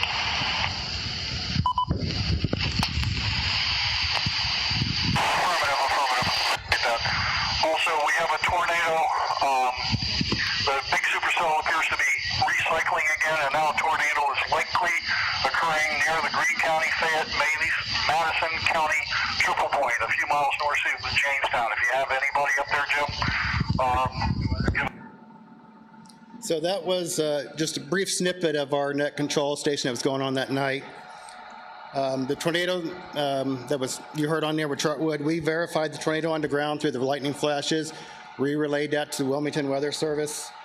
And through that, they issued a tornado emergency.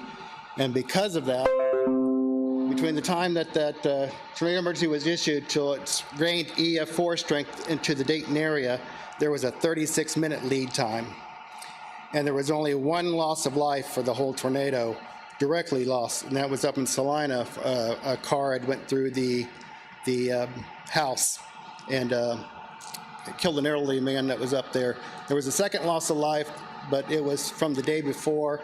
We had a dementia person who wandered off and got lost, and they found her the next day after the tornado went through. She she was found down by the Stillwater River with branches, trees had fallen on her. So it was one direct and one indirect, but it was our partnership that we was able to get the word, we was able to confirm the tornado on the ground, and you've seen all the damage.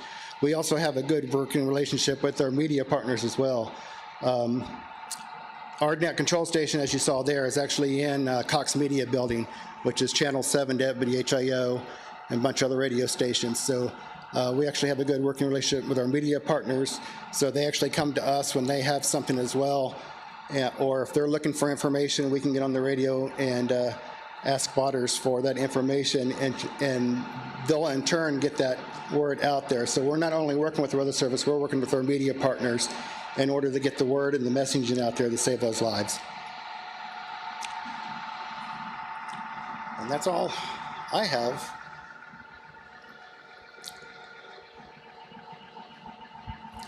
So it was just a brief snippet of our net that night. Brandon's going to go in more detail. He's got some stuff in here from Memorial Day and on the net.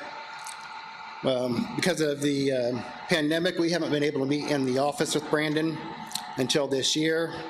So we meet regularly as the coordinators. We meet twice a year with Brandon down to Women's Service Office. We meet with the spotter trainings every year. We actively go out to all of our 15 counties and promote the amateur radio service at the spotter trainings. So that's just one of the things that we do to get people active in the program. I'll turn it over to Brandon. Hey Gary, can you get the presentation back? Which one? First one. Yep.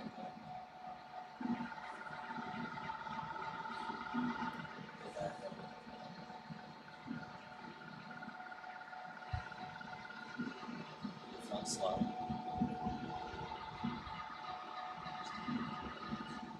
So it's stuck.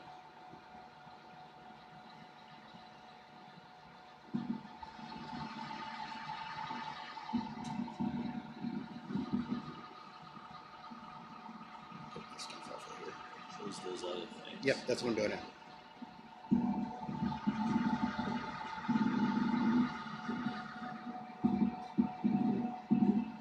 Go to slideshow mode from beginning.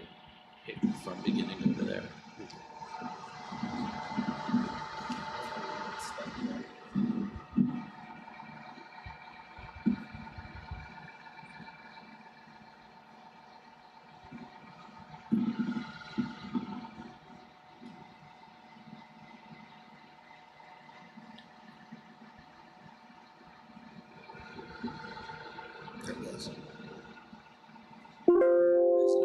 I don't know, but it's moving on there. Okay. Yep. Do you want me to do this too? Okay. Okay. Thanks everyone for your patience while we got everything, working up here. I'm Brandon. This is Kristen. We're from the National Weather Service in Wilmington, and as Gary said, Gary from Dayton Skywarn, we definitely have a great partnership, and that partnership was really highlighted of the Memorial Day tornado outbreak. And Kristen and I are going to talk a little bit more about that and a lot of other information later. But it was 4 years ago on Memorial Day. West Central Ohio in particular was hit by numerous tornadoes during the evening hours. It was a significant tornado outbreak, and one tornado that moved through the Dayton Trotwood area ended up being an EF4 tornado with winds at its strongest of 170 miles an hour. Left a lot of destruction. I was one of the people that did the damage surveys there, and I've been doing this for more than 20 years, and I've never actually seen the widespread destruction face to face from a tornado like I saw with the Dayton Trotwood tornado. So basically, Dayton Skywarn helped to save lives that evening. The National Weather Service were tasked to issue warnings such as tornado warnings.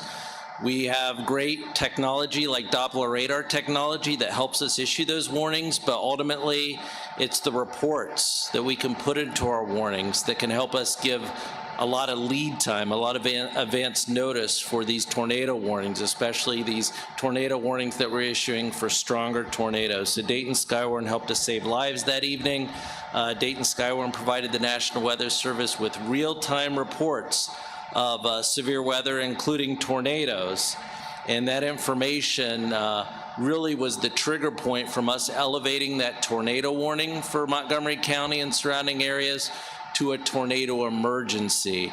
And I think we had 8 minutes of advanced lead time before the worst occurred in the Trotwood area of upgrading to that tornado emergency. So certainly, Gary, Dayton Skywarn, we appreciate the longtime partnership that we have. And the National Weather Service definitely wants to recognize Dayton Skywarn with all the efforts they put, not just on Memorial Day evening, but, you know, throughout the year over all these years. And I see, you know, we have other Skywarn people here that certainly help us out when we're in the hot seat issuing severe thunderstorm warnings, tornado warnings, and flash flood warnings. So, Gary, thank you very much. And yes, we've got a plaque here that we would like to give. So Gary, come on back up here. And again, Dayton Skywarn helped save lives that evening, and that's the primary goal of what we do and what they help us do, to save lives through the issuance of warnings with enough advance notice so everybody can take the appropriate action.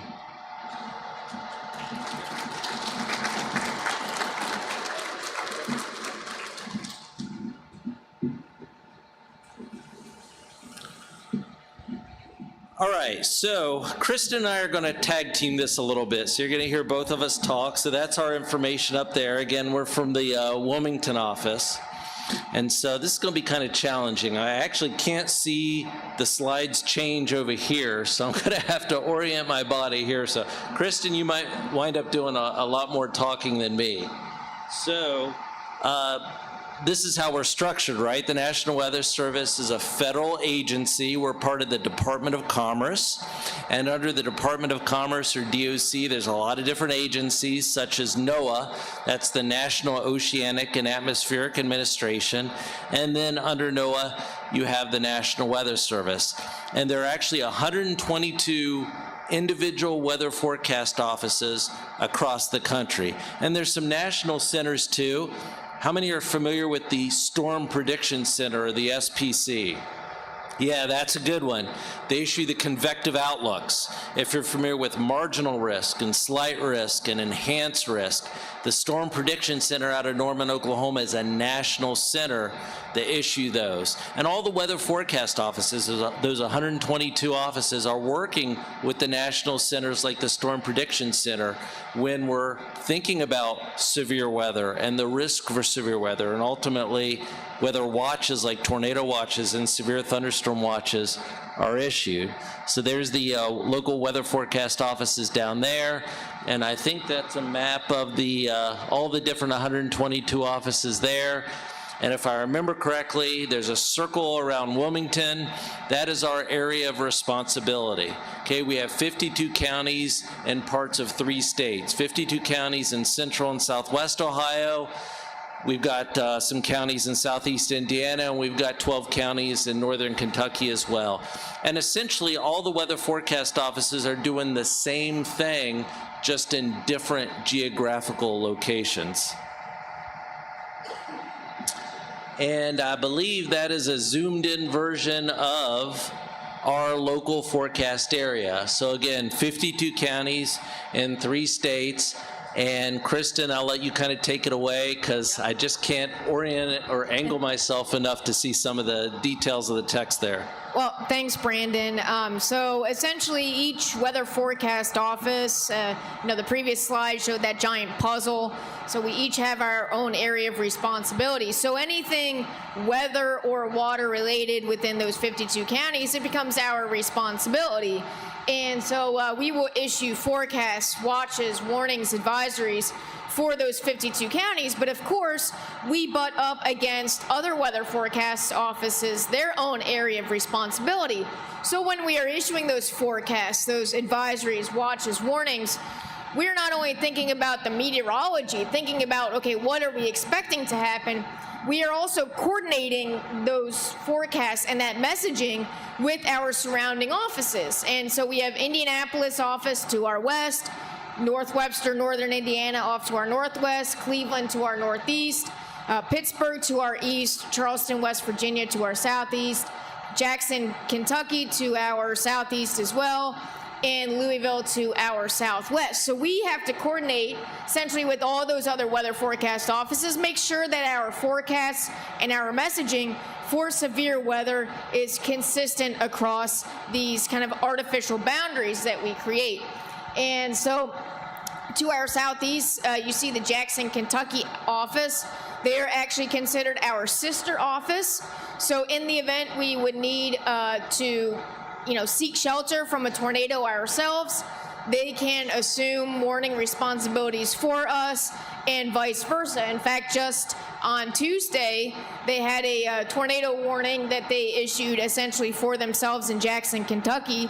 And so we had to kind of be prepared to take over warning responsibilities if they needed to take shelter from that particular storm.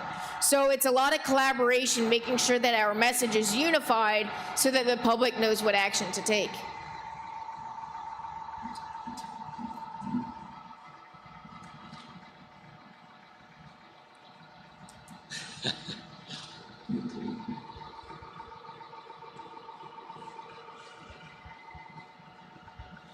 Well, I was able to get past a couple of slides, and now the down button does not want to work to move the slide.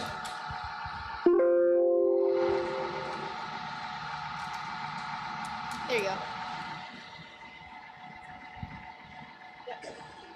All right, back on track. All right, perfect. So this is kind of an aerial view of our campus right outside Wilmington, Ohio. You can see, of course, the big feature that you might notice right off the top is our radar. Our radome is atop about 100-foot tower or so. And we'll talk a little bit more here in just a little bit about what's actually going on inside that golf ball type structure. But of course, you can see our office building as well. And the office was opened in the early 90s, 94, and was a consolidation effort in the Weather Service to consolidate some of the other local offices, one which was located in each of the metropolitan areas of Columbus, Dayton, and Cincinnati. So those offices kind of consolidated, combined into the one office in Wilmington, Ohio. And of course, one thing you might think right off the top of your head, well, Wilmington is kind of equidistant between Cincinnati, Columbus, and Dayton. And that was strategic because we wanted our radar, which is right there on site, to have good scanning resolution over the 3 metropolitan areas. So that's one of the reasons why Wilmington was chosen in this consolidation reorganization effort of the National Weather Service in the early 90s. So this is a picture of our radar at nighttime, and so throughout the mid-90s, progressively, the Weather Service offices, which again kind of all merged into the Weather Forecast Office from Wilmington, they progressively closed, and so those warning and forecast responsibilities were handed over to this new consolidated offices. And so with the closure of the Weather Service office in Columbus in '96, that kind of marked the complete transfer of all of the responsibilities over to this one centralized location and office. And our office is actually fairly unique too, that we are co-located with what is called a river forecast center. There are only 13 river forecast centers across the entire country, so our office is co-located with one of those centers. And they will then issue river forecasts, monitor river levels, essentially for the entire Ohio River Basin. And of course, then that impacts what's going on downstream once the Ohio reaches the Mississippi. So they have a much larger area of responsibility than we do, but our office is actually one of the bigger weather forecast offices in the entire country because we are co-located with this river forecast center. And they have both meteorologists and hydrologists on staff there. And we coordinate a lot. When we're expecting flooding, river flooding, we rely on them for their expertise there. But at the end of the day, we are still the ones issuing the warnings for flood warnings, like aerial flood warnings and river flood warnings as well. So our building, of course, we're staffed 24/7, 365.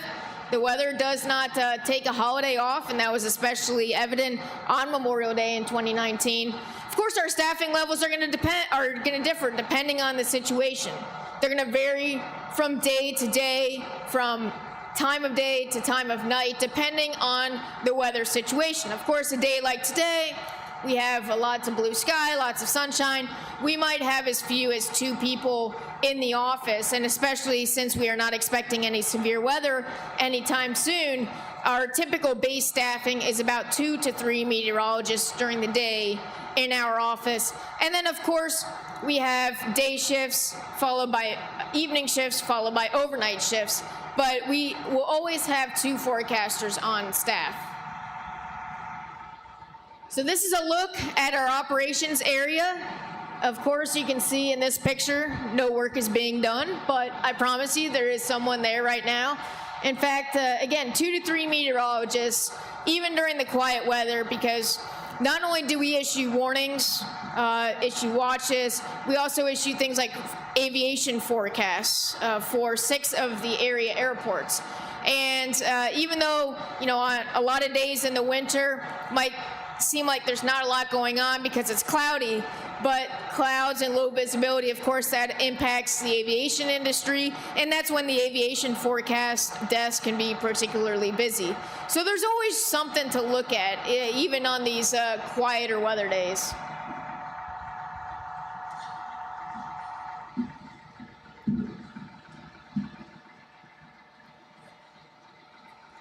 I'm pressing the button, I'm telling you.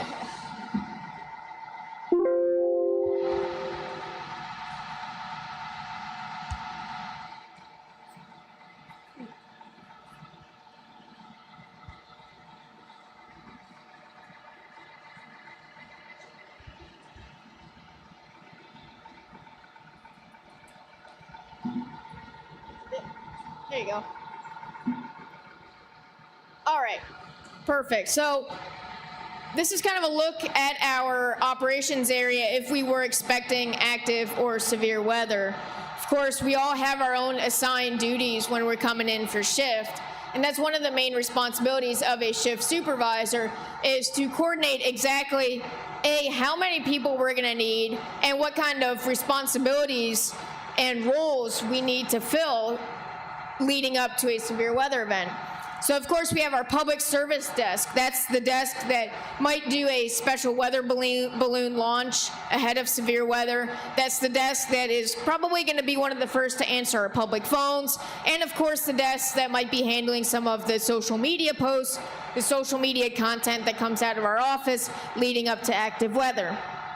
Of course, then you still have someone handling the forecast, even when there are storms on the radar, both the public forecast and the aviation forecast. And then you'll have someone, probably not during severe weather, but someone who's also taking a look at what we call the long-term forecast. So that's anything really essentially beyond 48 hours. So we have someone kind of looking at the next 48 hours, and of course the most detail will go into those forecasts. But then we have someone who's looking kind of broader range, longer range.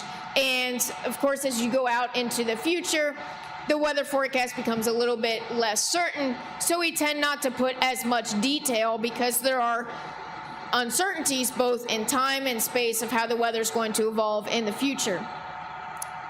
This is a look at our computer system. Usually we have 4 or 5 different screens, and our computer system is called AWIPS. Stands for Advanced Weather Interactive Processing System. So we can view pretty much any type of data we want on these screens, whether it's satellite data, radar data, observational data, rainfall data, anything that we would want to look at, we can pull up on our system, and we have a number of screens to be able to look at things simultaneously. And of course, we have then a typical PC to be able to do things like social media and to interact with our public webpage. All right, so retrieving and collecting data and observations. Like I mentioned, we are what's called an upper air site. We launch weather balloons, we prep it and launch it twice a day. This time of year, it's 7 a.m. and 7 p.m. It's basically 0 and 12 Zulu or UTC. And so we will do that at least twice a day. If we're expecting severe weather, we can prep and launch a supplementary weather balloon. And that will give us an updated profile of the atmosphere. So we attach an instrument to the weather balloon, and it sends back to our office via a radio signal data on temperature, moisture, air pressure, wind speed, and wind direction. And that data tells us everything that we need to know, or essentially gives us a really good snapshot of what we need to know regarding storm potential, storm severity potential, and the possibility of storms developing. It provides a wealth of information, and that's real-time data. That's not computer-generated data. That is actually observed data, and that's the best data to look at because you can actually see visually how the environment is evolving from the morning launched at 7 a.m. to maybe the afternoon at 3 or 4 p.m. Of course, our radar is a huge tool for us. When we are anticipating severe weather, one of the roles that we will staff is called a radar operator. In a typical severe weather event, we will have 2 radar operators. Sometimes it could be as many as 3, depending on the scope of the storm coverage and storm severity. And so their entire job is to look at radar data. They are not answering the phone. They are not sometimes even eating snacks or anything like that. They are solely interrogating radar data and issuing warnings based on that data that they receive, as well as the reports that we get from the public and from amateur radio alike. And then, of course, looking at surface observing stations, whether that be an observation from someone's weather station they might have in their backyard, or one of the more sophisticated systems like you see pictured here. We use all of that data to diagnose the environment and determine exactly what the likelihood is for storms. And we kind of put all that information together to help deliver a consistent and accurate message. So this is a picture of our radio sonde there in the bottom left.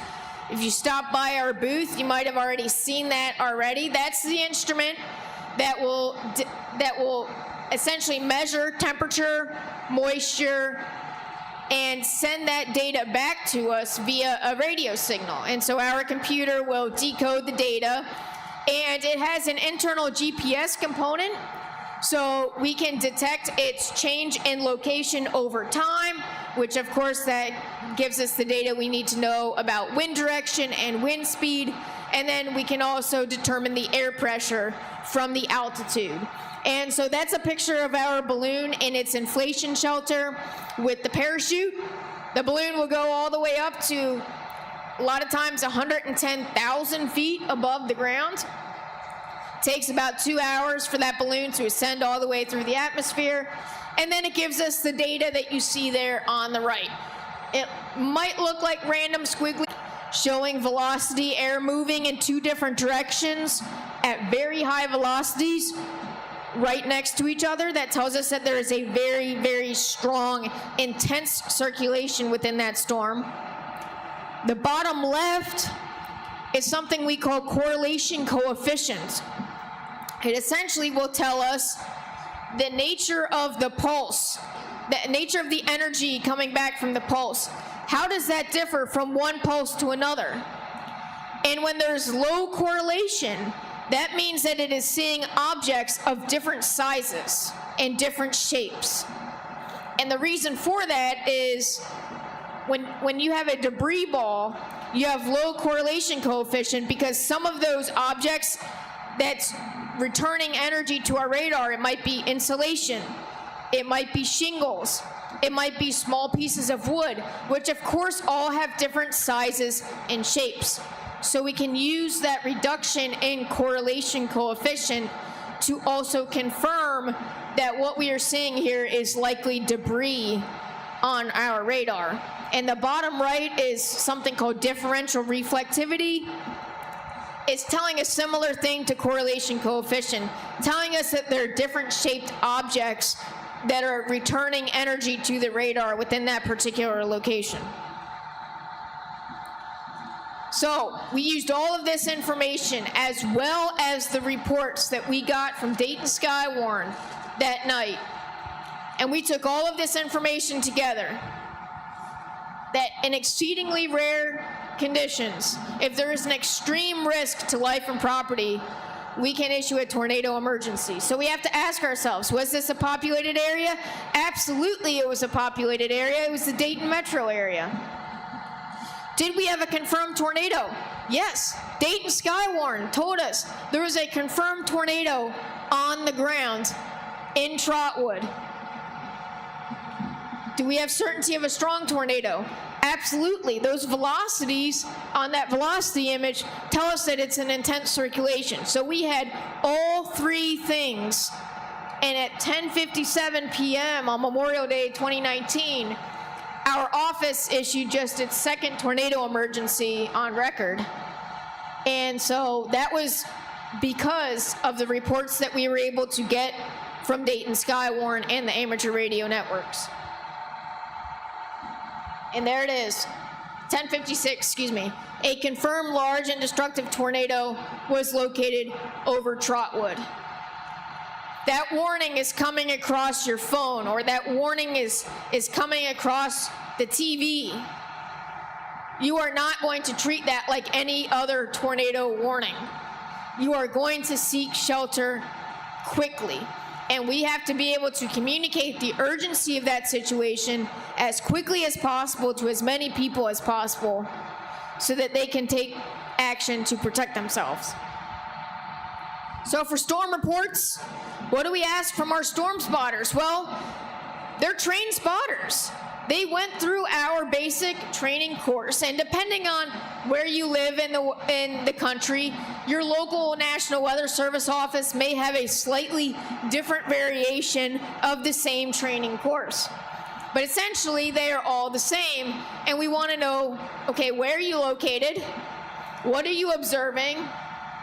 And are there any uncertainties in what you are relaying to us? We want to know uncertainties because we recognize that not every situation is going to be clear-cut. Not every cloud formation is going to be definitely a funnel cloud or definitely a tornado. We understand that there are a number of uncertainties when reporting. So that's the information that we're looking for from our spotters when they're calling in a severe weather report. Of course, any wall clouds, funnel clouds, tornadoes, we want to hear about those. Any large tree limbs downed or any trees snapped, we want to hear about that. Any flood damage, you know, are you observing flooding? Is the water in your area, is it rushing across the road or rushing across your yard? We want to know, of course, hail of at least ½ inch in diameter. Even though the severe threshold, according to National Weather Service criteria for a severe thunderstorm, is 1 inch diameter hail, we want to know about ½ inch because, of course, the hail has to be ½ inch before it can get to 1 inch. And so we want a heads up if someone's seeing ½ inch hail, something we would want to know about. Of course, we've talked with several folks that have their own personal weather stations. Anything with a rain rate in excess of 1 inch an hour, that's a pretty heavy rain rate. Of course, in thunderstorms, you can get 2+ inches an hour. And typically that is rain that would be heavy enough to potentially cause flooding, even if the ground is relatively dry. Of course, we don't ask our spotters to report lightning, even though it can be dangerous if you're outside. This graphic kind of references hailstone sizes. We recognize that it might be difficult to estimate the size of a hailstone. It's difficult to estimate the diameter. But if you can relate it to one of these commonly known items, like small hail is like pea-sized hail, if you can relate it to the size of a coin, like a penny or a dime, or a quarter. Quarters are about 1 inch in diameter, so therefore severe hail is about the size of a typical quarter. Of course, once you get into the realm of sports, like golf balls and baseballs, then you're talking very large hail. And we always ask this question. We don't know what size marble you might be talking about, so please don't report marble-sized hail. We get that a lot. We get grape-sized hail too. We get that reported to us a lot. In terms of wind, what we're looking for is essentially what happened. We're not looking for an estimate of the wind speed. If it was severe wind, chances are there is some sort of damage in that area. Not always, but chances are good that there is some sort of large tree limb down or some sort of tree that was snapped. And so determining what type of wind speed caused the damage can be very difficult. We always ask our spotters to let us determine what caused the damage, and you just report the type of damage that you've seen to us. Of course, phone and amateur radio, those are the two best ways to get information, to get reports to the National Weather Service as quickly as possible. Again, we do not want to see a picture of a tornado coming into our Twitter feed 3 hours after the fact. We want to have those more urgent reports sent to us as quickly as possible. The National Weather Service, with our various partners, both at the state level and local level, we're working toward building a weather-ready nation. Essentially, that means building communities that are resilient in the face of increasing vulnerability due to extreme weather, water, and climate events. And so we are providing a variety of what we call decision support services. That's targeted weather information to a variety of partners so that they can make the best decisions regarding public safety. And we have to promote this Weather Ready Nation initiative, this idea of resilient communities. We have to promote that whenever we are in the community, whenever we're talking to members of the community.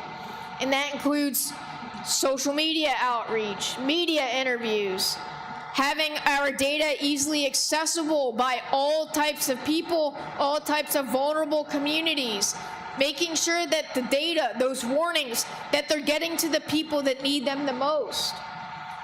And so it's all part of trying to build resilient communities due to, the increased vulnerability due to extreme weather events. At this time, I'd like to pass it back to Brandon and then potentially open the floor to a couple questions.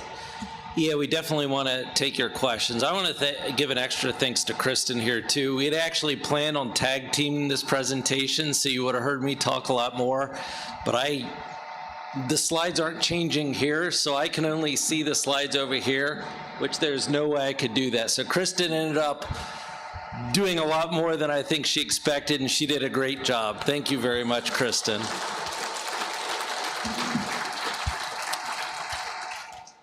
So this is the fun part, and Gary's coming back up here as well.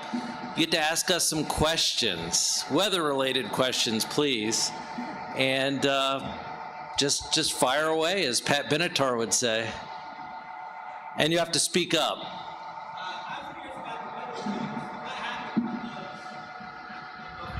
Yeah, so the question was, what happens to our weather balloons when they go up? Well, essentially, so at our office, we have a hydrogen generator, so they're filled with hydrogen, and we release them. They're not on a tether. They will go wherever the wind takes it, essentially.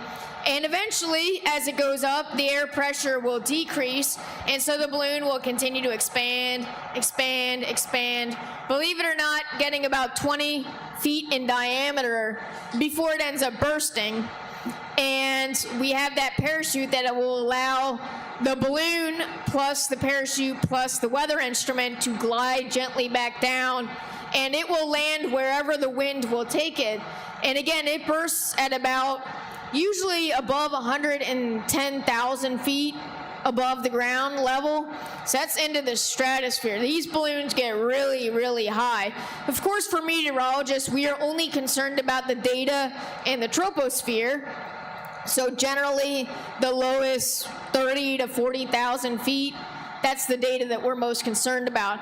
But it keeps giving us data well into the stratosphere. Yes. The radio package on the balloon, was it, did you ever get them back? The question is, do we ever get the radio sound on the balloon back? So we just transitioned to a new type of radio sonde. The old type actually came with a self-stamped envelope, kind of a baggie, that you could wrap the instrument up and send it back to one of our reconditioning centers. The new types do not have a way to actually send it back to us. So if you find one in your yard, maybe it's a fun souvenir to hold on to. I know I probably would as well, because it's kind of fun to have a weather instrument in your yard. But they're essentially one and done use instruments from our perspective.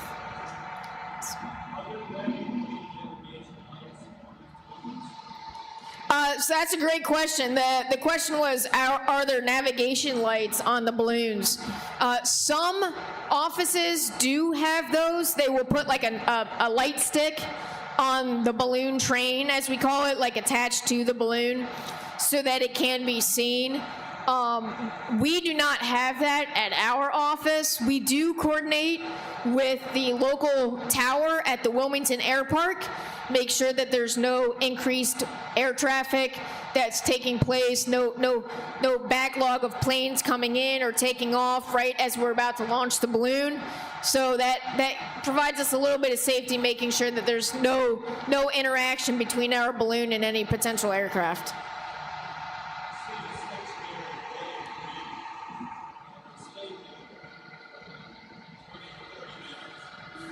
Yeah, so you said that there were stationary red and green lights maybe in the sky. Certainly not our weather balloon. If we attach a light stick to it, it's a simple yellow light stick that only has about 2 hours worth of light.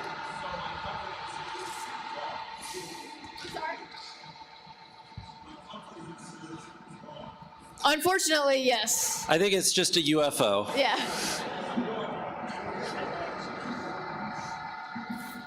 Yes.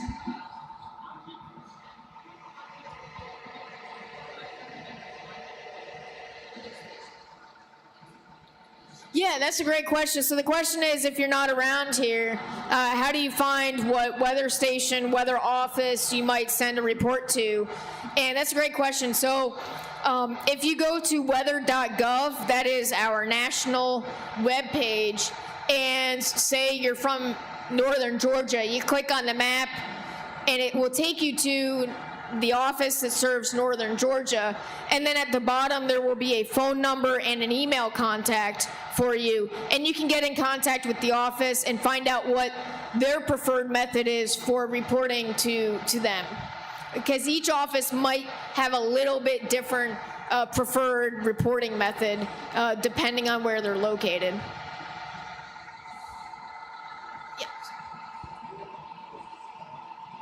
Sorry. Uh-huh.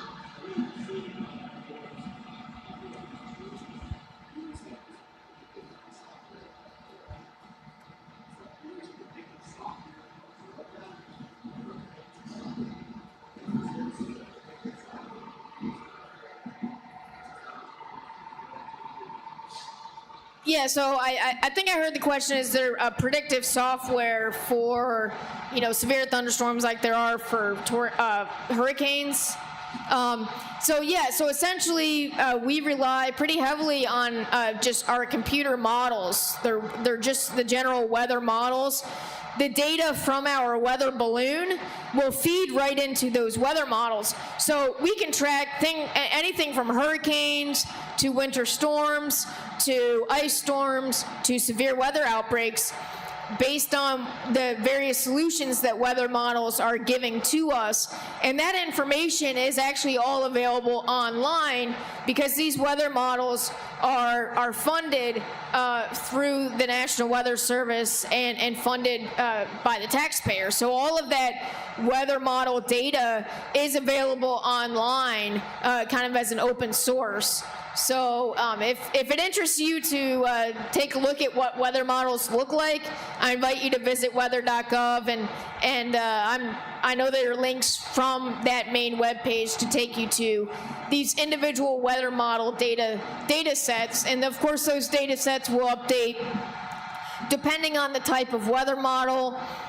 Some weather models will send us new data every hour, but more commonly every 6 hours. Yes. What the concern up there, and it's all nothing about the actual hurricane center. Are they connected to EWS? Yes, the question was, you didn't see the National Hurricane Center mentioned on our kind of flow chart of organization. Yes, that is one of the national centers. So it's basically right there with Storm Prediction Center.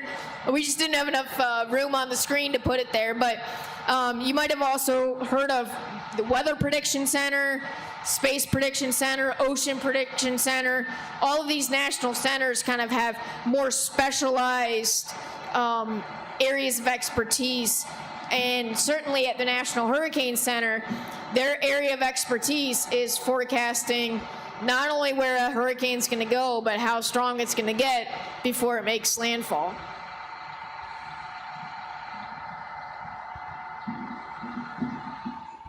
Yes?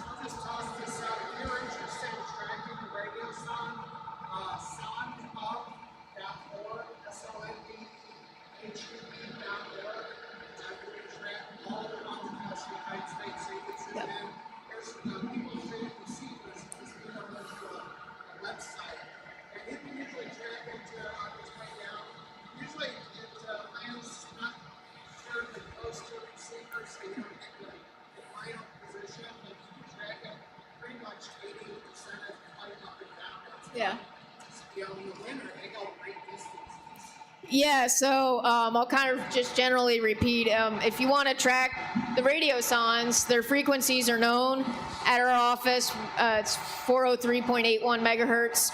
And there is a website that you can go and actually track the instruments as they're ascending and then also descending from their flight. So if that's something that interests you, certainly that information is available online. Got one over here. Wildfires? Yeah, do we track them?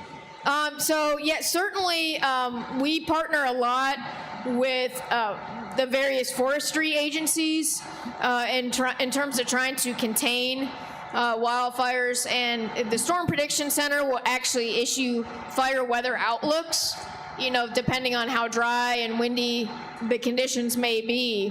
And we actually have at our office a forecaster who is specially trained to supply weather information on site during wildfires, and he's called an incident meteorologist, or IMET.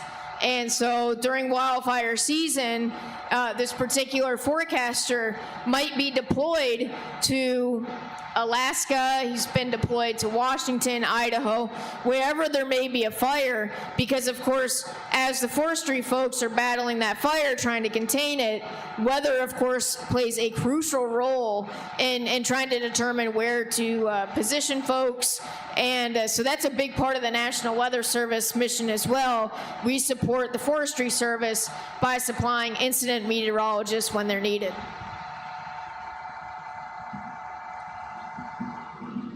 Probably have room for one or two more if there's any others out there.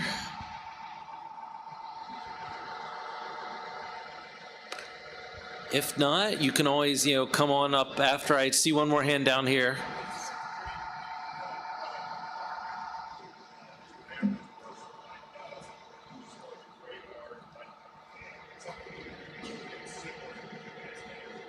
Yeah, so the question is there any sort of product to be able to view our radar data?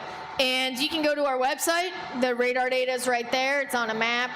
You can zoom in and zoom out, choose the different, whether you want to look at reflectivity, velocity, storm relative motion.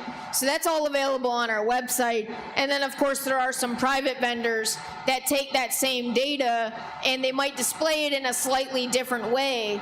But that data is coming from our radar. If you're in the local area, of course, we have a network of radars across the country. But that data is all available on weather.gov. And you can zoom into any part of the country, see what the radar is, and it'll update. You can put it into motion, show an animation.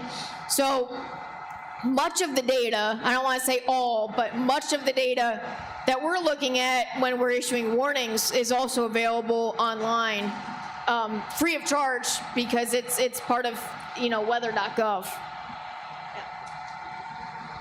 All right, well, we'll hang out here for a few minutes up here. Thanks everyone for attending this forum presentation. Hopefully you enjoyed it and got something out of it as well. And enjoy the rest of the day.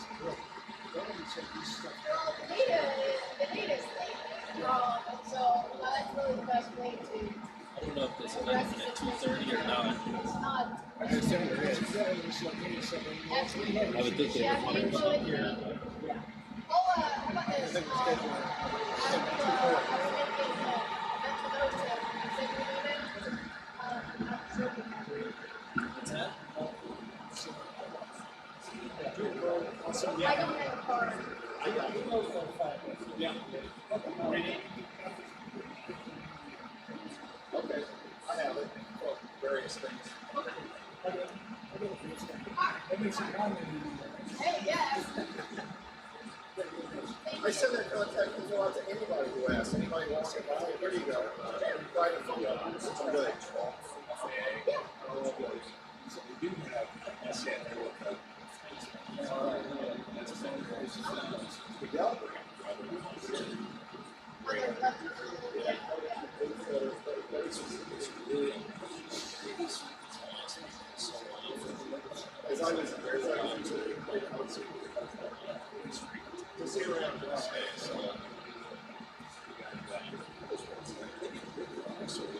That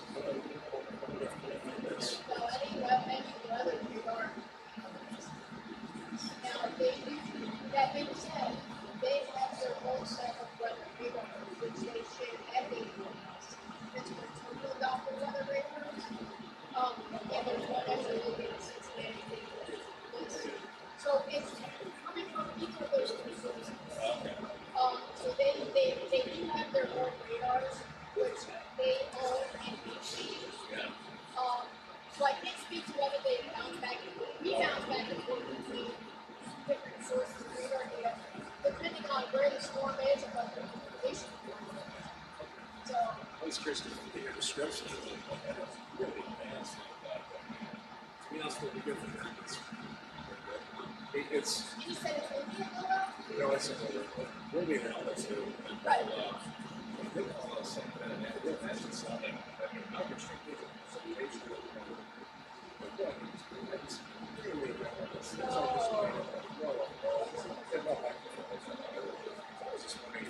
It's just an operator. Well, it also depends. Of course, that's our dish. Any radar data would take 360. And then up slightly. Once we get this up slightly, we get. So you can get radar data at higher altitudes, but most radar data ends up shown on TV. So it's just what's happening. That's fair. All right. Okay, thanks a lot. All right, I'll get out of your way here.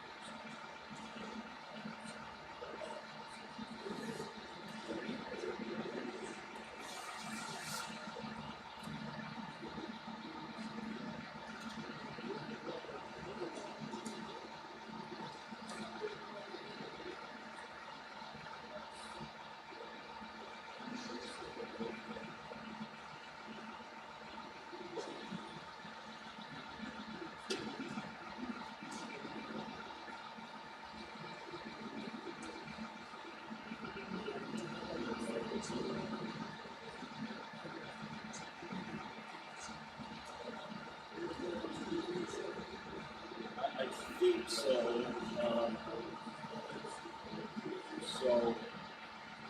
actually,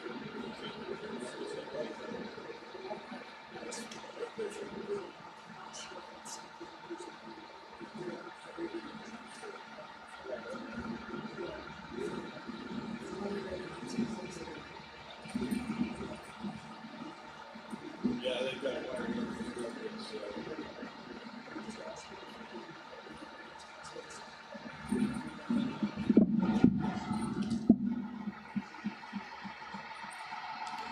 Actually, I think if I close it and just put my mouse on top of it, I'll be fine.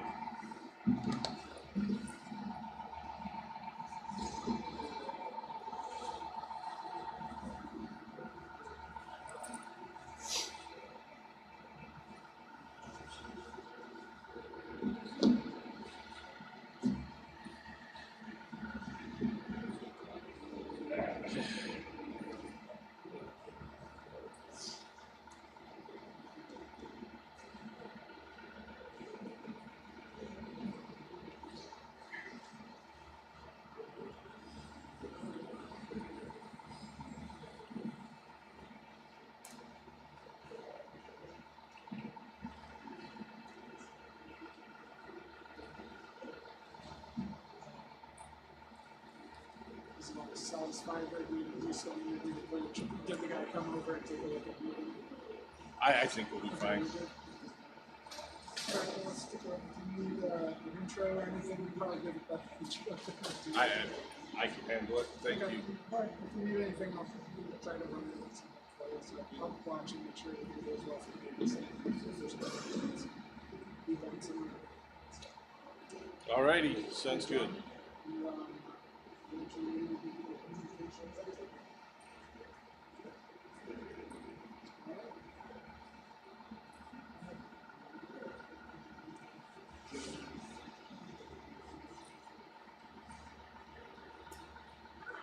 Hi.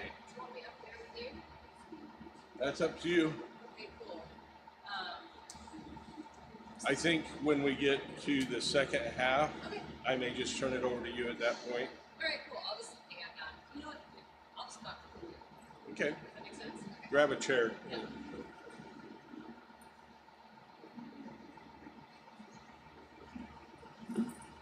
Is this the ARDC update? Is that what was on the Yeah, quick update, and then the second half, we're going to, we have some grantees that are going to be in the audience, and we're going to turn it over to an open discussion with them.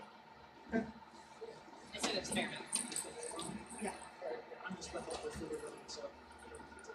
Oh, cool. Thank you so much. Hey, I'm Rosie. Nice to meet you. Yeah, what's your name? Mark. Nice to meet you. Thank you. Yeah.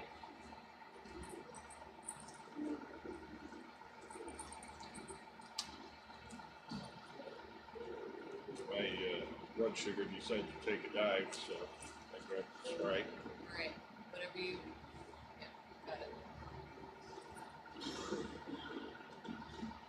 Well, first of all, my meter quit reading, so I didn't know that I could fill it. Yeah. See if you were Chelsea. Nope. I'm not Chelsea. I'm Rosie. Yeah. I thought I spoke to her on the phone, so but anyway, good to meet you. Yeah, good to meet you too. What's your name? Michael Blake, intro AWS computer system servers. Okay. That's what I was talking to. Can I take a picture so that I can remember to tell her that you said hi? Oh, okay, yeah, Cool, sure. thank you. Yeah, she gave me and some good information. She's the best. She is. She is the best. Yeah, she is. Let me take this. Right. Stand up so I can get your info too. All right. Cool, thank you. I love how many people have come by to see Chelsea. I think that she has to come next year. Yeah, she's very pleasant. She's really lovely and smart. She really knows her stuff when it comes to grants. Yeah, so, well, I'm happy to meet you in the States. Oh, shucks. Just tell them that I got all the praise because you weren't going to choose me. Shucks. Okay, I'll tell her. Thank you. Well, I think it's time to start. All right, let's do it. She has that microphone. 1 minute there. Actually, the previous group finished early, so. That's nice.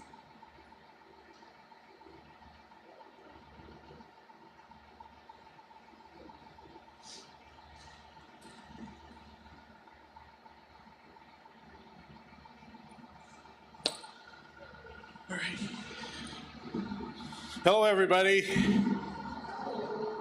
You all woken up and ready to go? Woohoo! Wait a second. Are you all ready to go at Hamvention 2023? Woo! All right, that's what I wanted to hear. Go ahead. Okay, Yeah. I'm John. I'm the outreach manager. This is Rosie. She's our executive director. Phil is walking in the back there. He's the president of ARDC. Who am I not seeing? I think other folks are going to trickle in. Okay. Yeah. So we're good. We're ready to go. My mouse is being a little touchy, so let's try this again. Do you want me to click this one? I'm not sure when to cue, so. Okay. So who is ARDC? Anyone in here not have heard of ARDC before? Okay, so we got a pretty good audience. So the way we're formatting it this year is we're going to do a quick overview of ARDC, and then we've got some of our grantees here in the audience, and we want you to have the opportunity to interact with them, see what their experiences were like, and also get ideas from them of what's been successful and so on. So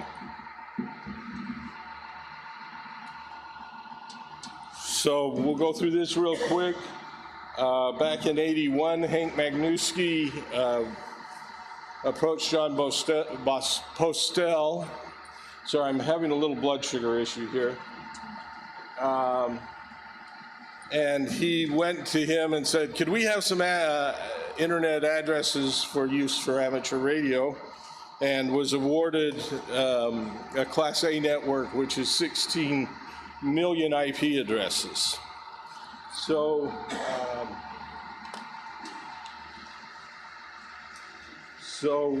in 2011, it was decided that it was best to have a nonprofit organization to act as the holder of those IP addresses. And then in 2019, we took the opportunity to sell off 4 million of those addresses, and that created an endowment which we now use to fund a bunch of scholarships and grants and so on. Unfortunately, Brian decided to cross the rainbow in that time frame, and Phil took over the leadership of the organization. We have an active board of directors, some of whom you can meet here this weekend. We have a staff represented here. So the resources that the organization has. Oh, sure.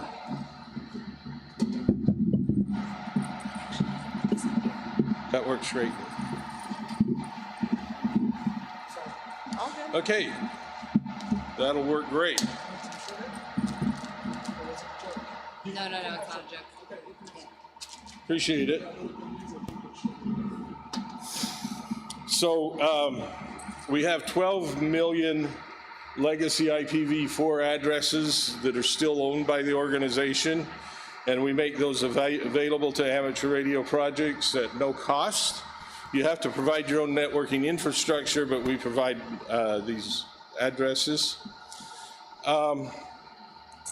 So as I mentioned, we sold off, that created a multi-million-dollar endowment, which we use to fund a number of projects, and we'll go into that in a little more detail. So those are the grants. Here is an idea of what we distributed in 2022, which is, the number is a little larger than we normally allocate, but that's some holdover from prior years that we distributed in 2022. Typically, it's about $5 million between scholarships and grants. And during 2022, that affected 14,000 people directly. By category, we have a pretty good distribution between education, research and development, and amateur radio. Our international reach has been increasing from year to year. In 2020, it was 9%. It's up to 22% in 2022, and we think we're going to have a little more climb in that in 2023. So, all time, we've given out 187 grants, about $20 million, and that's affected about 71,000 people. So applying for a grant, you can apply at any time. We have 4 times a year that we collect up the grant applications that have come in. They go to our grants committee. The next 2 times that we're going to evaluate those is in June 1st and, is that correct, or July 1st? July 1st. July 1st, the slide's incorrect, it's July 1st and October 1st. For more information, you go to ARDC.net, apply, and you'll read a whole bunch of information there. You can prepare your grant request either as a narrative and upload it, or we have a series of questions you can go through that collects the information we want in order to evaluate your grant application. And that application actually happens at grants.ardc.net. So here are the requirements. You need to be a 501c3 nonprofit public charity or their international equivalent. And we have some processes to make that happen internationally, but it does take a bit longer if you're international. A nonprofit educational institution, U.S. and international, government projects that align with our mission. So that might be like a research project through a government entity, and we can fund those. If you're not in these categories, but are very similar to them, then we can work with what's called a fiscal sponsor that would be one of these types of organizations who then would manage the grant on your behalf, and we can make that happen. So there's several categories that we support. Support and growth of amateur radio, clubs, licensing classes, continuing education, community outreach. We want to grow the ranks of amateur radio, particularly in underrepresented groups. In the education category, we fund scholarships. We don't run those scholarship programs. We provide the funding to other organizations like ARRL, OMIC, the Society of Engineers, and others who actually run the scholarship programs, but we provide the funding for them. We do K-12 school programs, college programs aimed at underserved communities, again, are particularly of interest to us. Research and development, particularly we've done some interesting areas here, the M17 project, FreeDV, and some satellite programs in the third world we're funding. So review all of the information on our website. Most projects are targeted to about a year to 2 years. And large projects, you might want to consider breaking them into phases and apply for grants over time. Be sure you include all of the expenses, materials, taxes, fees, building permits, everything that it's going to take to make that project happen. If you're buying equipment, we want you to select modern quality items that will have an appropriate service life. Don't gold plate it.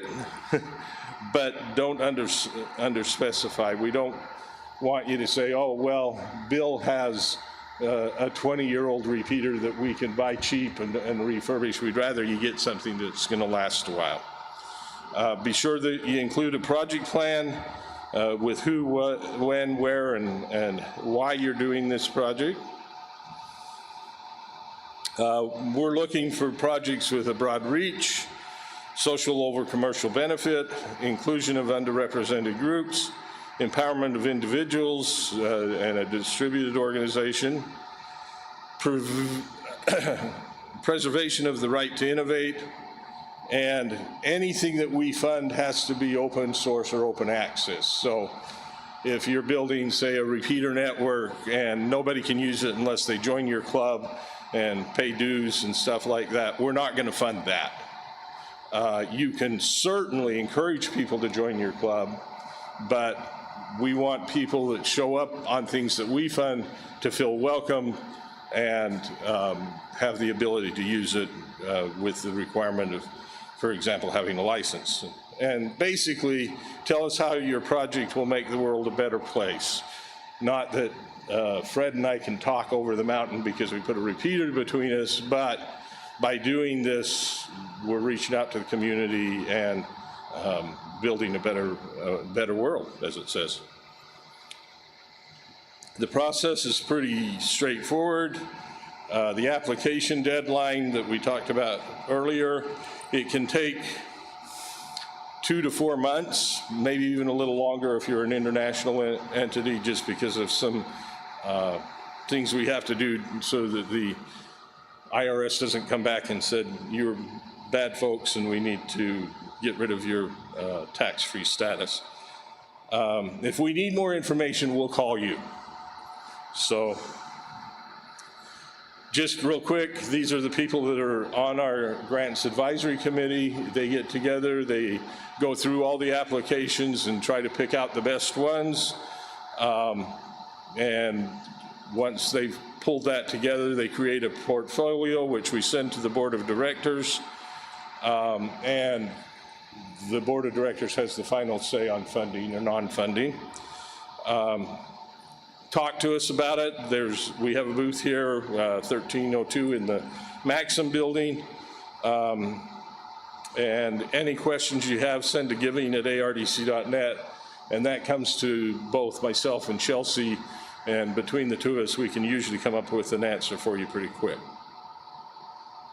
The other thing is 44net, which is that address space that we were talking about. What is it? A, B, C, or D? Maybe any of those? Where does it fall in the internet? That little circle there is reserved for ham radio in all the address space. Our addresses start with 44. That's the original name of the network. It's built and operated by hams for hams.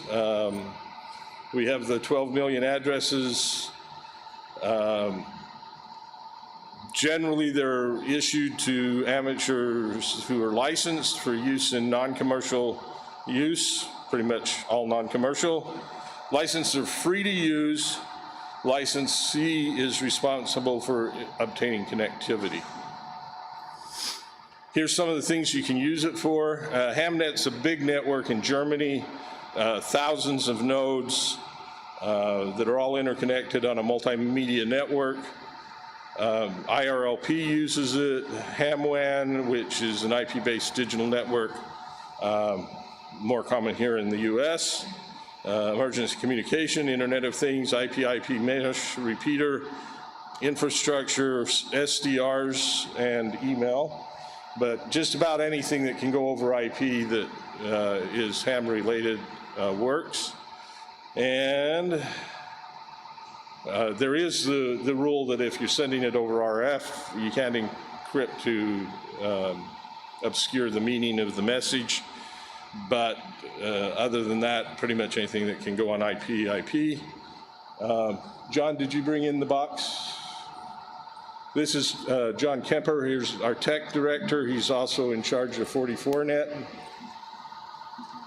So this is something we're working on right now. Traditionally, it's been a little difficult to get configured and on the network. We will still issue blocks of addresses to appropriate projects. This is an off-the-shelf router that you can buy on Amazon and other locations. What's in this box is a full-blown internet router. This particular one also includes an LTE modem, so it can climb on the cellular network to pass traffic. And you can plug into a LAN port and run devices off of it. Or you can plug it into your internet provider. And what it does is it creates a VPN to a server that we have that will allocate 44net addresses for use in your station, your repeater site, wherever you might use it.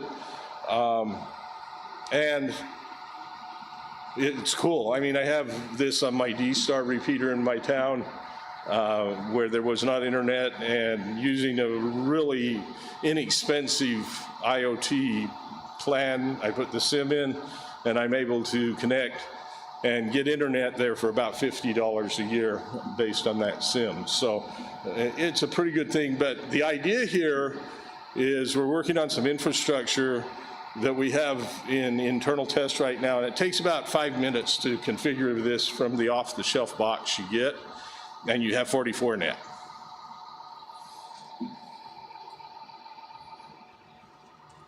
Some of the cases that have been used, this is part of the European infrastructure where they're using 44 network. And here's a case that John has built where he's got a Raspberry Pi hanging off doing Internet of Things type of projects and using the router to connect it back into 44net, making it available for use. We have a technical advisory committee. It's a more international group in scope. We've been fortunate there.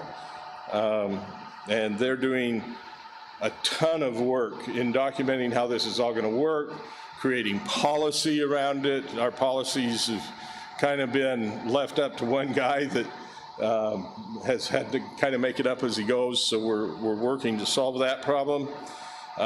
Anyway, really great group. John's leadership has just pulled together some excellent goals and a team to execute them. So we're glad to have him on board. He's our newest member of the team. These are the committees that he's got going right now. One's mapping out the roadmap of where we're going. We're going to have a wiki with a bunch of documentation on it, so there's a group working on that. Our network portal subcommittee is building our portals. POTS would support this type of infrastructure that we're talking about with locations spread out for connectivity, and a project so that if you wanted to build your own one of these using a Raspberry Pi or something similar to that, would have all the software ready for you to build and install on your device. So for more information, go to ARDC.net. There you can sign up for our newsletter, the 44net mailing list, and consider volunteering. Every fall we put out a call for people to join our grants committee and our technical advisory committee, and we have another one coming, but we'll save that one, and another two. Code of Conduct Committee. Okay. Yeah, I can talk about that. Okay. So plenty of ways to get involved, and you can reach out to contact at ardc.net if you have any questions. So thank you. We'll take a few questions, and then we're going to go into the open forum, which Rosie will lead. Any questions?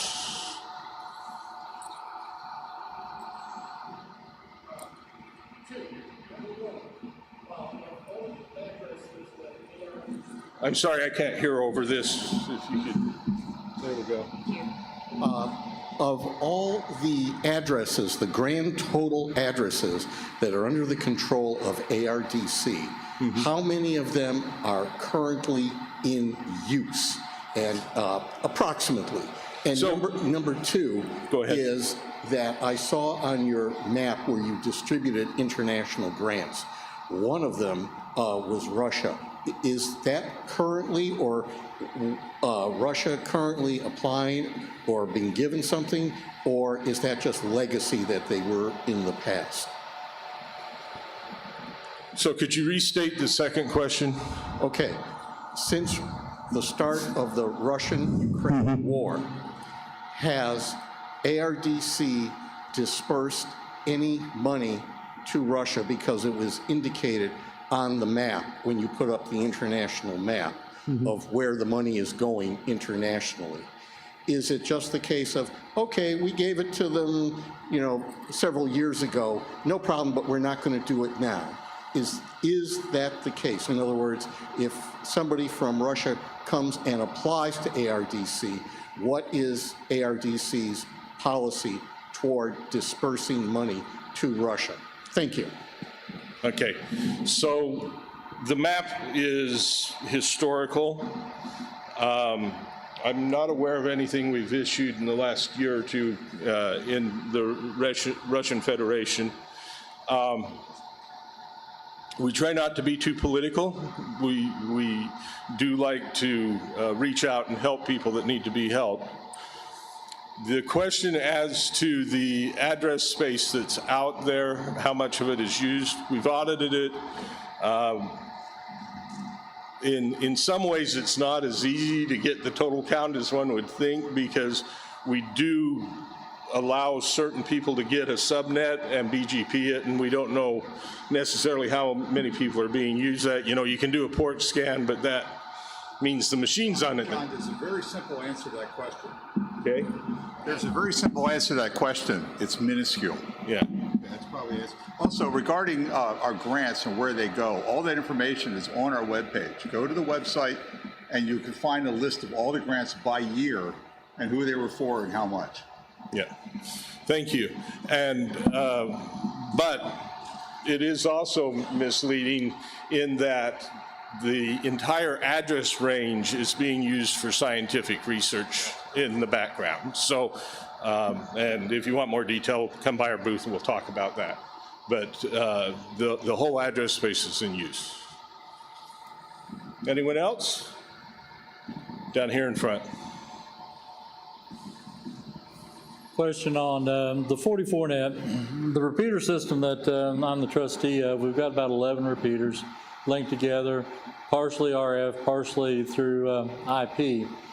Our ISP provider, which is fiber, we buy, I forget the subnet number, but it's 6 usable addresses, IP addresses.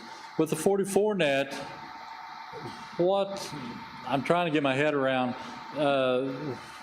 in my situation, would the 44net be advantageous for us, because we take those 6 public IPs, break them down into private IPs, and that's how we communicate amongst our repeater system. John, I could answer that. Yeah, I think I know what you're talking about, because I'm a member of a repeater system with a very similar setup. If you would like your hosts inside your network to be readily accessible for the outside, in other words, you can directly connect them from your home to a Network 44 address, this is exactly what you want. If on the other hand, your repeater sites or whatever are just making outward connections, then it's not as useful.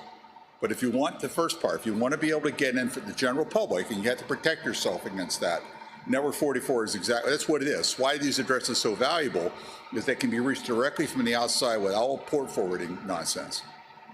Does that answer your question? Yeah. Okay. Yeah, I get, yeah, because, you know, our ISP gives us, you know, this block. And then it's probably pretty small, too. Yeah, it's just 6 usable IP addresses. And from that point on, we have to router at the connection, and then we distribute. We are private, looking for uses for our address space. I mean, we have, quite frankly, an embarrassing number of unused addresses. And primary use, first priority, is for ham use for our network. So if you have a block, you need a block of addresses, come to us. Okay. You know, they don't cost us anything. They're sitting there. Now, we will still own them, of course, but Oh, if yeah. they're for ham use, no problem. Yeah, and that's something that, you know, I assume that the ISP could then put your 44 You may net. have to set up some tunneling, which Okay. would not involve your ISP. If your ISP is unusually enlightened, they would help you set this up, but I'm assuming they're not. You would Okay. use one of these little boxes and set up some forwarding arrangements so that your users on the outside would think they're connecting to a network 44, but it would go through our infrastructure and end up on your hilltop or wherever. Okay? We have solutions to that. Yeah. In general, is several narrow grant requests better, or a larger omnibus kind of, we have a club that has many interests. We're in poor rural Tennessee. We would like to do some outreach to schools. We want to do the Hamnet. We want to do, you know, link our repeaters. That's like 3 or 4 different things. Is it better to put that in one grant request or 4? Well, it's really kind of a case-by-case issue. We tend to like any given organization to only have one grant running at a time. And the size of that depends on the justification, right? So depends on what you're putting together, but contact us through giving at ardc.net and we'll help you have some guidance based on what you tell us, and then we can help you figure out. But, you know, if it's going to take you 3 years to build it out, let's maybe look at breaking it into some chunks.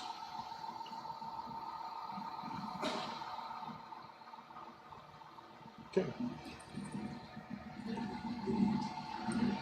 All right, thank you, John.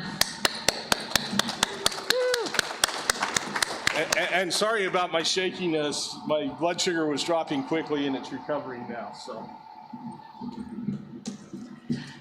Which I am very grateful for. Yay. Say what? Okay. Hi, I'm Rosie Schechter, KJ7RYV, and part of what we're running a little bit of an experiment for the second half of the forum. The idea being that we want to actually hear from our grantees. Like, one of the things that we've heard again and again and again from our grantees is that they actually want to meet each other.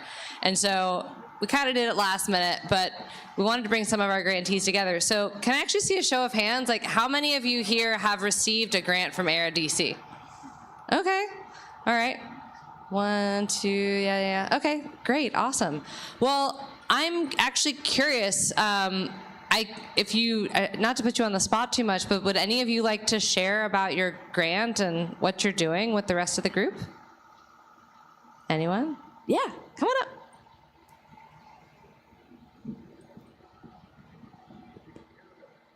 Huh? Oh yeah, I guess. Whatever works. Hello everyone. My name is Ken. I run the radio scouting program in Central Florida Council. Our grant was to add solar panels to our small MCOM demonstration trailer we do for scouting events. We do about 1,000 scouts every month at different events, and one of the catches was we have a great trailer, it's got a few radios on it, and we run a 300-foot extension cord to the nearest building so we can keep it charged for our 10-hour events, which it doesn't quite look very good for hams. We're supposed to be always prepared. So our grant was $8,000, it's not very big, but it was for 2 kilowatts of solar panel, and we have 900 amp hours of battery. So now we can last for 2 weeks with no power. The nice thing is it's great for all of our events, so we no longer need our extension cord, and the solar panels are always on the trailer, so they're always charging. Even when it's parked doing nothing, it's still charging for our different events. And should the worst case happen, the local Aries group can take over the trailer and use it during their different emergencies. Part of that trailer has a 60-foot extendable mast, and we have multiple different heads for doing Wi-Fi. We can actually pick up Wi-Fi from 70 miles away if we need to, because in a nice Florida, it's nice and flat, things like to break, especially cell phone towers. You're only one of many grants for things like solar panels and batteries. I mean, very low-tech stuff that may seem boring, but a lot of people ask for that, and we know they're kind of pricey. And for things like repeaters, if you're really serious about MCOM, I mean, you've got to get serious about backup power. So don't be afraid to apply for things like that if your repeater network is open and available. Just say, one thing that made our grant a little special is our focus, because we are youth-focused. All the hams here, I'm sure about 30% of you were scouts. So we are teaching the next generation. Yes, they are. 39% come from school programs, 34% come from scouts. We have several dozen scouts that get licensed every year from us. But the big thing is we have a larger percentage of diversity and youth, and also girls now are coming in there. About 30% of the kids I teach now are girls, and that was shocking 10 years ago or 20 years ago. So it is a way of us growing and a way of going forward where we can bring more youth in there, more different genders, more different diversity, and show them the latest and greatest in technology.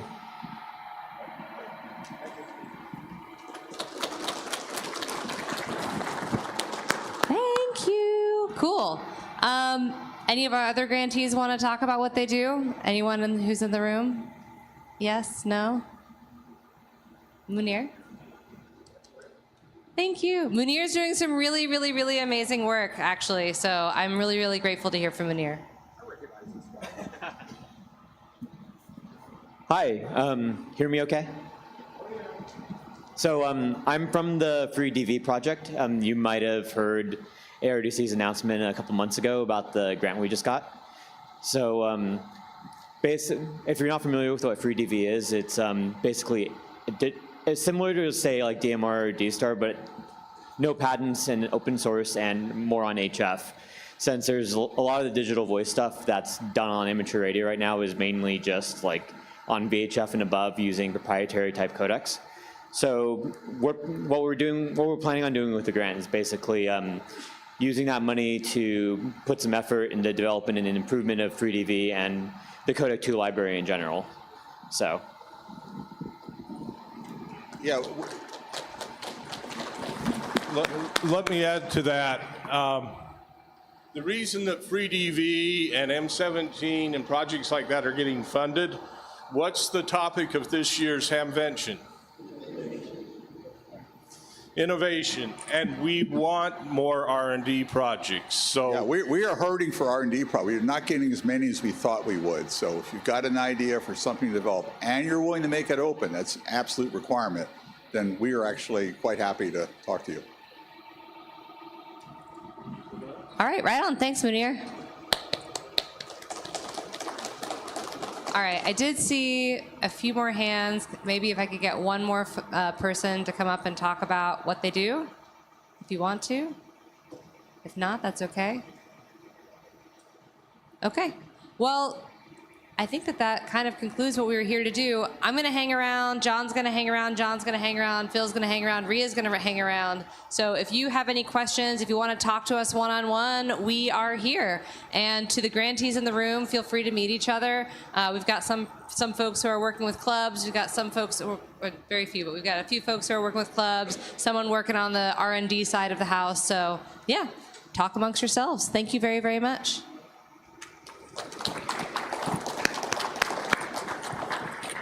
Thank you, sir. Thank you.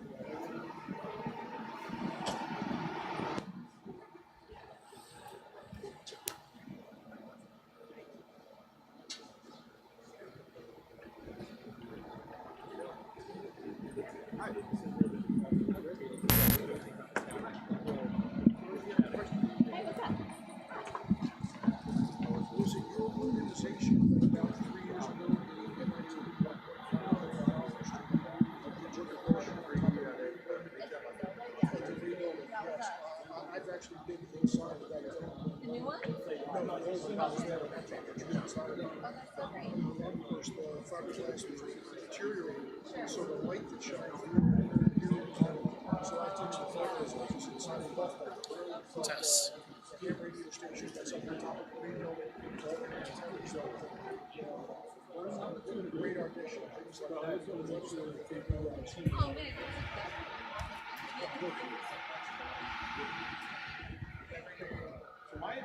And I couldn't believe that.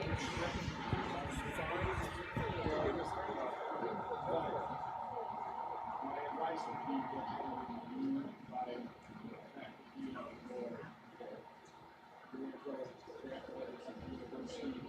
we don't need before the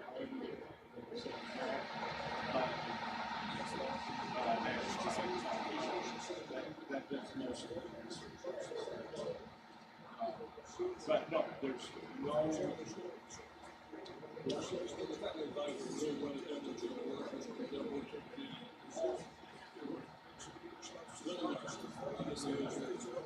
But no, feel free to send me another one. We'd like to look at it. I saw on the website July 1st, and that's proposing. Yeah, July 1st and then October. Thank you very much.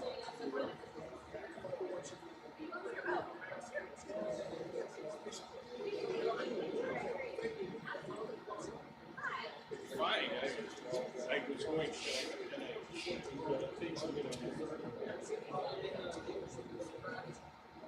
Yeah, my meter has been working this it's recovered now, but I can recover it now.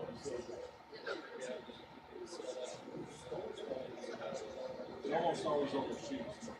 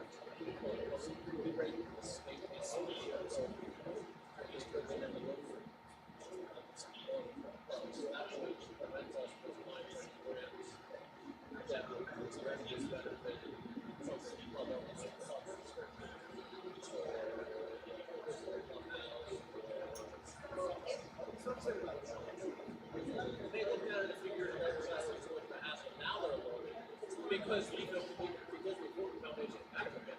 Now they're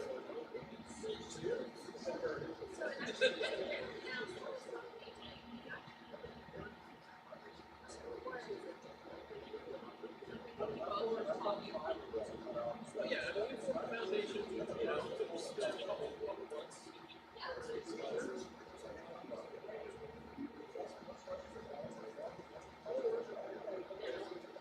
But it's converting a 60-year-old club into a street.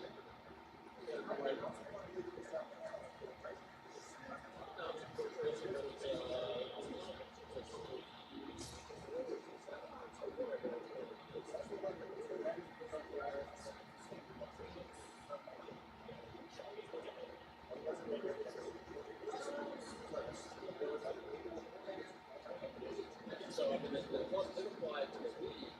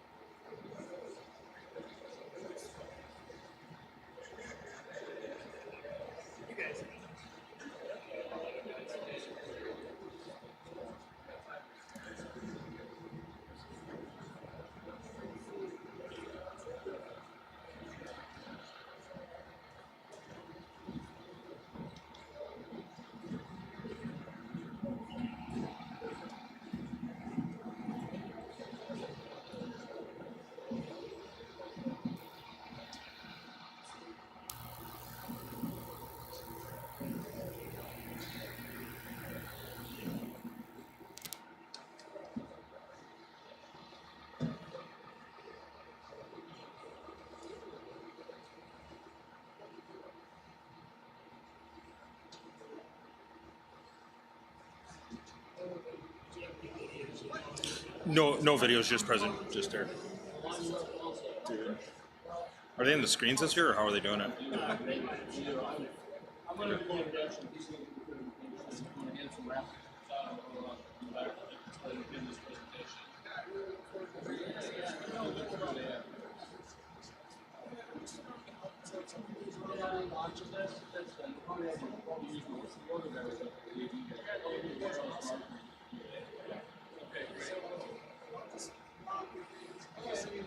Thank you.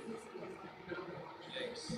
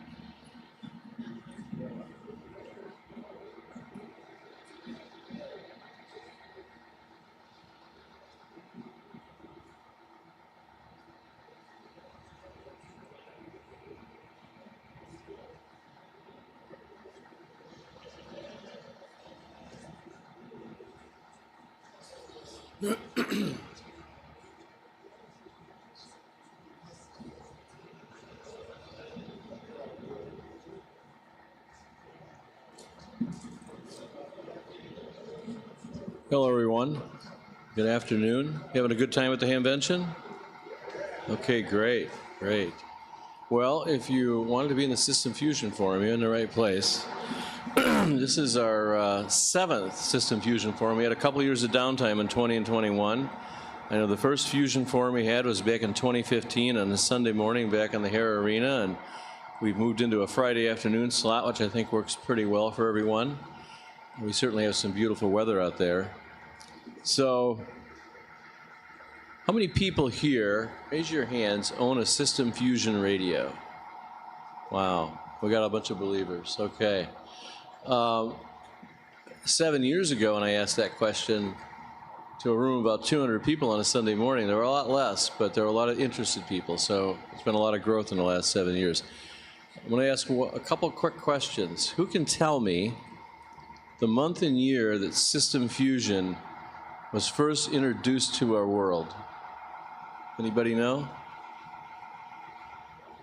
It was, what? It was September of 2013, and it was at the Digital Communication Conference in Seattle. And our former EVP, Dennis K7 EV came up to Seattle and gave a presentation about system fusion and showed everyone the DR1 beta repeater for the first time. And that's on, you can still see that video out on the internet. That's when system fusion. A couple years before that, we had a couple of the radios, the FT1 and the FTM400. System fusion came into the world at that time. I had been interested in digital voice for a lot of years and other formats like D-Star. Got interested in fusion immediately then. I also created, as long as I got the floor for a couple minutes, a System Fusion Yahoo group, or excuse me, it was a Yahoo group, and now it's a Groups.io group. It's about 3,000 members. So although Yaesu has some great social media presence on Facebook and YouTube and elsewhere, I have probably I think the largest System Fusion group on the internet. So if you want to join, it's System Fusion, all one word, at groups.io.com. So feel free to join. It's a moderated group, so no politics, all fusion. And so feel free to join that if you're not a member already. And so what we're going to do today, and we've done in prior years, John Kruk, who's the national sales manager for Yaesu, is going to give a presentation. While he's doing that, I'm going to hand out some raffle tickets. We got some great prizes over here today. And then we'll have time after the end of the presentation for Q&A. One thing about John came to Yaesu 2016, was it? 17. He's got a title of National Sales Manager, but he's more than that. He's more than just a salesman. John has a very strong background in public safety communications. He's technically oriented. I'm sure anybody who's worked with him have found him to be extremely competent technically. So he brings a lot of experience to this role, and he's done a great job. So I think Yaesu is really lucky to have him.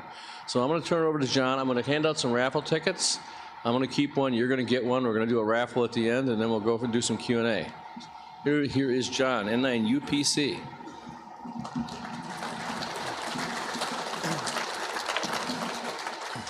Thank you very much, Mark. So I couldn't see too well over there. I want to see a true raise of hands. How many people do not own a Fusion radio? Raise your hands who not. Okay, thanks. I could have retired already. So, no, just kidding. So thank you for the, Mark, thank you for the introduction. And we're going to talk about Fusion today. And one of the things we're going to kind of talk about is, being that it's been 10 years, we're going to kind of get into kind of some of the questions that people have been asking about where we're at and how we're doing certain things. And the reason I put it that way and say it that way is because Fusion has gone through a significant change, believe it or not, in 10 years. It's still the same concept, what we had when we started. So our owner of the company thought of Fusion himself. And while we introduced it to the masses in 2013, we actually had it on the drawing board since 2010. Does anybody remember at that time what was happening with us with 2010 with Yaesu Vertex Standard?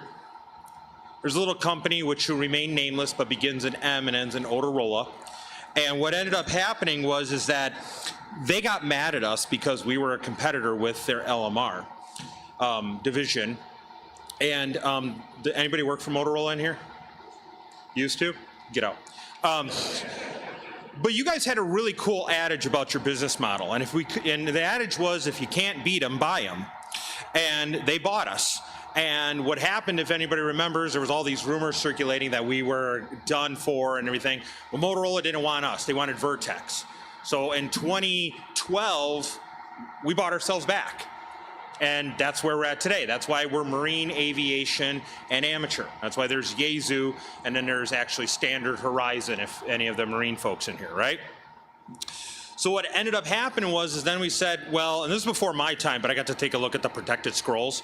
And what they said they said, let's get Fusion up and going. And Fusion had 3 core principles. That's what it was designed for, right? Does anybody know the first one? I can't hear you. So let's assume, how about ease of usage? Say ease of usage. Good, good, good. All right, that's the first one, ease of usage. You have a Fusion radio, what's the first thing you got to do? Put in your call sign, right? What do you do from then if you want to talk Fusion? It's so easy a caveman could do it, right? You push and you toggle between digital and analog, right? Okay, cool, right? So then the next thing we had to do was, as we said, what's the next principle of it? Well, if you take a look back what was happening in 2013, there were some other digital modes out there. But one of the things we thought of is said, well, why would you go to a digital mode if there's other digital modes out there and then this digital mode was not good audio quality, right? So it had to be high quality digital voice. And that's why we chose C4FM along with FDMA technology. C4FM, how many people know C4FM is another name? Any scanner listeners? P25, right? People associate C4FM with P25. NextDen is the commercial version of Ken with an ICOM on there. They have one called NextDen that actually uses C4FM. But a lot of people thought P25, but it wasn't P25. But it was high quality like P25, and that's what we wanted. Now, I've said this numerous times. Do you know why we didn't do P25? Because we know if you did P25, half of you in this room would have already modified the damn radio and already be talking on public safety systems when you're walking out of the stores. No. Yeah, I know, shocker, right? Right. So we didn't do P25 for that purpose, but we're pretty much as close as we can get to P25 without being P25. Now, the last thing was, I think, is what makes Fusion so popular is the ease of usage and flexibility, right? Versatility and flexibility. Do you need the internet to use Fusion? No, okay? Can you use the internet with Fusion? Yes. Can you put a repeater in the middle of nowhere on what's now called a green site with just solar power? Yes. Can you take our repeater and literally put it in your car and use it for like an MCOM purpose? Yes, you can. And that's what we came up with, the 3 core principles: ease of usage, high quality digital voice, versatility, and flexibility. So with that, thank you for being part of the Yaesu family. We want to welcome that, the System Fusion family. It has grown by leaps and bounds, okay? WiresX was one of the things that happened that we didn't even think about the growth of WiresX. The product line was the growth. And guess who steers the growth? You guys on there. Through the history of Yaesu System Fusion, we have had features, usage, and whole numerous things on there that were added by your suggestions. Now, of course, we can't accommodate every suggestion. No, we're not putting a panini maker in the repeater, whatever, but we've seen some pretty cool ones out there. And but anyways, like one of the classic examples I gave is that the beep at the end of a Fusion transmission, right? That beep is generated in your radio. And why is the beep? Well, because digital doesn't have a squelch tail, right? We can't wait to the or for some repeaters, or whatever you have on a courtesy tone, right? So what happened was when Fusion first came out, people were saying, and I was actually one of them. I was like, how do I know when the person's done talking? And they went along and they said, I don't know. Now, I wasn't working for them at the time, so I could bash them at the time, right? I'm like, you're an idiot, right? No. So what they did was they said, okay, well, let's do it. Well, then one of the first firmware revisions, which is now a standard thing in all Fusion radios, is when your radio hears the end of the transmission packet from another Fusion station, what does your radio do? Beep. Does everybody like the beep? Yes and no. It's worse than left Twix, right Twix, folks. I'm going to be honest with you. All right, but guess what? You could turn it off. But that's how Fusion was steered in the whole thing. Part of our current Fusion product line you're going to see here is being steered and was driven by what you wanted, what people have said. So from the first days, as Mark said, which was the FT1, the FTM 400, and the DR1 repeater, not even the 1X, but the DR1, we now have come to the FT70, the FT5, the FTM 200, the FTM 300, the new FTM 500. We have the FT991, we have the HRI 200. We've added WiresX PDN capability. We added the DR2X, and we also have IMRS linking for the digital repeaters. It's come a long way. How many people had a WiresX node prior to December 25th, 2014? Okay, there's only 2 of us. Thank you, brother. All right. So here's why I say that. How many, let me ask you this question now. How many people are using Wires X to feed a repeater? Okay, do you know prior to that, Wires X could not talk to a repeater? Because at the time, it was never going to be a choice. It was going to be, well, you got the repeaters, and you got Wires X. And there's the repeaters, and there's Wires X. And it's not like a Reese's where it's chocolate and peanut butter deliciousness, right? They were separate, right? But then all of a sudden, people said, I want to link repeaters together, and guess what happened?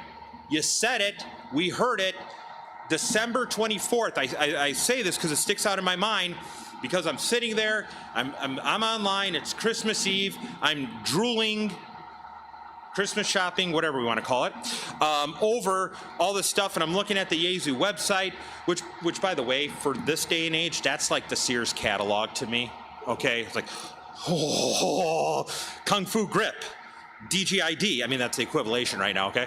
But what happened was all of a sudden this little firmware just boom, popped up on the website.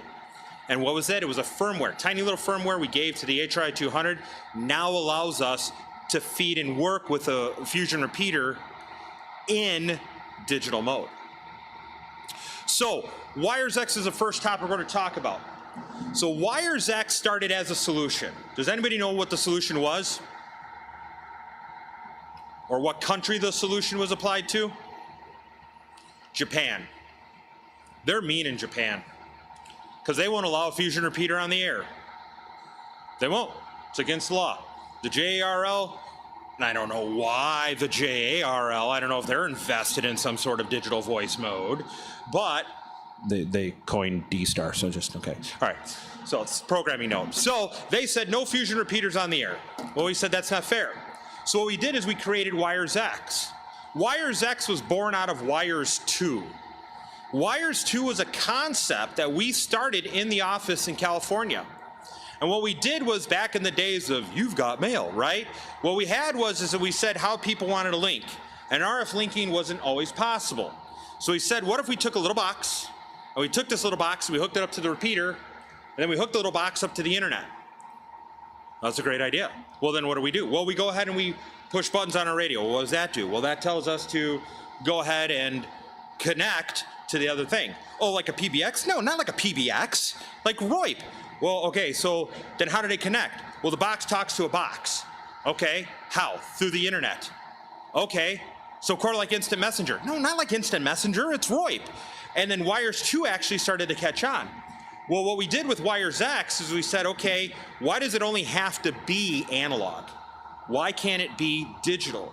And more importantly, why can't it be digital to analog, or digital to digital, or analog to analog? And that's where the X comes in Wires X. We're cross-moding.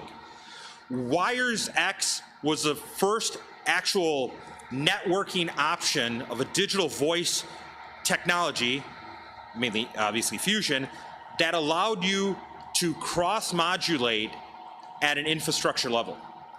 And what I mean by that is that old adage, now this is a public safety adage, when back in the late 90s, early 2000s, when all of the craze was digital voice, right? How many people are here from Minnesota? Okay, one, okay. Hi. My Minnesota peeps, anyways, because I live near Minnesota, I'm in Wisconsin though.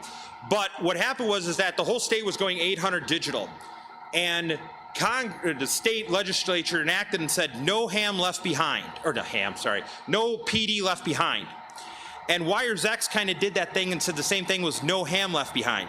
So what happened was that they had this concept which Yaesu kind of indirectly copied. I don't think they actually were watching what was going on in Minnesota, but they said, if you want to be on analog, but you want want to talk to your friend and you want to be on digital, who moves? Does the analog friend have to buy a digital radio? Or does the digital friend have to use analog? No, enter Wires X. Now, with that came along the requirement of an HRI 200 interface to a radio and a couple other little things like that. It worked out great. And this was the solution to the repeater, because now what you could do is you could put a node up over here and be on one frequency, and you could have another node up over here and be on another frequency, and you can link them together, and if they happen to be 600 kilohertz apart, hey, right? But more importantly, what you started to do is you started to see people were almost clustering together. So if you're in a neighborhood, you're in a specific part, you put up a Wires X node on a simplex frequency. You talk, your friends in that area on simplex hear you, goes in a node, goes over to the other node, which is in the other area on there. But what happened was that it required an HRI 200. And how many people have had HRI 200s? How many people have pulled their hair out because of HRI 200s? We got you, we hear you, right? That's coming up to the next part. But what happened was that there were a lot of requirements for the HRI 200, which in an infrastructure sense makes sense. Meaning, hey, I have a donor radio connected to this, connected to the computer, and it's feeding my repeater. That's great, that's fine. But what about people like me that like to travel? Alrighty? You want to have a fun experiment? How many people are staying in a hotel tonight? Call down to the front desk and saying, hi, I need UDP ports 46100 to 46122 open, and I need a non-NATed global IP address. So I did that in California. It was the hotel manager, and thank God he knew me, because he's like, I figured it was you, John. But that's a kind of a weird request, and you get noticed at the hotel, okay, when you ask for that kind of thing. So the HRI 200 was great, and how many were here in 2018? What did we talk about then? PDN. PDN. Why did we come up with PDN? Because John said, wake up, Yezu. I can't be carrying around my HRI 200. I can't be carrying around this and this and this and this. I need something portable. I need something to be able to be used. And that's where it came in. And now what we said is we said, okay, and you see the cabling kits over there. We said, now we're going to take a radio and you can hook it directly to your computer. And now that's it. I could use it like a glorified speaker microphone. Or I could take this radio, connect it to the computer, and I could walk around and use this radio to talk to it. Now I've created a local node. I don't need Wires X ports open. I don't need an HRI 200. I don't need all this kind of stuff. But the question that people still come up to this day is, well, even in the booth today, they said, John, why do I need an HRI 200? Well, I'm glad you asked. Because if you want to host a room, if you need analog to be transmitted, so analog via RF, and you are able to commit a donor radio, meaning a radio can always connect to the HRI 200, the HRI 200 is your choice, okay? That's your choice in this matter, okay? You could also connect the HRI 200 directly to the repeater. Some people have access to internet at repeater sites, so it's kind of a question there. But if you don't need a room, you don't need to do analog, and you don't want to waste a radio for donor radio, we get you, we hear you, even though I'm saying we're giving $70 off the 200, shameless plug. But, I mean, hey, it's up to you. You can do the PDN option. And the PDN option works with the FT5, works with the FTM 200, 300, and 500. Now, those are current production radios. If you have an FTM 100, if you have an FTM 400, if you have an FT3, or you have an FT2, Wires X PDN operation does work with those radios. So not an issue, not a problem in any way, shape, or form in that regards, okay? Now you have options. You wanted options. So what's a good case usage of PDN and HRI 200 usage? Well, exactly mine, okay? I live in Wisconsin. We had a ton of snow. Oh my God. I'm so glad it's warm down here finally. So I want to talk back to my repeater, which I did. I was in my hotel room last night. I took my laptop. I took my radio. I connected the cables there. I'm talking to my dad through the hotel internet without asking ports and becoming suspicious. Alrighty. And he's sitting in his house, in his handheld, in the lounger, watching the Food Network. It's weird with him, get older like that. But he's sitting there, we're having a great time, we're talking, chit-chatting, hey, how's our things going? Good, da-da-da-da-da. And it was great. All because of a demand that you wanted, which was PDN activity. Now, continuing with this, you don't have the ability to host a room. That's a drawback to PDN. No analog via RF. So you can only use another fusion radio to talk to the fusion radio and access point. But you're able to use access point and direct mode. Direct mode, once again, turns it into a glorified speaker microphone where access point allows you to set it up like an RF location.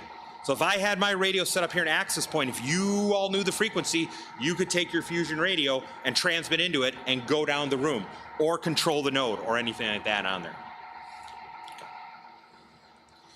So we released a new radio, if you haven't heard, and the internet went nuts. God, did the internet go nuts. Anyways, so FTM 500. As Mark said, 2013 was it. Unfortunately, we had to put the FTM 400 to sleep. We did. We are very fortunate enough, and we remind ourselves as in Yaesu that we are very fortunate enough that during this whole time of COVID and component availability, we've stayed ahead of the curve. It has not been easy. It has been a daunting task, to put it at least there.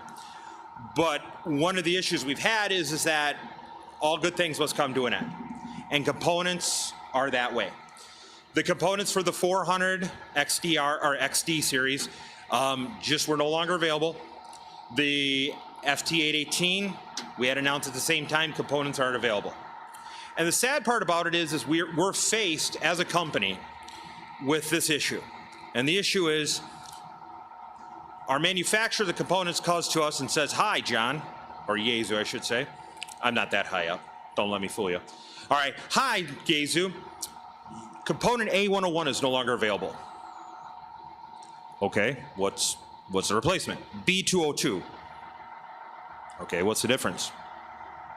Well, nothing. So A101 is done. Yep. B202 is the new one. Yep. No difference between the two. Correct. Well, actually, more money. Okay. So now it comes down to us. So there's a little government organization. Have anybody heard of it? The FCC? Just a small one? Anyone? Okay.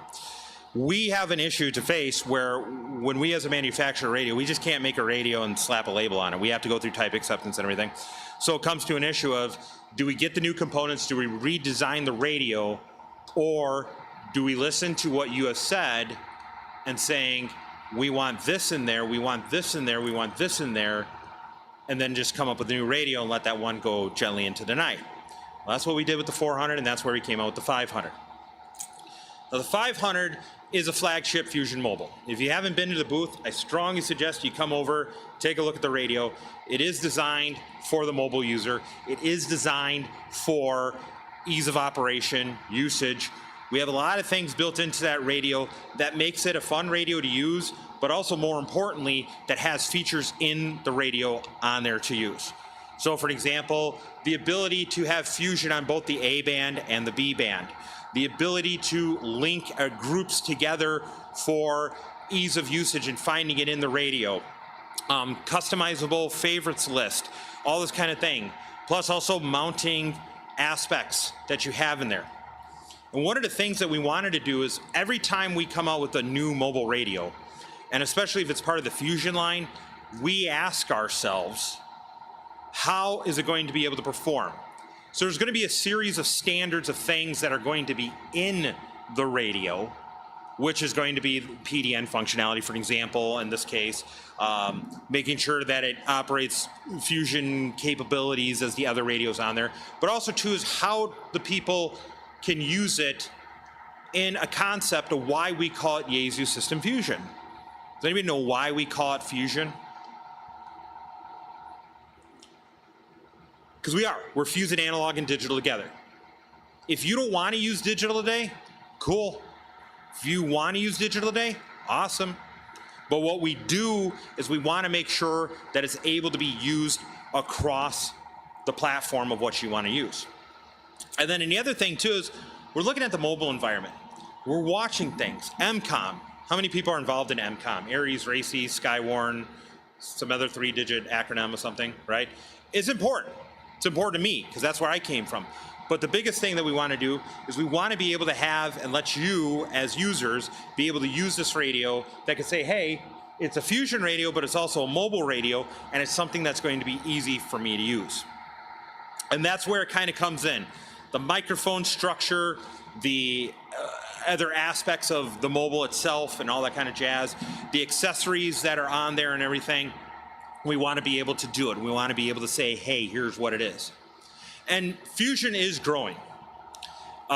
When we started out in America,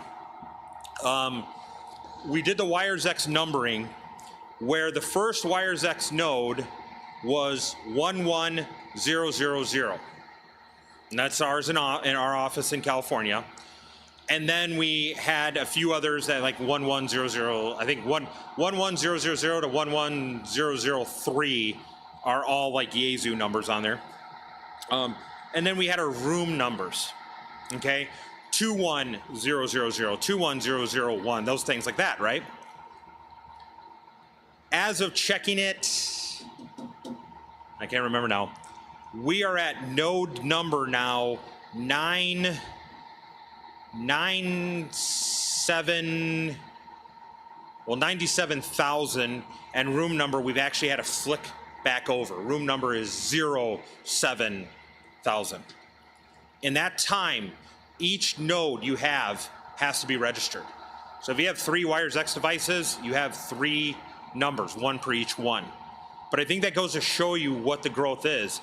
And not to also mention, that's people that have turned off their HRI 200s, unregistered it, deregistered it, because they've gone with PDN instead. So it just shows the growth on there. But we're not stopping in the VHF, UHF realm. There's a big thing starting to pick up, and it's system fusion on HF. And I will tell you, you want to have fun, here's the 991 on 29.250. And if you want to see the true aspect of how far can fusion go, turn your 991 on 29.250. There's a Facebook group that you can join if you want, or you're into social media and everything like that. But there are people on now that 10 meters is picking up, that we're in the States here, and we're pinging people in the UK direct on fusion. And the best part about it is what people are doing is how many people are familiar with group mode or GM mode, okay? What we do is, as a group, we're sitting on there and people are putting their radios into GM mode.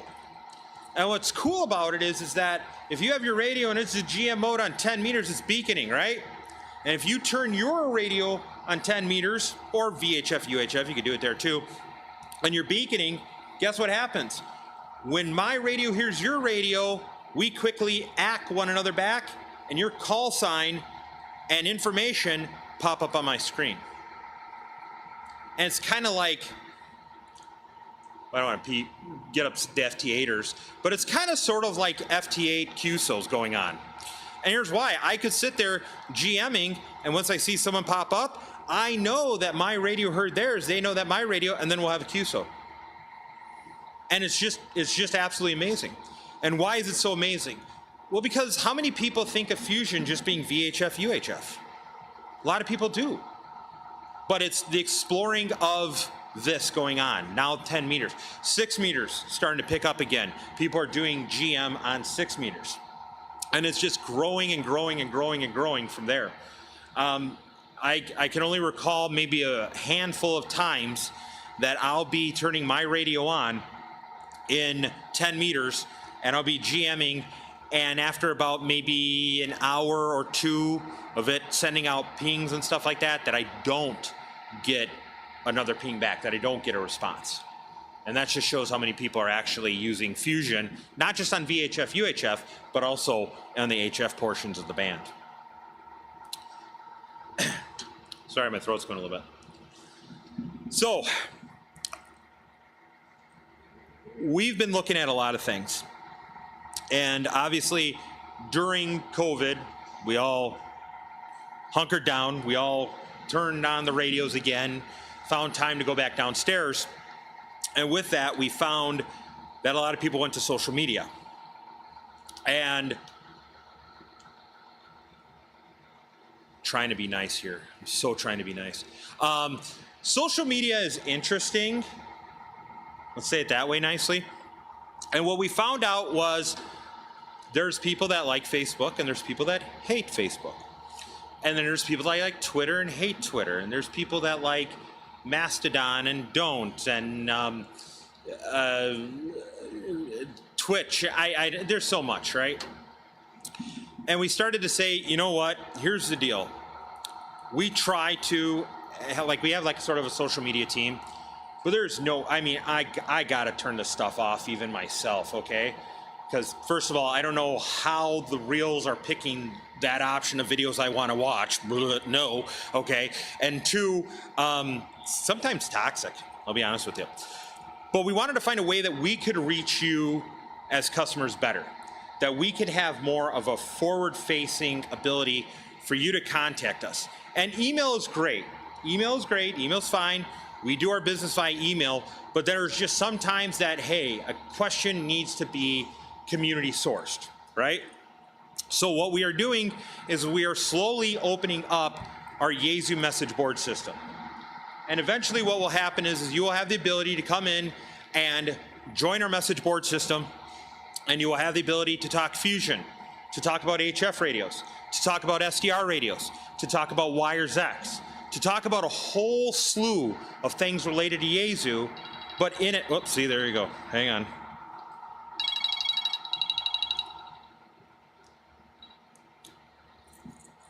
Ray, I told you to never call me here. Okay, bye. Just Ray Novak.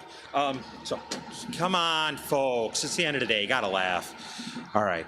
Kenwood was calling me. All right. So, what we wanted to do is we wanted to kind of have it opened up so we can talk to you. So, what's going to happen is that within the next few weeks, we will be releasing this. It will be totally on the web. You won't have to belong to any social media network. You don't have to belong to anything like that. You will have to register, but it will allow you to be able to interact with us more on there, a one-on-one. Have a question on it about, you know, hey, I was kind of wondering, like, what's a good room to join? That's a great question for here. However, we don't want this to take place of the technical support. We don't want this to, people ask the question, hey, I need this radio repaired, can you repair it? No, we still want you to call our office, email our office, whatever you want to do. That's going to be the best way to do it. But to have more of an interaction with you, we want to do that. We've worked hard to try to answer the questions on there. If you're on social media, you see me on at all times of the day, just because we know there's a lot of questions and we know that there's a lot of stuff on there and the world is 24 hours and all that jazz. But we feel that this is going to be a really good way for people to be able to interact. Plus also too is, here's the deal, folks. Someday I'm going to retire, especially if the ones that raise their hand that don't have radios would buy them, please. Okay? And we got to pass the knowledge. And I've talked to many of you, I just look and I see in there, you guys got a lot of great ideas. You got a lot of great knowledge. You have the ability to help foster. You were once, like me, didn't know anything about fusion. You know, as the term I hate, confusion about fusion. Everybody was there at one time, right? We just weren't all there. And what happens is that we want to be able to have that kind of community support. And that's why we're kind of been excited about here. And we could say that because if you notice, sometimes on social media, the posts have stacked up. We get a lot of spam lately, lots of spam. But those things have kind of been happening there. So we figured let's go to this platform and you'll be able to go ahead and interact with us more. So one of the things I like to do in my presentation, I like to take some time to be able to do questions and answer. So are you going around the microphone? Okay. So if you have any questions about fusion or anything like that whatsoever, feel free, raise your hand while the microphone come around and they'll ask it. And no one has any questions, really. Thank you. No, Groups IO will be their own separate thing on there. They have more stuff. So like, for example, if you have questions that aren't necessarily Yaesu related, but involve like open spots, hotspots and stuff, definitely go to that group. Our group is going to be more Yaesu related items together on there. So.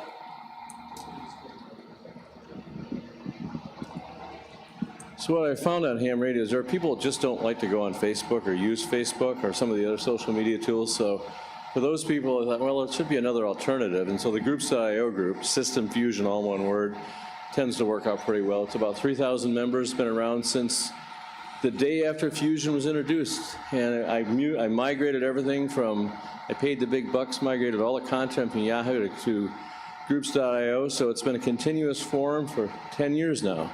And there's probably somebody out there who can answer your question if you got a question. You know, a lot of the questions can be fulfilled within the community itself. So a lot of this discussion, how do I do this? How do I do that? John, you know, they don't have to call Yesu, they don't have to talk to John. John's willing to help them, but a lot of it can be done within the community itself. So that's the purpose of the group side ARU group. Doesn't replace anything that Yesu is doing. Yep. And like a good example of ours too would be like, so if you have an operation question on the FT710, as an example, you'll be able to come to the message board saying, hey, we want to do this, you know, I want to do this, that kind of thing. So it's going to be, ours is more all Yesu, regardless, where that is like really system fusion primary. Has the repeater program been renewed, and if so, when is the next expiration date? Okay, good question. So the repeater program has been renewed. It's been renewed all the way to June 30th. What we tell people is that we always post the status of the repeater program on our website, which is systemfusion.yesu.com. So systemfusion, all one word, .yesu.com. If you scroll down, if you see the link, if you see the applications there, that means that the program is still active. We still have the DR2X at $700. We still have it at $900. Due to the popularity of the program, we are experiencing a back order right now. We're all the way out until June right now. Yeah. A lot of people got funding from somewhere. I don't know where, but like a lot of MCOM organizations happen. And to be honest with you, you're not going to find anything like this, okay? Selfless plug coming up. Okay, because with that repeater, it's a 2-rack unit high repeater. It can run off DC voltage or AC voltage. It can be 5 watts, and it's also unidirectional for crossbanding. So for an example, I do a big ski race. My dad's the EC for county up in northern Wisconsin. Oh yeah. And we do a big cross-country ski race where people ski uphill. And we do the medical comms for it and everything and help out and everything. One of the areas, because it's all like this up there, one of the areas there, we have a person that puts a DR2X in the back of his car, hooked up on 5 watts, so then that person locally goes in on VHF, the repeater at the car transits out on UHF, and then the repeater at the site listens on VHF and UHF, which the DR2 can, and then repeats it back out. So it's really versatile, so that's why we keep it going. Any other questions? Really? Okay, thank you. Just real quick, I was wondering what's involved in setting up a PDN mode? Good question. So all that's set up in setting up a PDN mode is basically what's on the screen here. You select a radio that you want to use for PDN, you buy the cabling kit, and then you register the DPID of the radio. That's it. Now the DPID of the radio is found in the radio. It's a 5-digit number. It's an alphanumeric combination of capitals and lowercase. And what you do is you just go to the WiresX website and you say, okay, I want to register this radio. Then they go ahead and they'll issue you a number. Now here's the other cool part about PDN and the WiresX network in general. If you already have a WiresX node at home and you're going to go on vacation or whatever, you can turn off that node and you can turn on the radio with PDN connected to it, and that computer can use that same DTMF. So you don't need to necessarily register for every single radio you have. That's another advantage of Fusion. The only radios you need to register are ones that are going to be serving as a gateway into WiresX. If you are not going to be setting up a node, but like I'm going to drive through your area and I'm going to use your WiresX node, I don't need to register. So registration is just the radio you are using to connect to WiresX. That's the only thing. Alrighty. Any others? Oh, we got more now. Does it, which model? FTM 300. Does it do crossband? Yes, it does. Okay. And the cool part about it is, and I'll explain this in detail, it will crossband FM to FM or AMS receive to FM. So you can go in and have it set up that it will receive analog or digital, and when it goes over to the other side, it will come out FM. Now, I know a lot of people ask, why don't you just do digital crossbanding? And it comes down to our fusion protocol. Our fusion protocol prohibits a repeater to repeat a repeater. And here's why. We've all done things with the copier machine, put our hand on it, whatever, right? Okay, so if I take my hand and I put it on the copier machine and I make a photocopy of my hand, and I take that photocopy of my hand and I put it on the glass and I make a photocopy of that, after I do that a couple times, it's gonna look horrible. And that's what happens when you repeat a repeater, which is in digital mode. The digital signal just goes away after a while and it gets horrible on there. So that's why we don't do in our mobiles fusion crossband repeating. So. And the other question is, it has Bluetooth in there. Will that hook up to my car's stereo speakers? Our protocol does not and cannot use AD2P, which is usually the control protocol built into Bluetooth profiles. That's why you're driving, you can change your songs on your iPad or whatever. We don't have that. It's a simple, basic audio profile, so that's why sometimes it will or will not connect. It's hard to say. So it's just a simple audio profile. So your mileage may vary. Was there another one I saw somewhere? Hello, we both have the FT5DR. We just bought them a few weeks ago, and today we both bought the FTM 200s. My question is, I got a few repeaters that will do wires X, but I'm not sure how they get set up. I know that's probably going to be a little more complicated than what you got time for, but how easy is it to actually set this up in the radio so I can just get on a group really quickly without going through a lot of steps? Perfect, simple and easy. All you have to do is if your repeater is wires X capable, meaning it has a wires X connection, proper wires X usage states that you should find out to the repeater owner, is it an open node? Some people will put a wires X connection to a repeater and they'll keep it closed, or they'll use it for a specific purpose to always stay in one certain wires X room or something like that on there. If it's an open node, all you simply do is you push the X button on your radio. What that does is when you're on that frequency, it sends a digital handshake request to the repeater. And what's happening is then your wires X node going through the repeater saying, oh, hey, this person is asking if I can handshake with it. The radio repeater will either, the repeater will either send an acknowledge back, or your radio will sit there and time out that it heard nothing back. If it does get an acknowledge back, then it will show you what the status is of it. Sometimes people leave a node to the repeater disconnected, so people could steer it to wherever they want to go. Some will keep it into a room, whatever the case may be. On your display on those two radios, you will see the actual status of the room if it's connected or something like that on there. So it's that simple to use a wires X node. The biggest thing that we see is just proper fusion etiquette. All right. Any others? This is pretty specific, but I've got a DR2X that I just had to send back in. The A receive went down to nothing. I tried and tried and tried to get the B to fill in for it, and I couldn't make it work. Is it not possible? It is possible. It takes a little bit more of programming and setup on there. Oh. So what the B side, what he's talking about is if the DR2X repeaters have an active A and a B side receiver, so it's dual active receivers, and it can be same band or opposite band, so like VU or VV or UU. What the B side was designed for was sort of a backdoor into your repeater. And what that allows you to do is send the commands and stuff to shut down the repeater, to change the modes of the repeater, to change the power settings of the repeater, do those kind of things like that on there. You can take it and use it as a secondary receiver, but what you have to do is you have to go into the programming and tell the B side to go over to the A side on there. Yep. And the receiver, while they're dual receivers, they kind of share some of the same parts on there. So if the receiver was going bad on it, the B side may have been going bad on it also too. But you go there. Alrighty. So any last minute, last one question? We're good? All right, time to do my Oprah thing.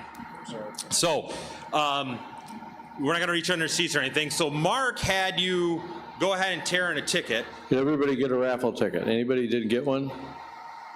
No one? You still need a couple? Okay. One there, and then I think over there. Okay. For you, how much money do you have? Okay. Guaranteed winner. Vegas odds. So, well, it's good odds, right? So what we wanted to do is we wanted to say thank you very much this year for people being part of Fusion and everything like that. It's been obviously trying times for everybody. We've been working really hard. Our radios have been really popular. As you can see, just DR2Xs. I never thought I would see them backdated until June. I guess that's good, right? And sales are up, right? But product's not out yet. So what we wanted to do is we thought, you know, hey, you guys are coming and listening to me, kind of a fat, sweaty Michael Chiklis looking kind of guy here. So what we're gonna do is we're gonna draw, and we have some goodie bags and then some other things. So, everybody's got a ticket now? All righty. One thing about raffle tickets, you know how many people came to the forum? We have 153 people here. Oh, wow. Okay, so we need somebody to, so how we want to do is you want to pull an item and announce the item and I'll do the drawing, or? Yeah, so what we have is we're going to start out, we have 10 Yaesu gift bags. They are this nice, I'm going to try to do my best, you know, Roddy, you know, here, and like a beautiful Yaesu canvas bag with a Yaesu mug in it, with a Yaesu luggage rack, and the Lucid Yaesu logbook. So let's go ahead and pull 10 of them. Okay, so I'll have individuals pull each one. There's one here. So this is, I'll just announce the last 4 digits, 2347. I guess you come on down, 2347, right here, okay. Here, you draw the next one.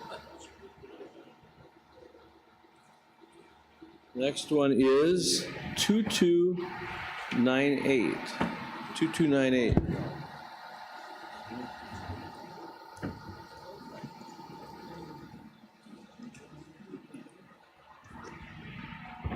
If you pick the next one out here.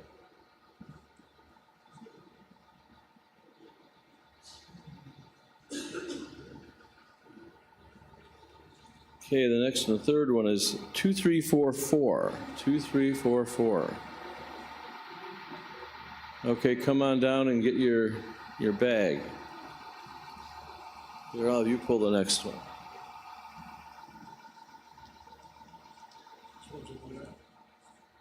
It is 2230. 2230. Aha! See, those who come late, the late bird gets the worm. Okay. Have you pull one?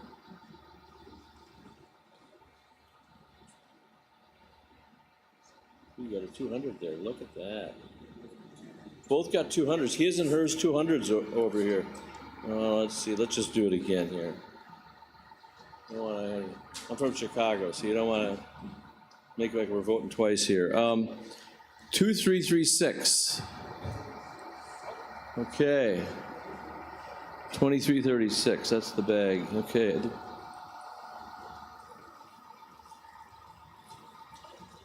Let's see here. Let's go. Have you draw one. Sure. Okay, the next one is 2284.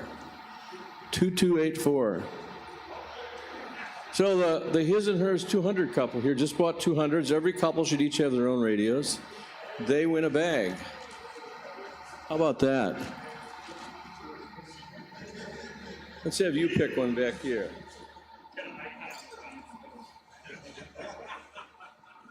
We'll let him go.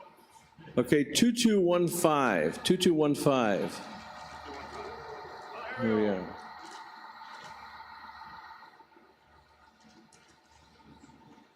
I think you need to pull the next one right here. Okay, oh, there we go. Yep. 2249. 2249.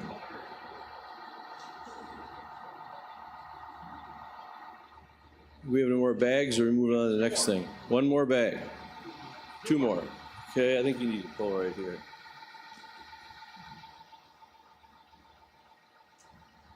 Okay. 2277, 2277. Look at that. And he pulled a number earlier too, not even his own. Let's you do one then. You never know if you folded it over right, but you didn't. So. Okay, 2305. 2305.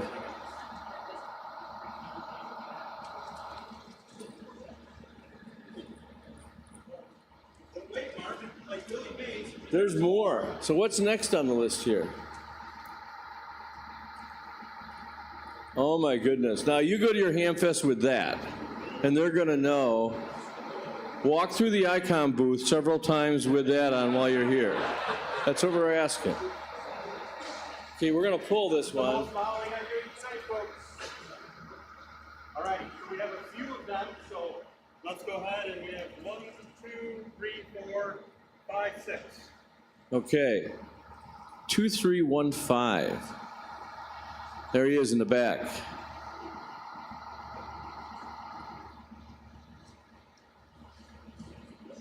We'll have you pull one right here.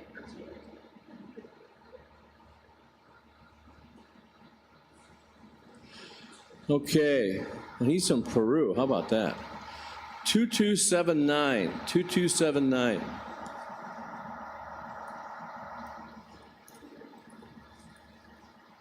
We're going to have Rob pull the next one here.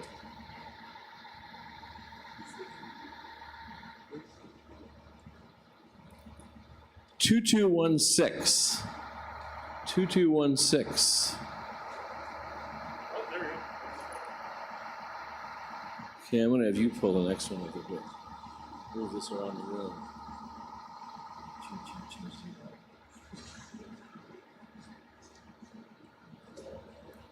2256. 2256. 2256. Found him? Okay. No, you pull the next one.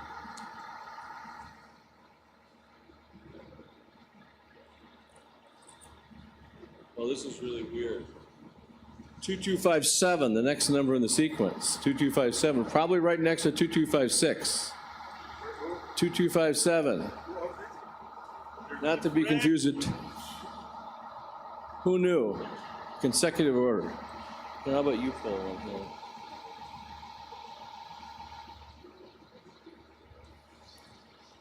Two, 334. 2334.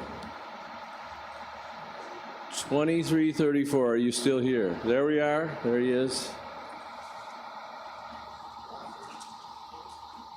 2334. Great. Now we'll wait a minute.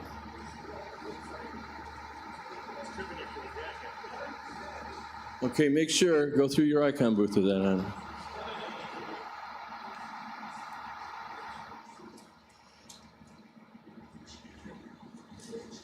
Now here's something I don't think anybody's ever given out before at an event. This is brand new.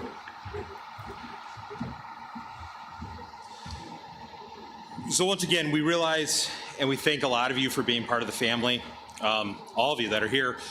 What we've decided to do is it's something we've been wanting to do for a while, and I think it's a good reflection of time to do it.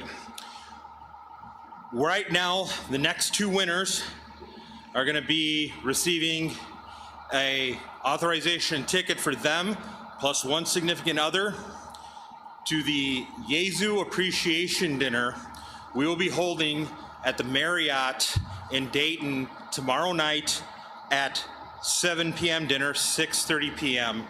or cocktails and appetizers. So the next two are going to get them and a significant other, or plus one, however you want to call it these days, for a free ticket to attend the appreciation dinner. If you cannot attend the dinner tomorrow because you have plans or whatever, we ask that you say, hey, I can't, then hopefully someone else can. Okay, I'm gonna have you pick the first one. Okay, for the dinner, 2237. 2237. 2237, are you still here? Right there, you two, you go over there. John's got your certificate. So that's for the Marriott tomorrow night. So 2 of you can attend. Okay, we got to pull one more of these. Let's see here. Let's do this guy right here.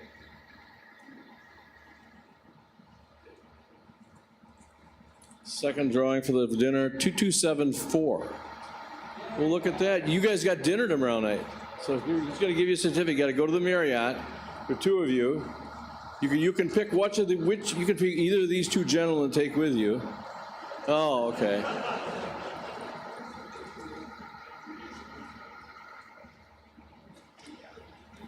Oh, we got 1 bag left, John, right? We do. Yeah. So we're going to do 1 last bag because I have the bag with the tickets. So let's go over here. I'm going to have K0BBC. That's a nice call. BBC, did you pick that? Wow. Okay. 7299. 7299. Are you here? 7299. What do you leave? 7299. Ah, look at that. Somebody left. We're going to mark here, pull one. Let's see who gets lucky. Somebody left. Okay, 2228. 2228. Look at, he just pulled the other one. How about that? Rigged. Let me dump up the numbers. Put the swag in. And with that, everybody, thank you for attending. Thank you for being a Yaesu customer. Thank you for seeing us. We appreciate it. See you all next year.